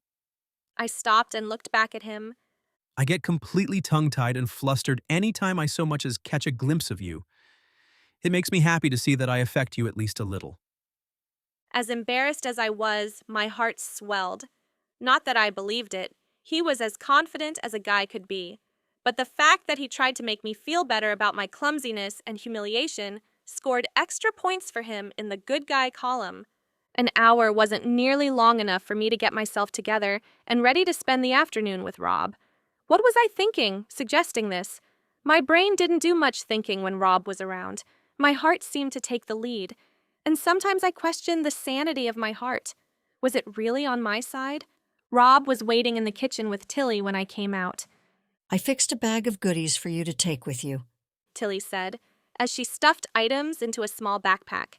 Tilly, that's not really necessary. We were planning to go out for ice cream while we're in town. They're not for you, silly. They're for your mother. I assume you are going to stop in to check on her, aren't you? My stomach clenched. I hadn't thought of that. It's true that I always went to see how my mom was doing and usually brought her some food on my day off, but I completely forgot about it today. Rob really had hijacked my brain. Taking Rob to meet my mom, I wasn't sure we were ready for that, or at least I wasn't ready for it. Rob gently placed his hands on my shoulders, looking at me with such compassion. I'd love to meet your mom. It's only fair. You met my parents and they thoroughly infuriated and humiliated me in front of you. After that, meeting your mom should be a walk in the park. I heaved a sigh, knowing I would not get out of this one. All right, we'll stop and see her on our way. But just know, this will be nothing like visiting your parents, not even in the same universe. Rob took the backpack from Tilly and put it on. A part of me wanted to refuse to take him to meet my mom, wanting to stay in our little bubble where we could just be together without thinking about family drama. It had been a few weeks since that awful party at Rob's family's mansion. Much to my surprise, we became even closer after going through that debacle together. Along those same lines, another part of me wanted to show Rob all parts of my life to see how he handled it before we got even more attached. I was certain he would run for the hills when he saw what my life was really like. We walked out to the garage to get the bikes out. Mine was ready to go since I rode it quite often on days like this. But the bike Rob would use needed to be dusted off, checked over, and tires pumped up. I led the way, taking him on my favorite scenic route, meandering through the countryside before heading back into town. Some stretches of the road were shaded by a tunnel of trees curving over the road from both sides. The coolness of the shade was a welcome respite from the heat of the open road. Beyond the trees were wide open areas with expansive fields and meadows in shades of green and tan. A gentle breeze helped to cool our skin as we pedaled. The road was free of cars, so we rode side by side most of the way. I pointed to a house on the hill to our right. That has always been my favorite house. I love the round turret on the corner. When I was younger, I would daydream about what it would be like to live there like a princess. I can imagine having a reading nook there with windows all around, and I would spend my days lavishing on a gigantic pile of pillows, reading books and being brought snacks by servants. I couldn't believe I was telling him these fantasies. They were probably nothing compared to the way he grew up. It's the home of one of our town's founders and has been passed down for 3 generations. It's a beautiful house. Have you ever been inside to see what it really looks like? No, it would be fun to see, but it might also kind of kill my fantasy, so I'm not sure I want to. I can understand that. As we got closer to town, I pointed out other landmarks. That's where I went to school. Is that also where you want to work once you're a teacher? Hopefully. That's my dream anyway. It'll happen, honey. I have no doubt. My heart warmed at Rob's confidence in me. I wasn't sure how to respond to such unwavering support. I wish I was as confident in my abilities as he was, but life taught me not to count on things working out like that, because most of the time it didn't happen the way I wanted it to. The closer we got to my mom's house, the tighter my chest constricted. What would we find when we got there? I never knew what to expect when I walked in the door. Would my mom be awake or passed out? Would she be alone? Or would I have to deal with some low-life boyfriend?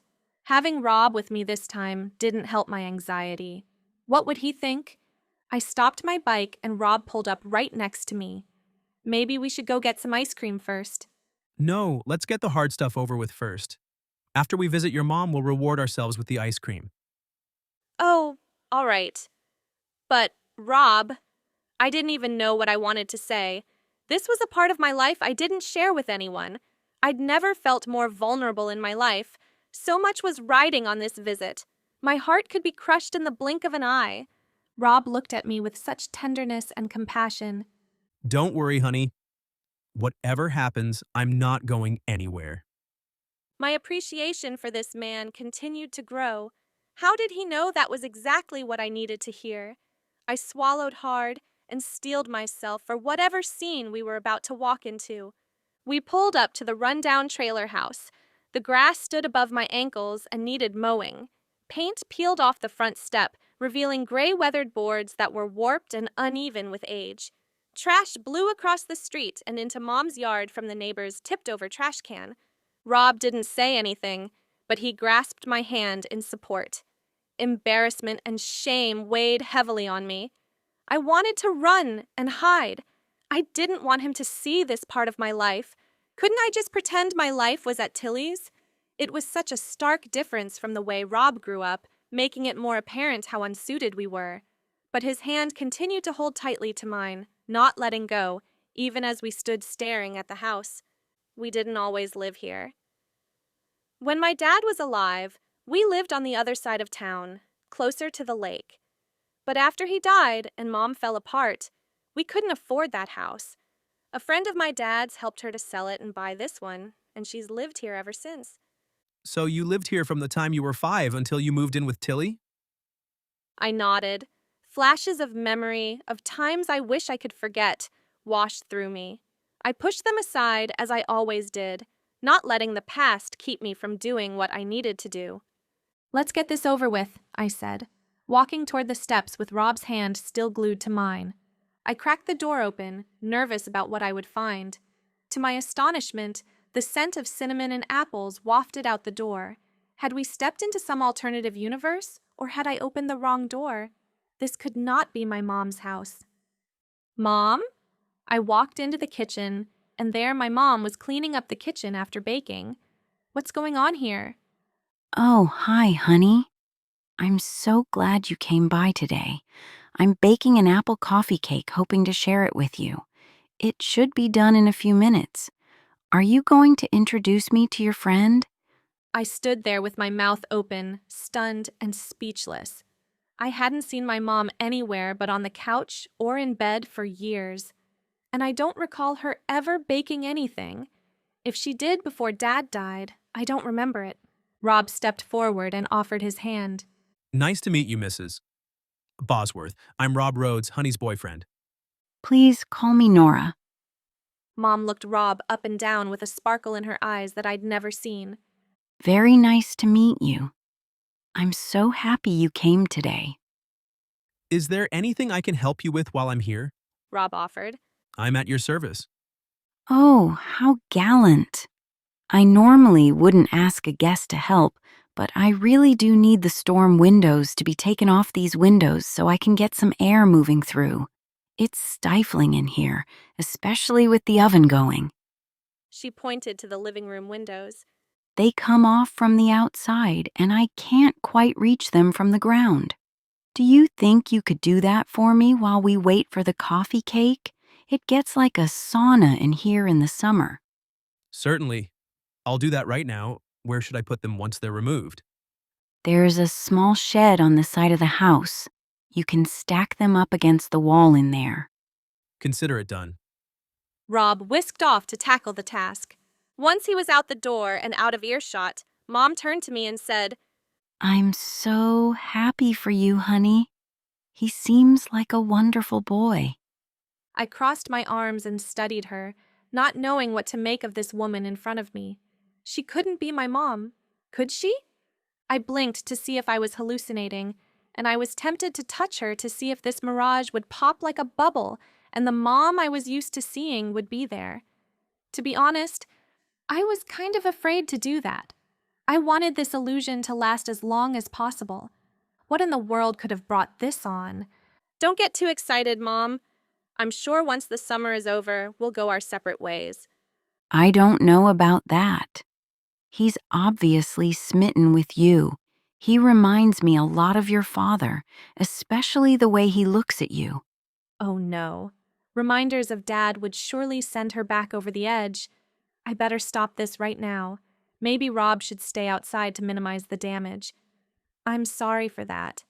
I don't want to make you sad again. You seem to be doing much better today. It doesn't make me sad. It makes me happy. I want you to have a love like we had. You do? If it weren't for love, you wouldn't have been so destroyed when he died. Love ruined your life.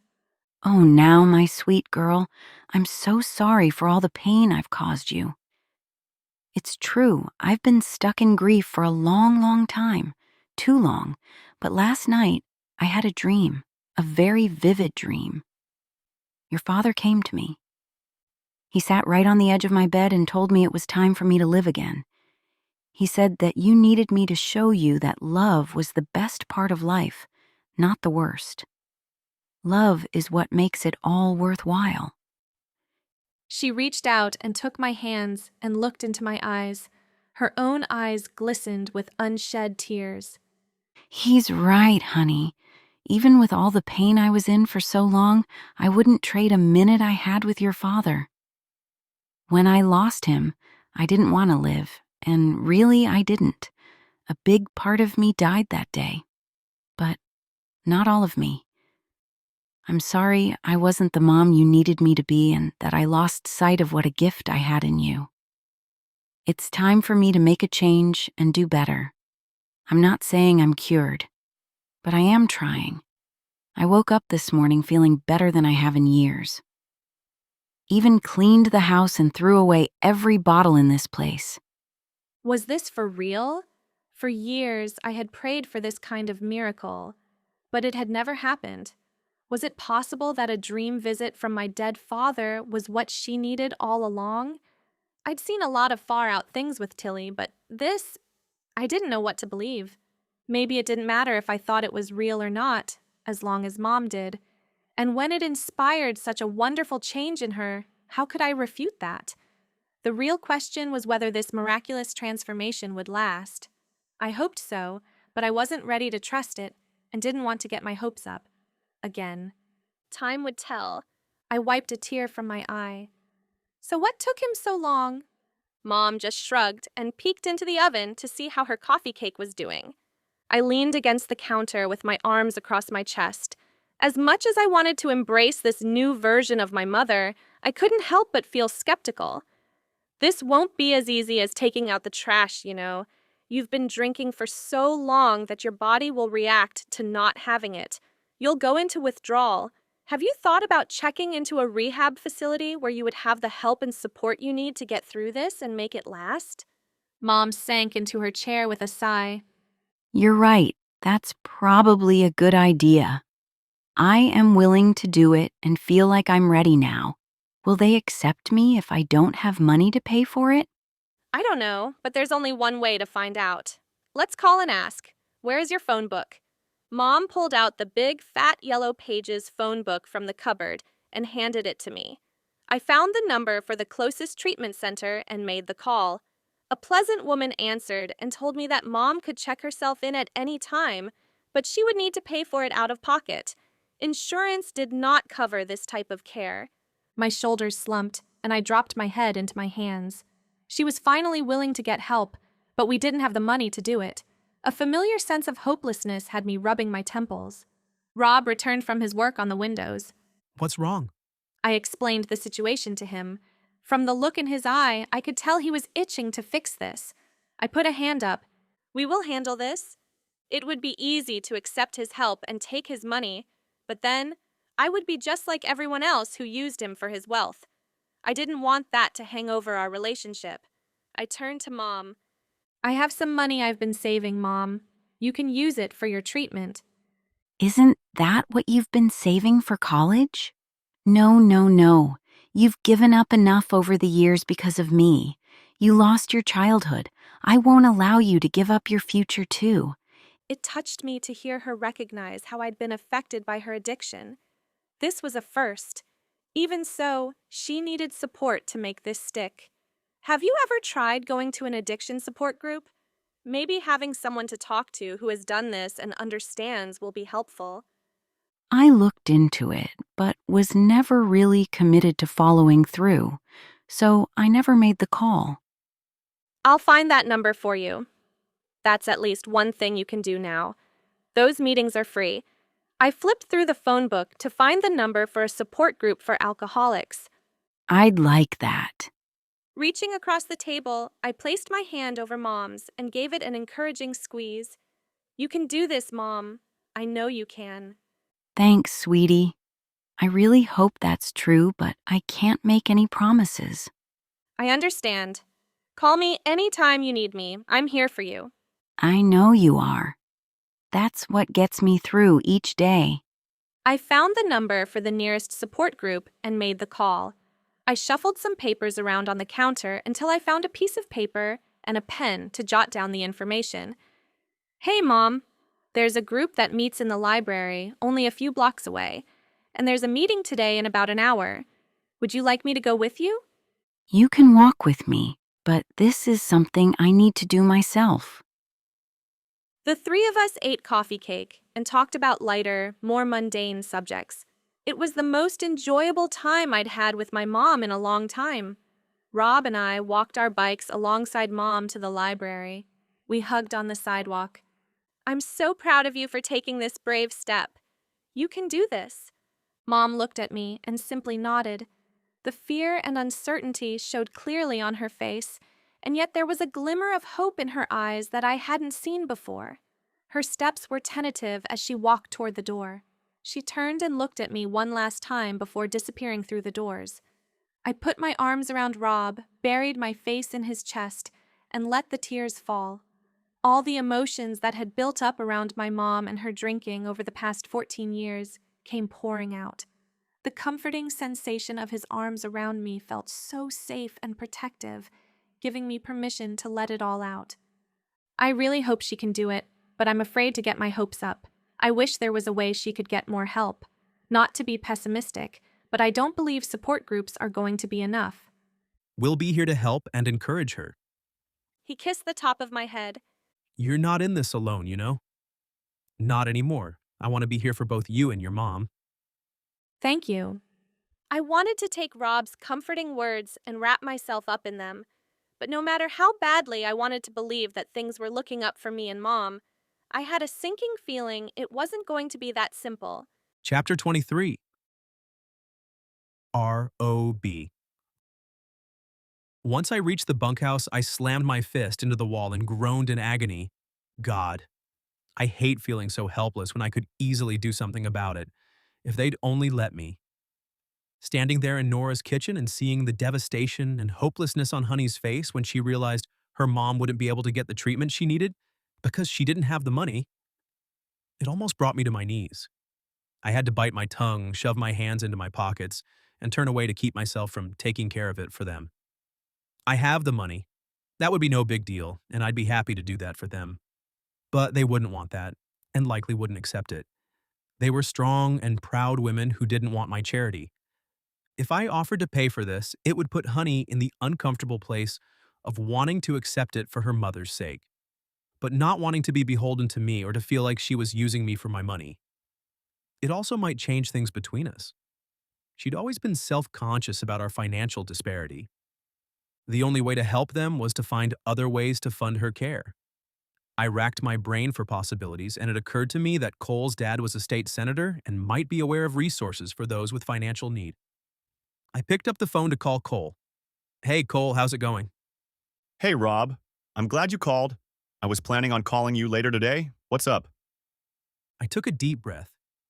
A good friend of mine needs help to get her mom into an alcohol treatment program, but they don't have the money to pay for it.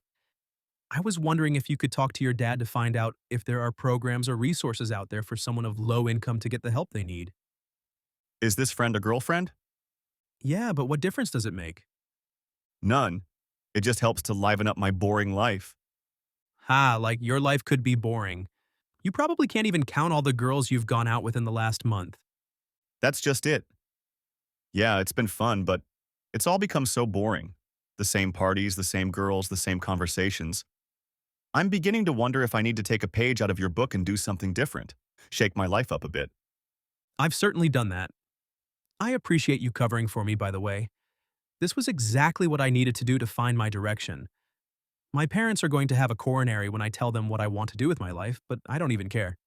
About that, your confrontation may come sooner than you think. My dad told me he met your parents at the gala for the Midwest Arts Council last weekend. He was confused when they began thanking him for letting you stay at our beach house for the summer. And they were shocked when he informed them you hadn't been there at all. I'm sorry, man. I guess I should have told him, but I didn't think he'd go along with it. My gut clenched as if Cole had reached through the phone and punched me. I almost dropped the phone. Not only did my parents know I'd been lying, but they'd found out in the most socially embarrassing way possible, at least to them. I was a dead man. At least Cole had given me a heads up. He was a good friend. Don't worry about it. I was going to tell them eventually. At least it bought me enough time to figure things out for myself before they crashed down on me. So it's all good. There was no scenario where they would have been happy about my decisions, and I knew that going into this. Back to your initial question, Cole said, reminding me why I had called him in the first place. Several possibilities come to mind. Let me talk to my dad and get back to you. I'm sure we can find some way to help, whether it be government programs or private organizations. The sooner the better. This is an urgent situation. Understood? Thanks, Cole. You're the best. No problem, and good luck with your parents. Yeah, I'll take all the luck I can get with that situation. I know how you feel. I'll call you as soon as I find some answers for you, hopefully with better news. Thanks again, Cole. I appreciate it. After I hung up the phone, I sank into the chair with a sigh of relief. Cole would find help for Nora. At least that was moving in the right direction. I just hoped help came before she went off the wagon or was no longer interested in quitting. Now the problem that loomed over me was how to deal with my parents. The problem was not only admitting I'd lied about my summer plans, but I would also have to tell them I used my trust fund to buy a farm. I hoped to hold them off until after the closing, so there was nothing they could do to stop it. Maybe I could just avoid them for a while longer. They don't know where I am. If I don't go home, they can't confront me. I'll just wait. Everything will work out, I hoped. Chapter 24. Honey. Rob's acceptance of my mom and the entire situation astonished me. I fully expected him to be disgusted about where I came from, not to mention dealing with my alcoholic mom. But he was so kind to her and seemed at ease with everything. It drew me to him even more. The last of my guard dissolved when he volunteered to fix things around the house for Mom. How could I not fall head over heels for a guy like that? And that was the truth. I was in love with Rob. Yeah, we came from very different backgrounds. But we were not that. He didn't judge me for my past and saw me for who I was beyond my circumstances. And I appreciated him for the amazing person he was. Even though he came from privilege, he was kind and compassionate, and not at all what I always assumed rich people to be. I loved him for who he was, despite his money. Now that we were both fully aware of what our families were like and had shared our secrets, our connection was even stronger. We worked side by side the next day, sometimes in easy conversation and sometimes in comfortable silence. It just felt right. My joy was uncontained. I never imagined finding someone who would accept me and my baggage. But now here was this incredible guy who knew everything and still wanted to be with me. He didn't try to fix everything, but was supportive and paid attention to what I needed. It all seemed a little too perfect, and that made me a little uneasy. When was the other shoe going to drop? Past experience told me that when something good happened, something bad always came right after it and made the good a faint memory. With as good as I was feeling, the bad was bound to be extremely bad. Rob and I walked side by side to the house to join Tilly for lunch. The smell of fresh-baked bread drew us in before we ever opened the door. My stomach growled in anticipation. I swear Tilly must have house elves working all night to get as many things done in a day as she does. I've wondered that too. How does she make all the products for the store and still have time to cook for us? I thought she was magical when I first met her, And in all these years, I haven't been able to prove otherwise. She is still a wonder to me. We walked into the kitchen and found Tilly setting lunch out on the counter. A bowl of fresh green salad with tomatoes, cucumbers, and shredded carrots sat on the end. Next to that was a steamy loaf of fresh bread, carefully sliced, and a platter of sandwich fixings, meats, cheeses, and veggies. Tilly, this looks and smells amazing. I don't understand how you have time to do all of this. Tilly winked. Oh, I have my ways. We each filled a plate and a glass of freshly brewed sun tea before carrying it out to the patio. A large umbrella provided shade from the hot sun, and a gentle breeze helped to make it comfortable outside.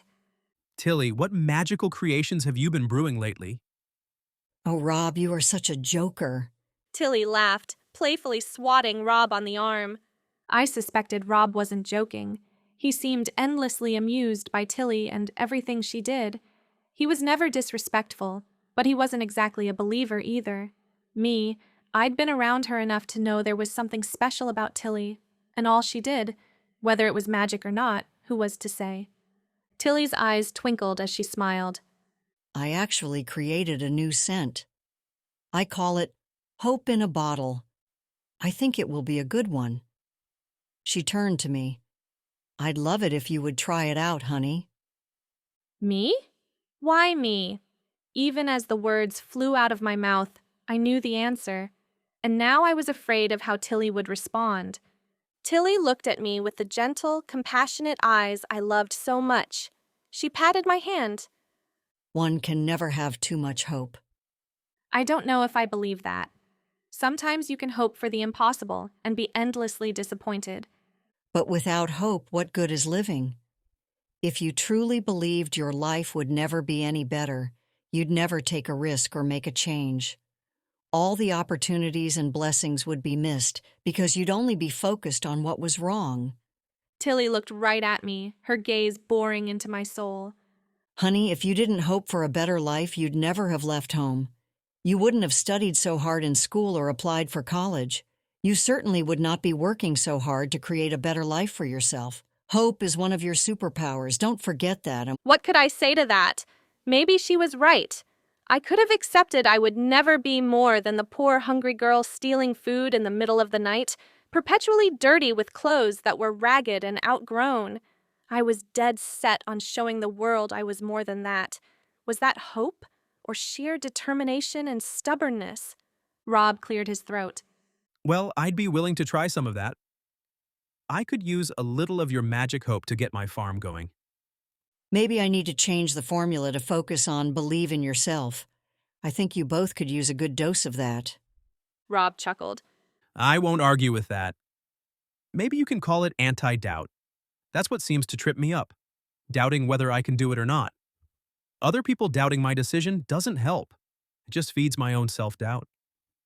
I nodded, relieved to hear I wasn't the only one who felt this way.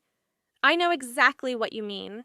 I could definitely use some anti-doubt on a regular basis. Just pour it on me. Can you make enough that I could swim in it? Tilly tapped her finger on her lips as she thought. No, but putting it into a bath oil or shower gel is a great idea. Bathe yourself in anti-doubt, the antidote to whatever holds you back. She clapped her hands in excitement. Thanks for your brilliant ideas, kids. I'll get working on that this afternoon.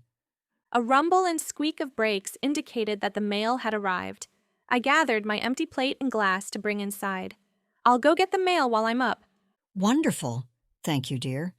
I moseyed down the driveway to the mailbox. In the middle of the stack, I saw the return address of my college. It must be information about school starting. That date had seemed so far off at the beginning of the summer, but now it was fast approaching. Rushing back into the house, I tossed the rest of the mail onto the table and ripped open the envelope as adrenaline rushed through me. In a little over a month, I would go to college. As I read the first line, my legs gave out, and I sank onto a chair. My ears were buzzing and my heart raced. This couldn't be happening. Rob and Tilly came into the house carrying their lunch dishes. I still have cookies I made yesterday if you need something sweet, Tilly offered, but then stopped and looked at me. What is it, honey? You look white as a ghost. I didn't know what to say. I felt numb, like I wasn't even here. My body was an empty shell. Tilly grabbed the paper out of my hand. She took a moment to read it and gasped. I can't believe this. How can this happen? You earned those scholarships. How can they just take them away at the last minute? What does it say? Rob asked. Tilly answered because I was still speechless.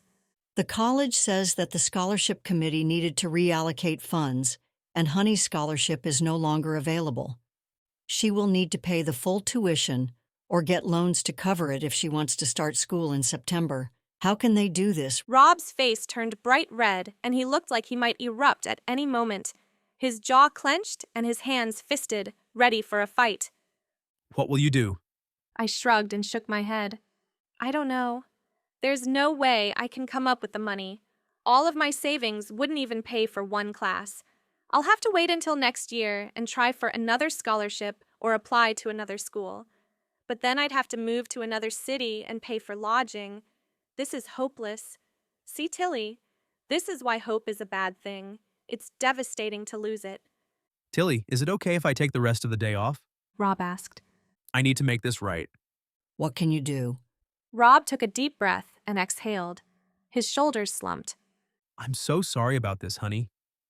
I'm afraid this is all my fault. My parents are on the scholarship committee for your school. Cole told me that they found out I lied to them about my summer plans, and I suspect they're trying to punish me through you. I promise you, honey, I will make this right. My head was pounding. This could not be happening. I must be hearing things. Rob's parents were the ones killing my dreams? How could they be so ruthless as to pull the rug out from under me like that? What kind of people would do this, destroying my future as if it was no big deal? Obviously, it wasn't a big deal to them. It didn't impact them in the least. My chest tightened, and I gasped for breath. Hot tears blurred my vision and ran down my face. I tasted salt. Someone tried to touch me, but I pushed them away. Rob's voice broke through my haze, though his words sounded muffled. My hands raised to block him from coming any closer. Stop. Don't even try to talk to me right now. Go ahead and talk to your parents, but I don't see how that can fix this. I knew he didn't deserve my anger, and I hated the look of pain that crossed his face at my harsh words. This wasn't his fault, but how could I see past this? How could I even think about joining a family that would treat me this way? I can't deal with any more. Just let me be. Pain and sadness overwhelmed me, and I couldn't bear to look at him. I just can't. I pressed my fist to my lips to hold back my tears and fled to the safety of my bedroom before breaking down in convulsing sobs. What am I going to do? Not only have I lost my dream and my future, but the man I love too. My heart was shattered beyond repair. My hope for the future obliterated. My fears about love had been realized. It definitely wasn't worth the pain. I was hollowed out, completely empty inside, an endless black void of nothingness. This was what Tilly was referring to. The absence of hope makes life not worth living. That's exactly what I felt. Now I had a sense of what my mom suffered through all those years, dead but still breathing. Not even Tilly's magical concoctions could fix this. Chapter 25. R.O.B. Rage pulsed through me like a blazing inferno. I wanted to roar at the top of my lungs, to thrash around and destroy something, or someone. Tilly placed a hand on my shoulder. Take a deep breath. You need to calm yourself. I won't let you leave this room until you are calm and thinking rationally. But I've got to do something. I need to make this right for Honey, I said, pacing the room in frustration. Tilly took my hand and guided me to a chair.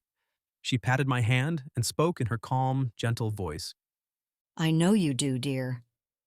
But you can't just fly off the handle fueled by anger and rage. You won't accomplish anything that way. Take some time to think this through and make a plan. You're at a critical point, right here, and your choices and actions will determine your future. Do you want to hand your destiny over to your rage to sort out? I'm not sure what you mean. As much as I love Honey, she learned not to trust at an early age. You've done well earning her trust so far, but trust is a fragile thing. How you handle this will show her what you're made of. Are you like your parents who throw their money and power around to get what they want? Or are you different? You know I'm not like them. And Honey knows it too. Just be careful how you handle this. Make sure your actions speak as loudly as your words. With that, Tilly turned her back to me and left to tidy up the kitchen. My head hung and my shoulders slumped. Now that Tilly had diffused my rage, it was as if the wind had completely drained from my sails. Honey never wanted to see me again. I rubbed the heel of my hand against my chest to alleviate the ache in my heart, to no avail. I can't lose Honey now. I just can't. Without her, nothing else matters. Stumbling back to the bunkhouse, my thoughts and emotions were a mad jumble in my head. What am I going to do? Tilly's words echoed through my mind. Make your actions speak as loudly as your words. She was right. So incredibly right. I'm sure I could convince my parents to give Honey back her scholarship if I agreed to go to law school like they wanted. It would mean giving up my dream of staying here on the farm, which I'd be okay with if it gave Honey what she wanted. My dreams were meaningless without her, but knowing Honey as I did, she would never forgive me for that. Not only would she be mad at my parents, she would be livid that I gave up my dream to save hers. Another option would be to pay her tuition from my trust fund, but that would accentuate my wealth and show her I'm just like my parents, someone who throws money at problems to solve them. Plus, she wouldn't want my money. She has more pride than that, and she wouldn't want to take advantage of me in that way. It was one of the many things I loved about her. She's more interested in me than my money. What did that leave me? A light bulb went off in my head. I needed to find a way for Honey to get scholarships based on her grades and accomplishments. Running through my mental Rolodex, I ruminated over who to contact, who might be able to help. Mr. and Mrs. Jeffries. They ran a nonprofit focused on education.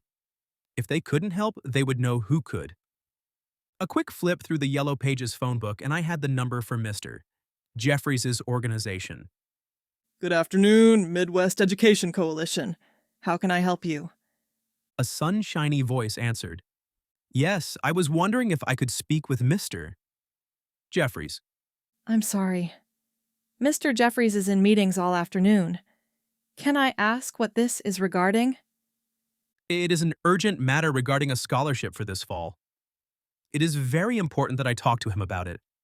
And to whom am I speaking? This is Rob Rhodes. I have met Mr. Jeffries several times at social events, so he should recognize my name. You realize our deadline for scholarships passed months ago, don't you? Yes, but this is a special circumstance that I really need to talk to Mr. Jeffries about. All right, Mr. Rhodes. Since you said this is an urgent matter, I'll pencil you in at 5 o'clock this afternoon, just before Mr. Jeffries leaves for the day. I can't promise that he will see you, but that is the best I can do. Great. I'll be there, thank you so much. I looked down at my clothes. Not bad for a morning of weeding and watering in the hot sun, but definitely not appropriate for what I needed to accomplish this afternoon. A quick shower and a change of clothes into dress pants and a button-down shirt, and I was ready for my mission. First on my agenda was to confront my parents. Since today was Wednesday, my dad's golf day, he wouldn't be working. There was a chance he might be home by the afternoon, but I'd have to check with Cecilia. I didn't want to hang all my hopes on that possibility and have him not even be there. Cecilia, the housekeeper, was more like a mother to me and would be sympathetic toward my cause. She knew everything that happened in the house and where everyone was at any given moment. I called the number for the kitchen and was relieved to hear her sweet voice on the other end. Good afternoon, Rhodes residents. How can I help you? Cecilia, so good to hear your voice. Rob? How are you, my boy? I've missed you this summer. When will you be coming home? Well, that depends. Do you know if my father will be around this afternoon? I have something I need to talk with him about. Yes, I believe so. He returned home from golf a few minutes ago and said he had some business to attend to in his office. Sounds like he'll be here the rest of the afternoon. Do you want me to tell him you'll be stopping by? No, I'd rather surprise him. I should be there in about a half an hour. Wonderful. I'll look forward to seeing you then. Just between you and me, Cecilia, this will not be a happy social visit. The odds are I won't be fit to be around after I talk to my dad. I see.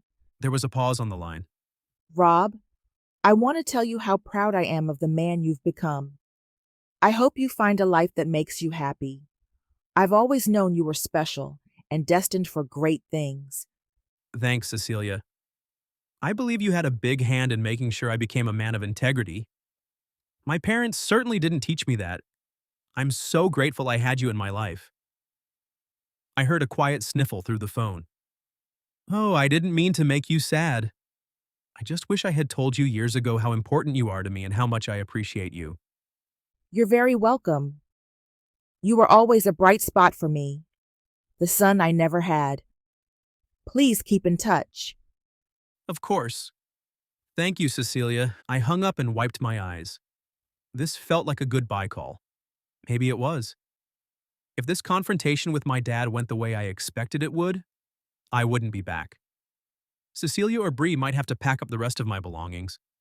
A wave of sadness moved through me and I swallowed hard to clear the lump in my throat. For so many years, my entire life, really, I worked hard to be what they wanted me to be.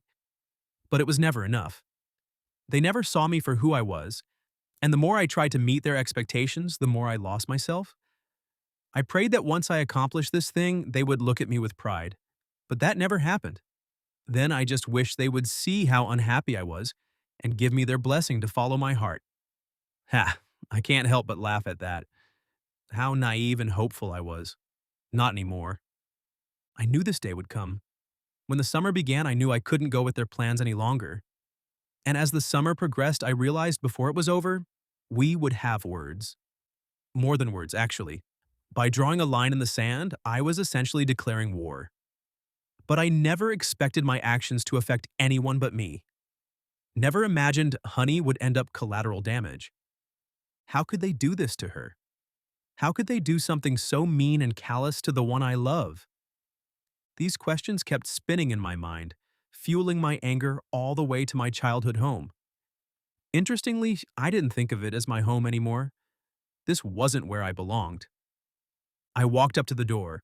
Normally, I would just walk right in. But that didn't feel right anymore. But neither did knocking. I stood in indecision with my hand halfway to the door when it opened. Hey, Findley. Master Rob, what a pleasant surprise, Findley said in his proper monotone voice. Are my parents home? I need to speak with them. Certainly. Your father is in his office. I will let your mother know you are here as well. I took a deep breath. My stomach was a clenched up ball of dread and nerves wrapped up with anger. Come on, you can do this, Rob. As I approached my dad's office, I could see him sitting at his desk through the open door. His attention was focused on what he was writing, so he didn't notice my presence. Gathering all of my emotions and inner strength, I stood tall and strode into the room.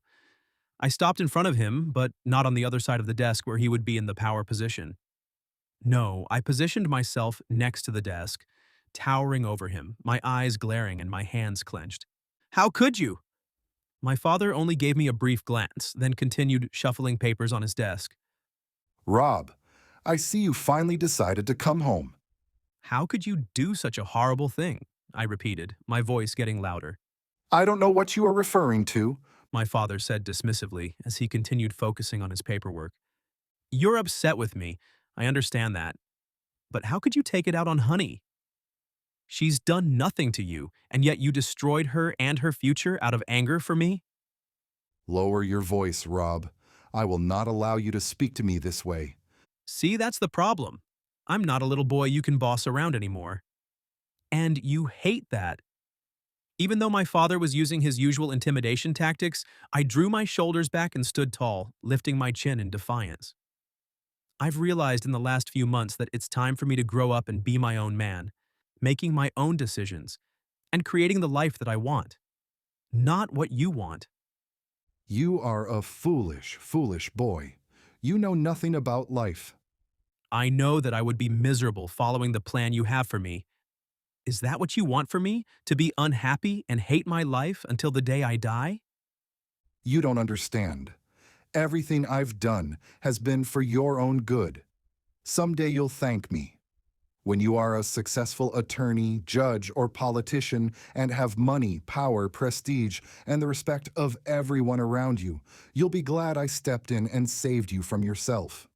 No, I won't, because none of those things matter to me. That's what you wanted. And to tell me, Dad, are you happy with your life? We're not talking about me. This is about you and your future.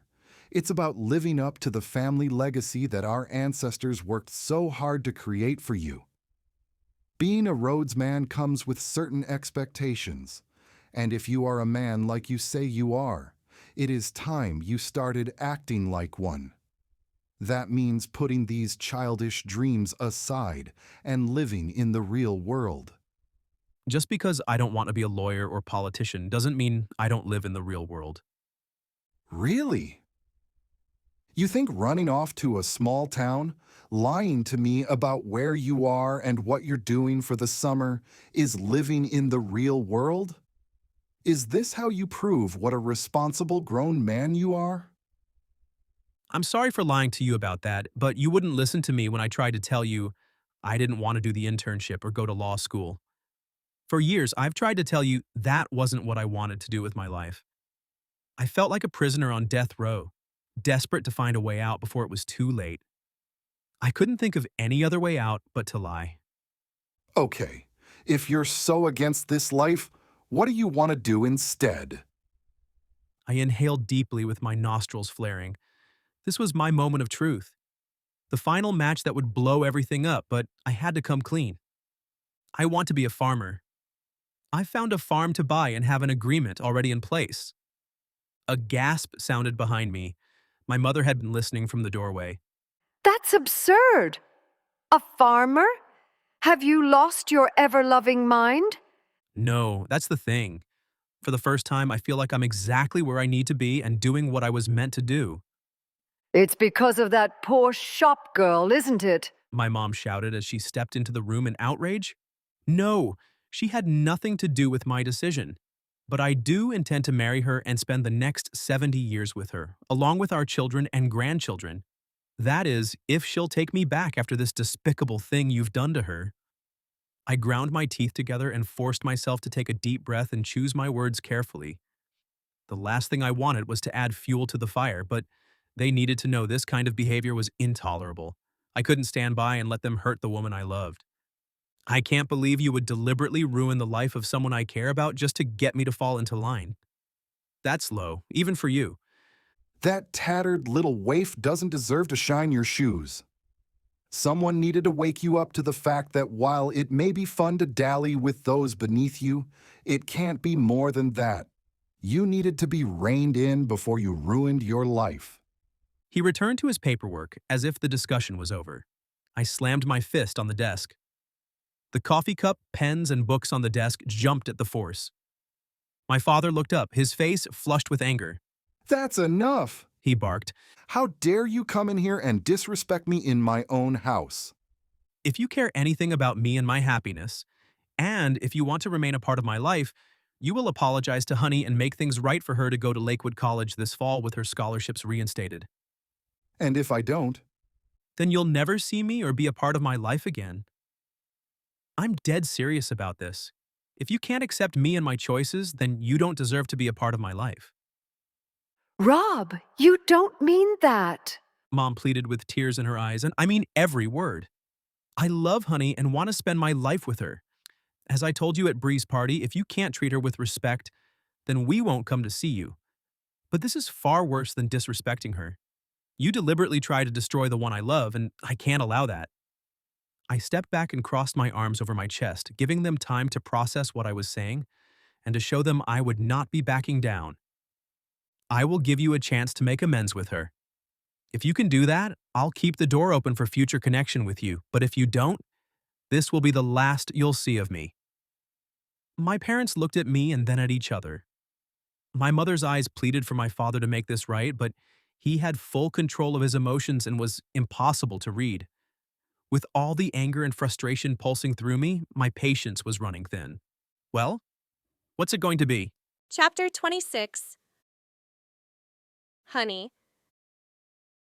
After days of bawling my eyes out, my tears had all dried up. I couldn't believe I trusted my heart to Rob, only to have it ripped out by his parents. I shouldn't blame him. He had no idea they would do something so despicable. But I just couldn't get myself to even think about Rob without being overwhelmed with rage and despair.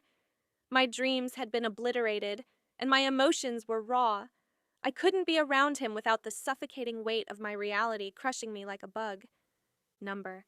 Even though I still loved Rob and missed him like crazy, I couldn't be around him. He's been staying at Hal's, learning more about running the farm, so I hadn't seen him since the day that fateful letter came. He still seemed too close. I needed some distance from him and a chance to get my dream back on track. I applied to a few schools in Minneapolis. I don't know if it's possible to get everything arranged for my application, registration, and financial aid, now that it's almost time for the fall semester to start. But I was hoping to find housing and a good job so I could earn some more money and hopefully start after the winter break. It would be hard leaving Tilly and my mom. I worried Mom would take a turn for the worse if I wasn't around to keep an eye on her. My heart broke to leave her. Mom had been doing so well recently. I prayed she would have the strength to continue her sobriety after I left. I hadn't broken the news to her yet. It seemed better to wait until I had a solid plan in place so she didn't have to worry so much. I dragged the back of my hand across my eyes to dry them again. Stupid, leaky eyes. Tilly didn't say much when I told her about my plans, which was unlike her. When I said I needed to leave, she looked at me, peering into my soul like she always did, and then nodded. She patted my hand and said, I know you do, dear. But don't be so sad. Everything has a way of working out. You'll see. If only I had Tilly's optimism. I just couldn't imagine a way for any of this to work out. It would take a miracle. And how often did those happen in real life? This morning, she pulled out her oracle cards. Let's see what messages the cards have for you today. She shuffled the deck and set 3 cards onto the table in a neat row. Turning point, unexpected blessings, expressions of love. She looked up at me with her eyes sparkling. There. See? Everything will work out. It's right there in the cards. Chin up, honey. I have a good feeling about today. I don't know what's coming, but I believe that your prayers are about to be answered. Then she returned to grinding herbs with her mortar and pestle and brewing a concoction on the stove. The phone rang, and Tilly called out, Honey, can you get that? I can't leave this pot unattended. Sure. I hurried out to pick up the phone. Hello? Oh, honey. I'm glad I caught you. You won't believe what just happened. Mom's voice sounded more animated than I could ever remember hearing it. I just received a call from that treatment place, and they said there's a new program for low-income participants using some kind of grant funding or something. Anyway, they had me on a waiting list because I didn't have insurance coverage or resources to pay for treatment. Now, with this program, they'll accept me, and I don't have to pay a cent. Isn't that amazing? It seemed as if my knees might give out. This was what I was praying for. A way for my mom to get the help she needed for long-term success and sobriety. Now I could move away and not have to worry about her. She would be okay. Oh, Mom, that's fantastic news. I'm so happy for you. When will you go? They said I could arrive at any time. I told them I don't drive, so they're sending a driver to pick me up this afternoon. Can you believe that? Things are turning around for us, honey. For the first time since your dad died, I feel hopeful. I squeezed my eyes shut, but couldn't hold back the tears. This program might give my mom hope for turning her life around, but mine was still a disaster. And I didn't have any hope of that changing. Not for a while, anyway. I was sure nothing would happen for this semester, but even hoping to get in somewhere for the spring was a long shot. My hope was all used up. I wiped my eyes again and tried to sound happy because I was truly happy for her. That is so great, Mom. I guess I won't see you before you go. Did they say when you can have visitors? I didn't think to ask, but I'll let you know as soon as I find out. I've heard this place is really posh. It's where the rich and famous go for their treatment. I might meet a celebrity. Can you imagine me eating at the same dinner table as a movie star? Though the stars probably eat in a different area than us poor folk. You never know, though. It could happen. Just be kind, Mom. If they're there, it's for a reason, not to give autographs or be fawned over. Oh, I know. It's just funny to think about, is all. Well, I better get packed. Wish me luck. You don't need luck, Mom. Just do what they tell you, and you'll do fine. Honey, thanks for not giving up on me all these years. There's so much I need to make up for. I love you. I love you too, Mom. And I believe you can do this. It won't be easy, but I believe in you. Mom sniffled. Bye, honey cakes. As I stood with the phone in my hand, I smiled. She hadn't used her nickname for me since I was little, before our lives turned upside down. Tilly looked at me with her brow raised, so I filled her in on Mom's good fortune. I had a feeling everything would work out. I didn't know how, and never would have guessed that. Funny how the universe works, isn't it? My mom was finally getting the help she needed after all these years. A sense of unfathomable relief rushed through me, and I sank down onto my bed to let the tears come. All of my pain and struggle to survive, making sure we both had enough to eat, worrying that I'd walk in the door after school and find her dead, grieving the loss of both of my parents. All my hurt and anger that she had never seemed to care enough about me to stop or to be the mom I needed her to be. As happy as I was that my prayers were finally being answered, I also wondered, why now? Why, after all those years of praying every day and every night for her to stop drinking, for things to be different? Why did I have to struggle for so long, and now all of a sudden she's sober and going off to some posh treatment place?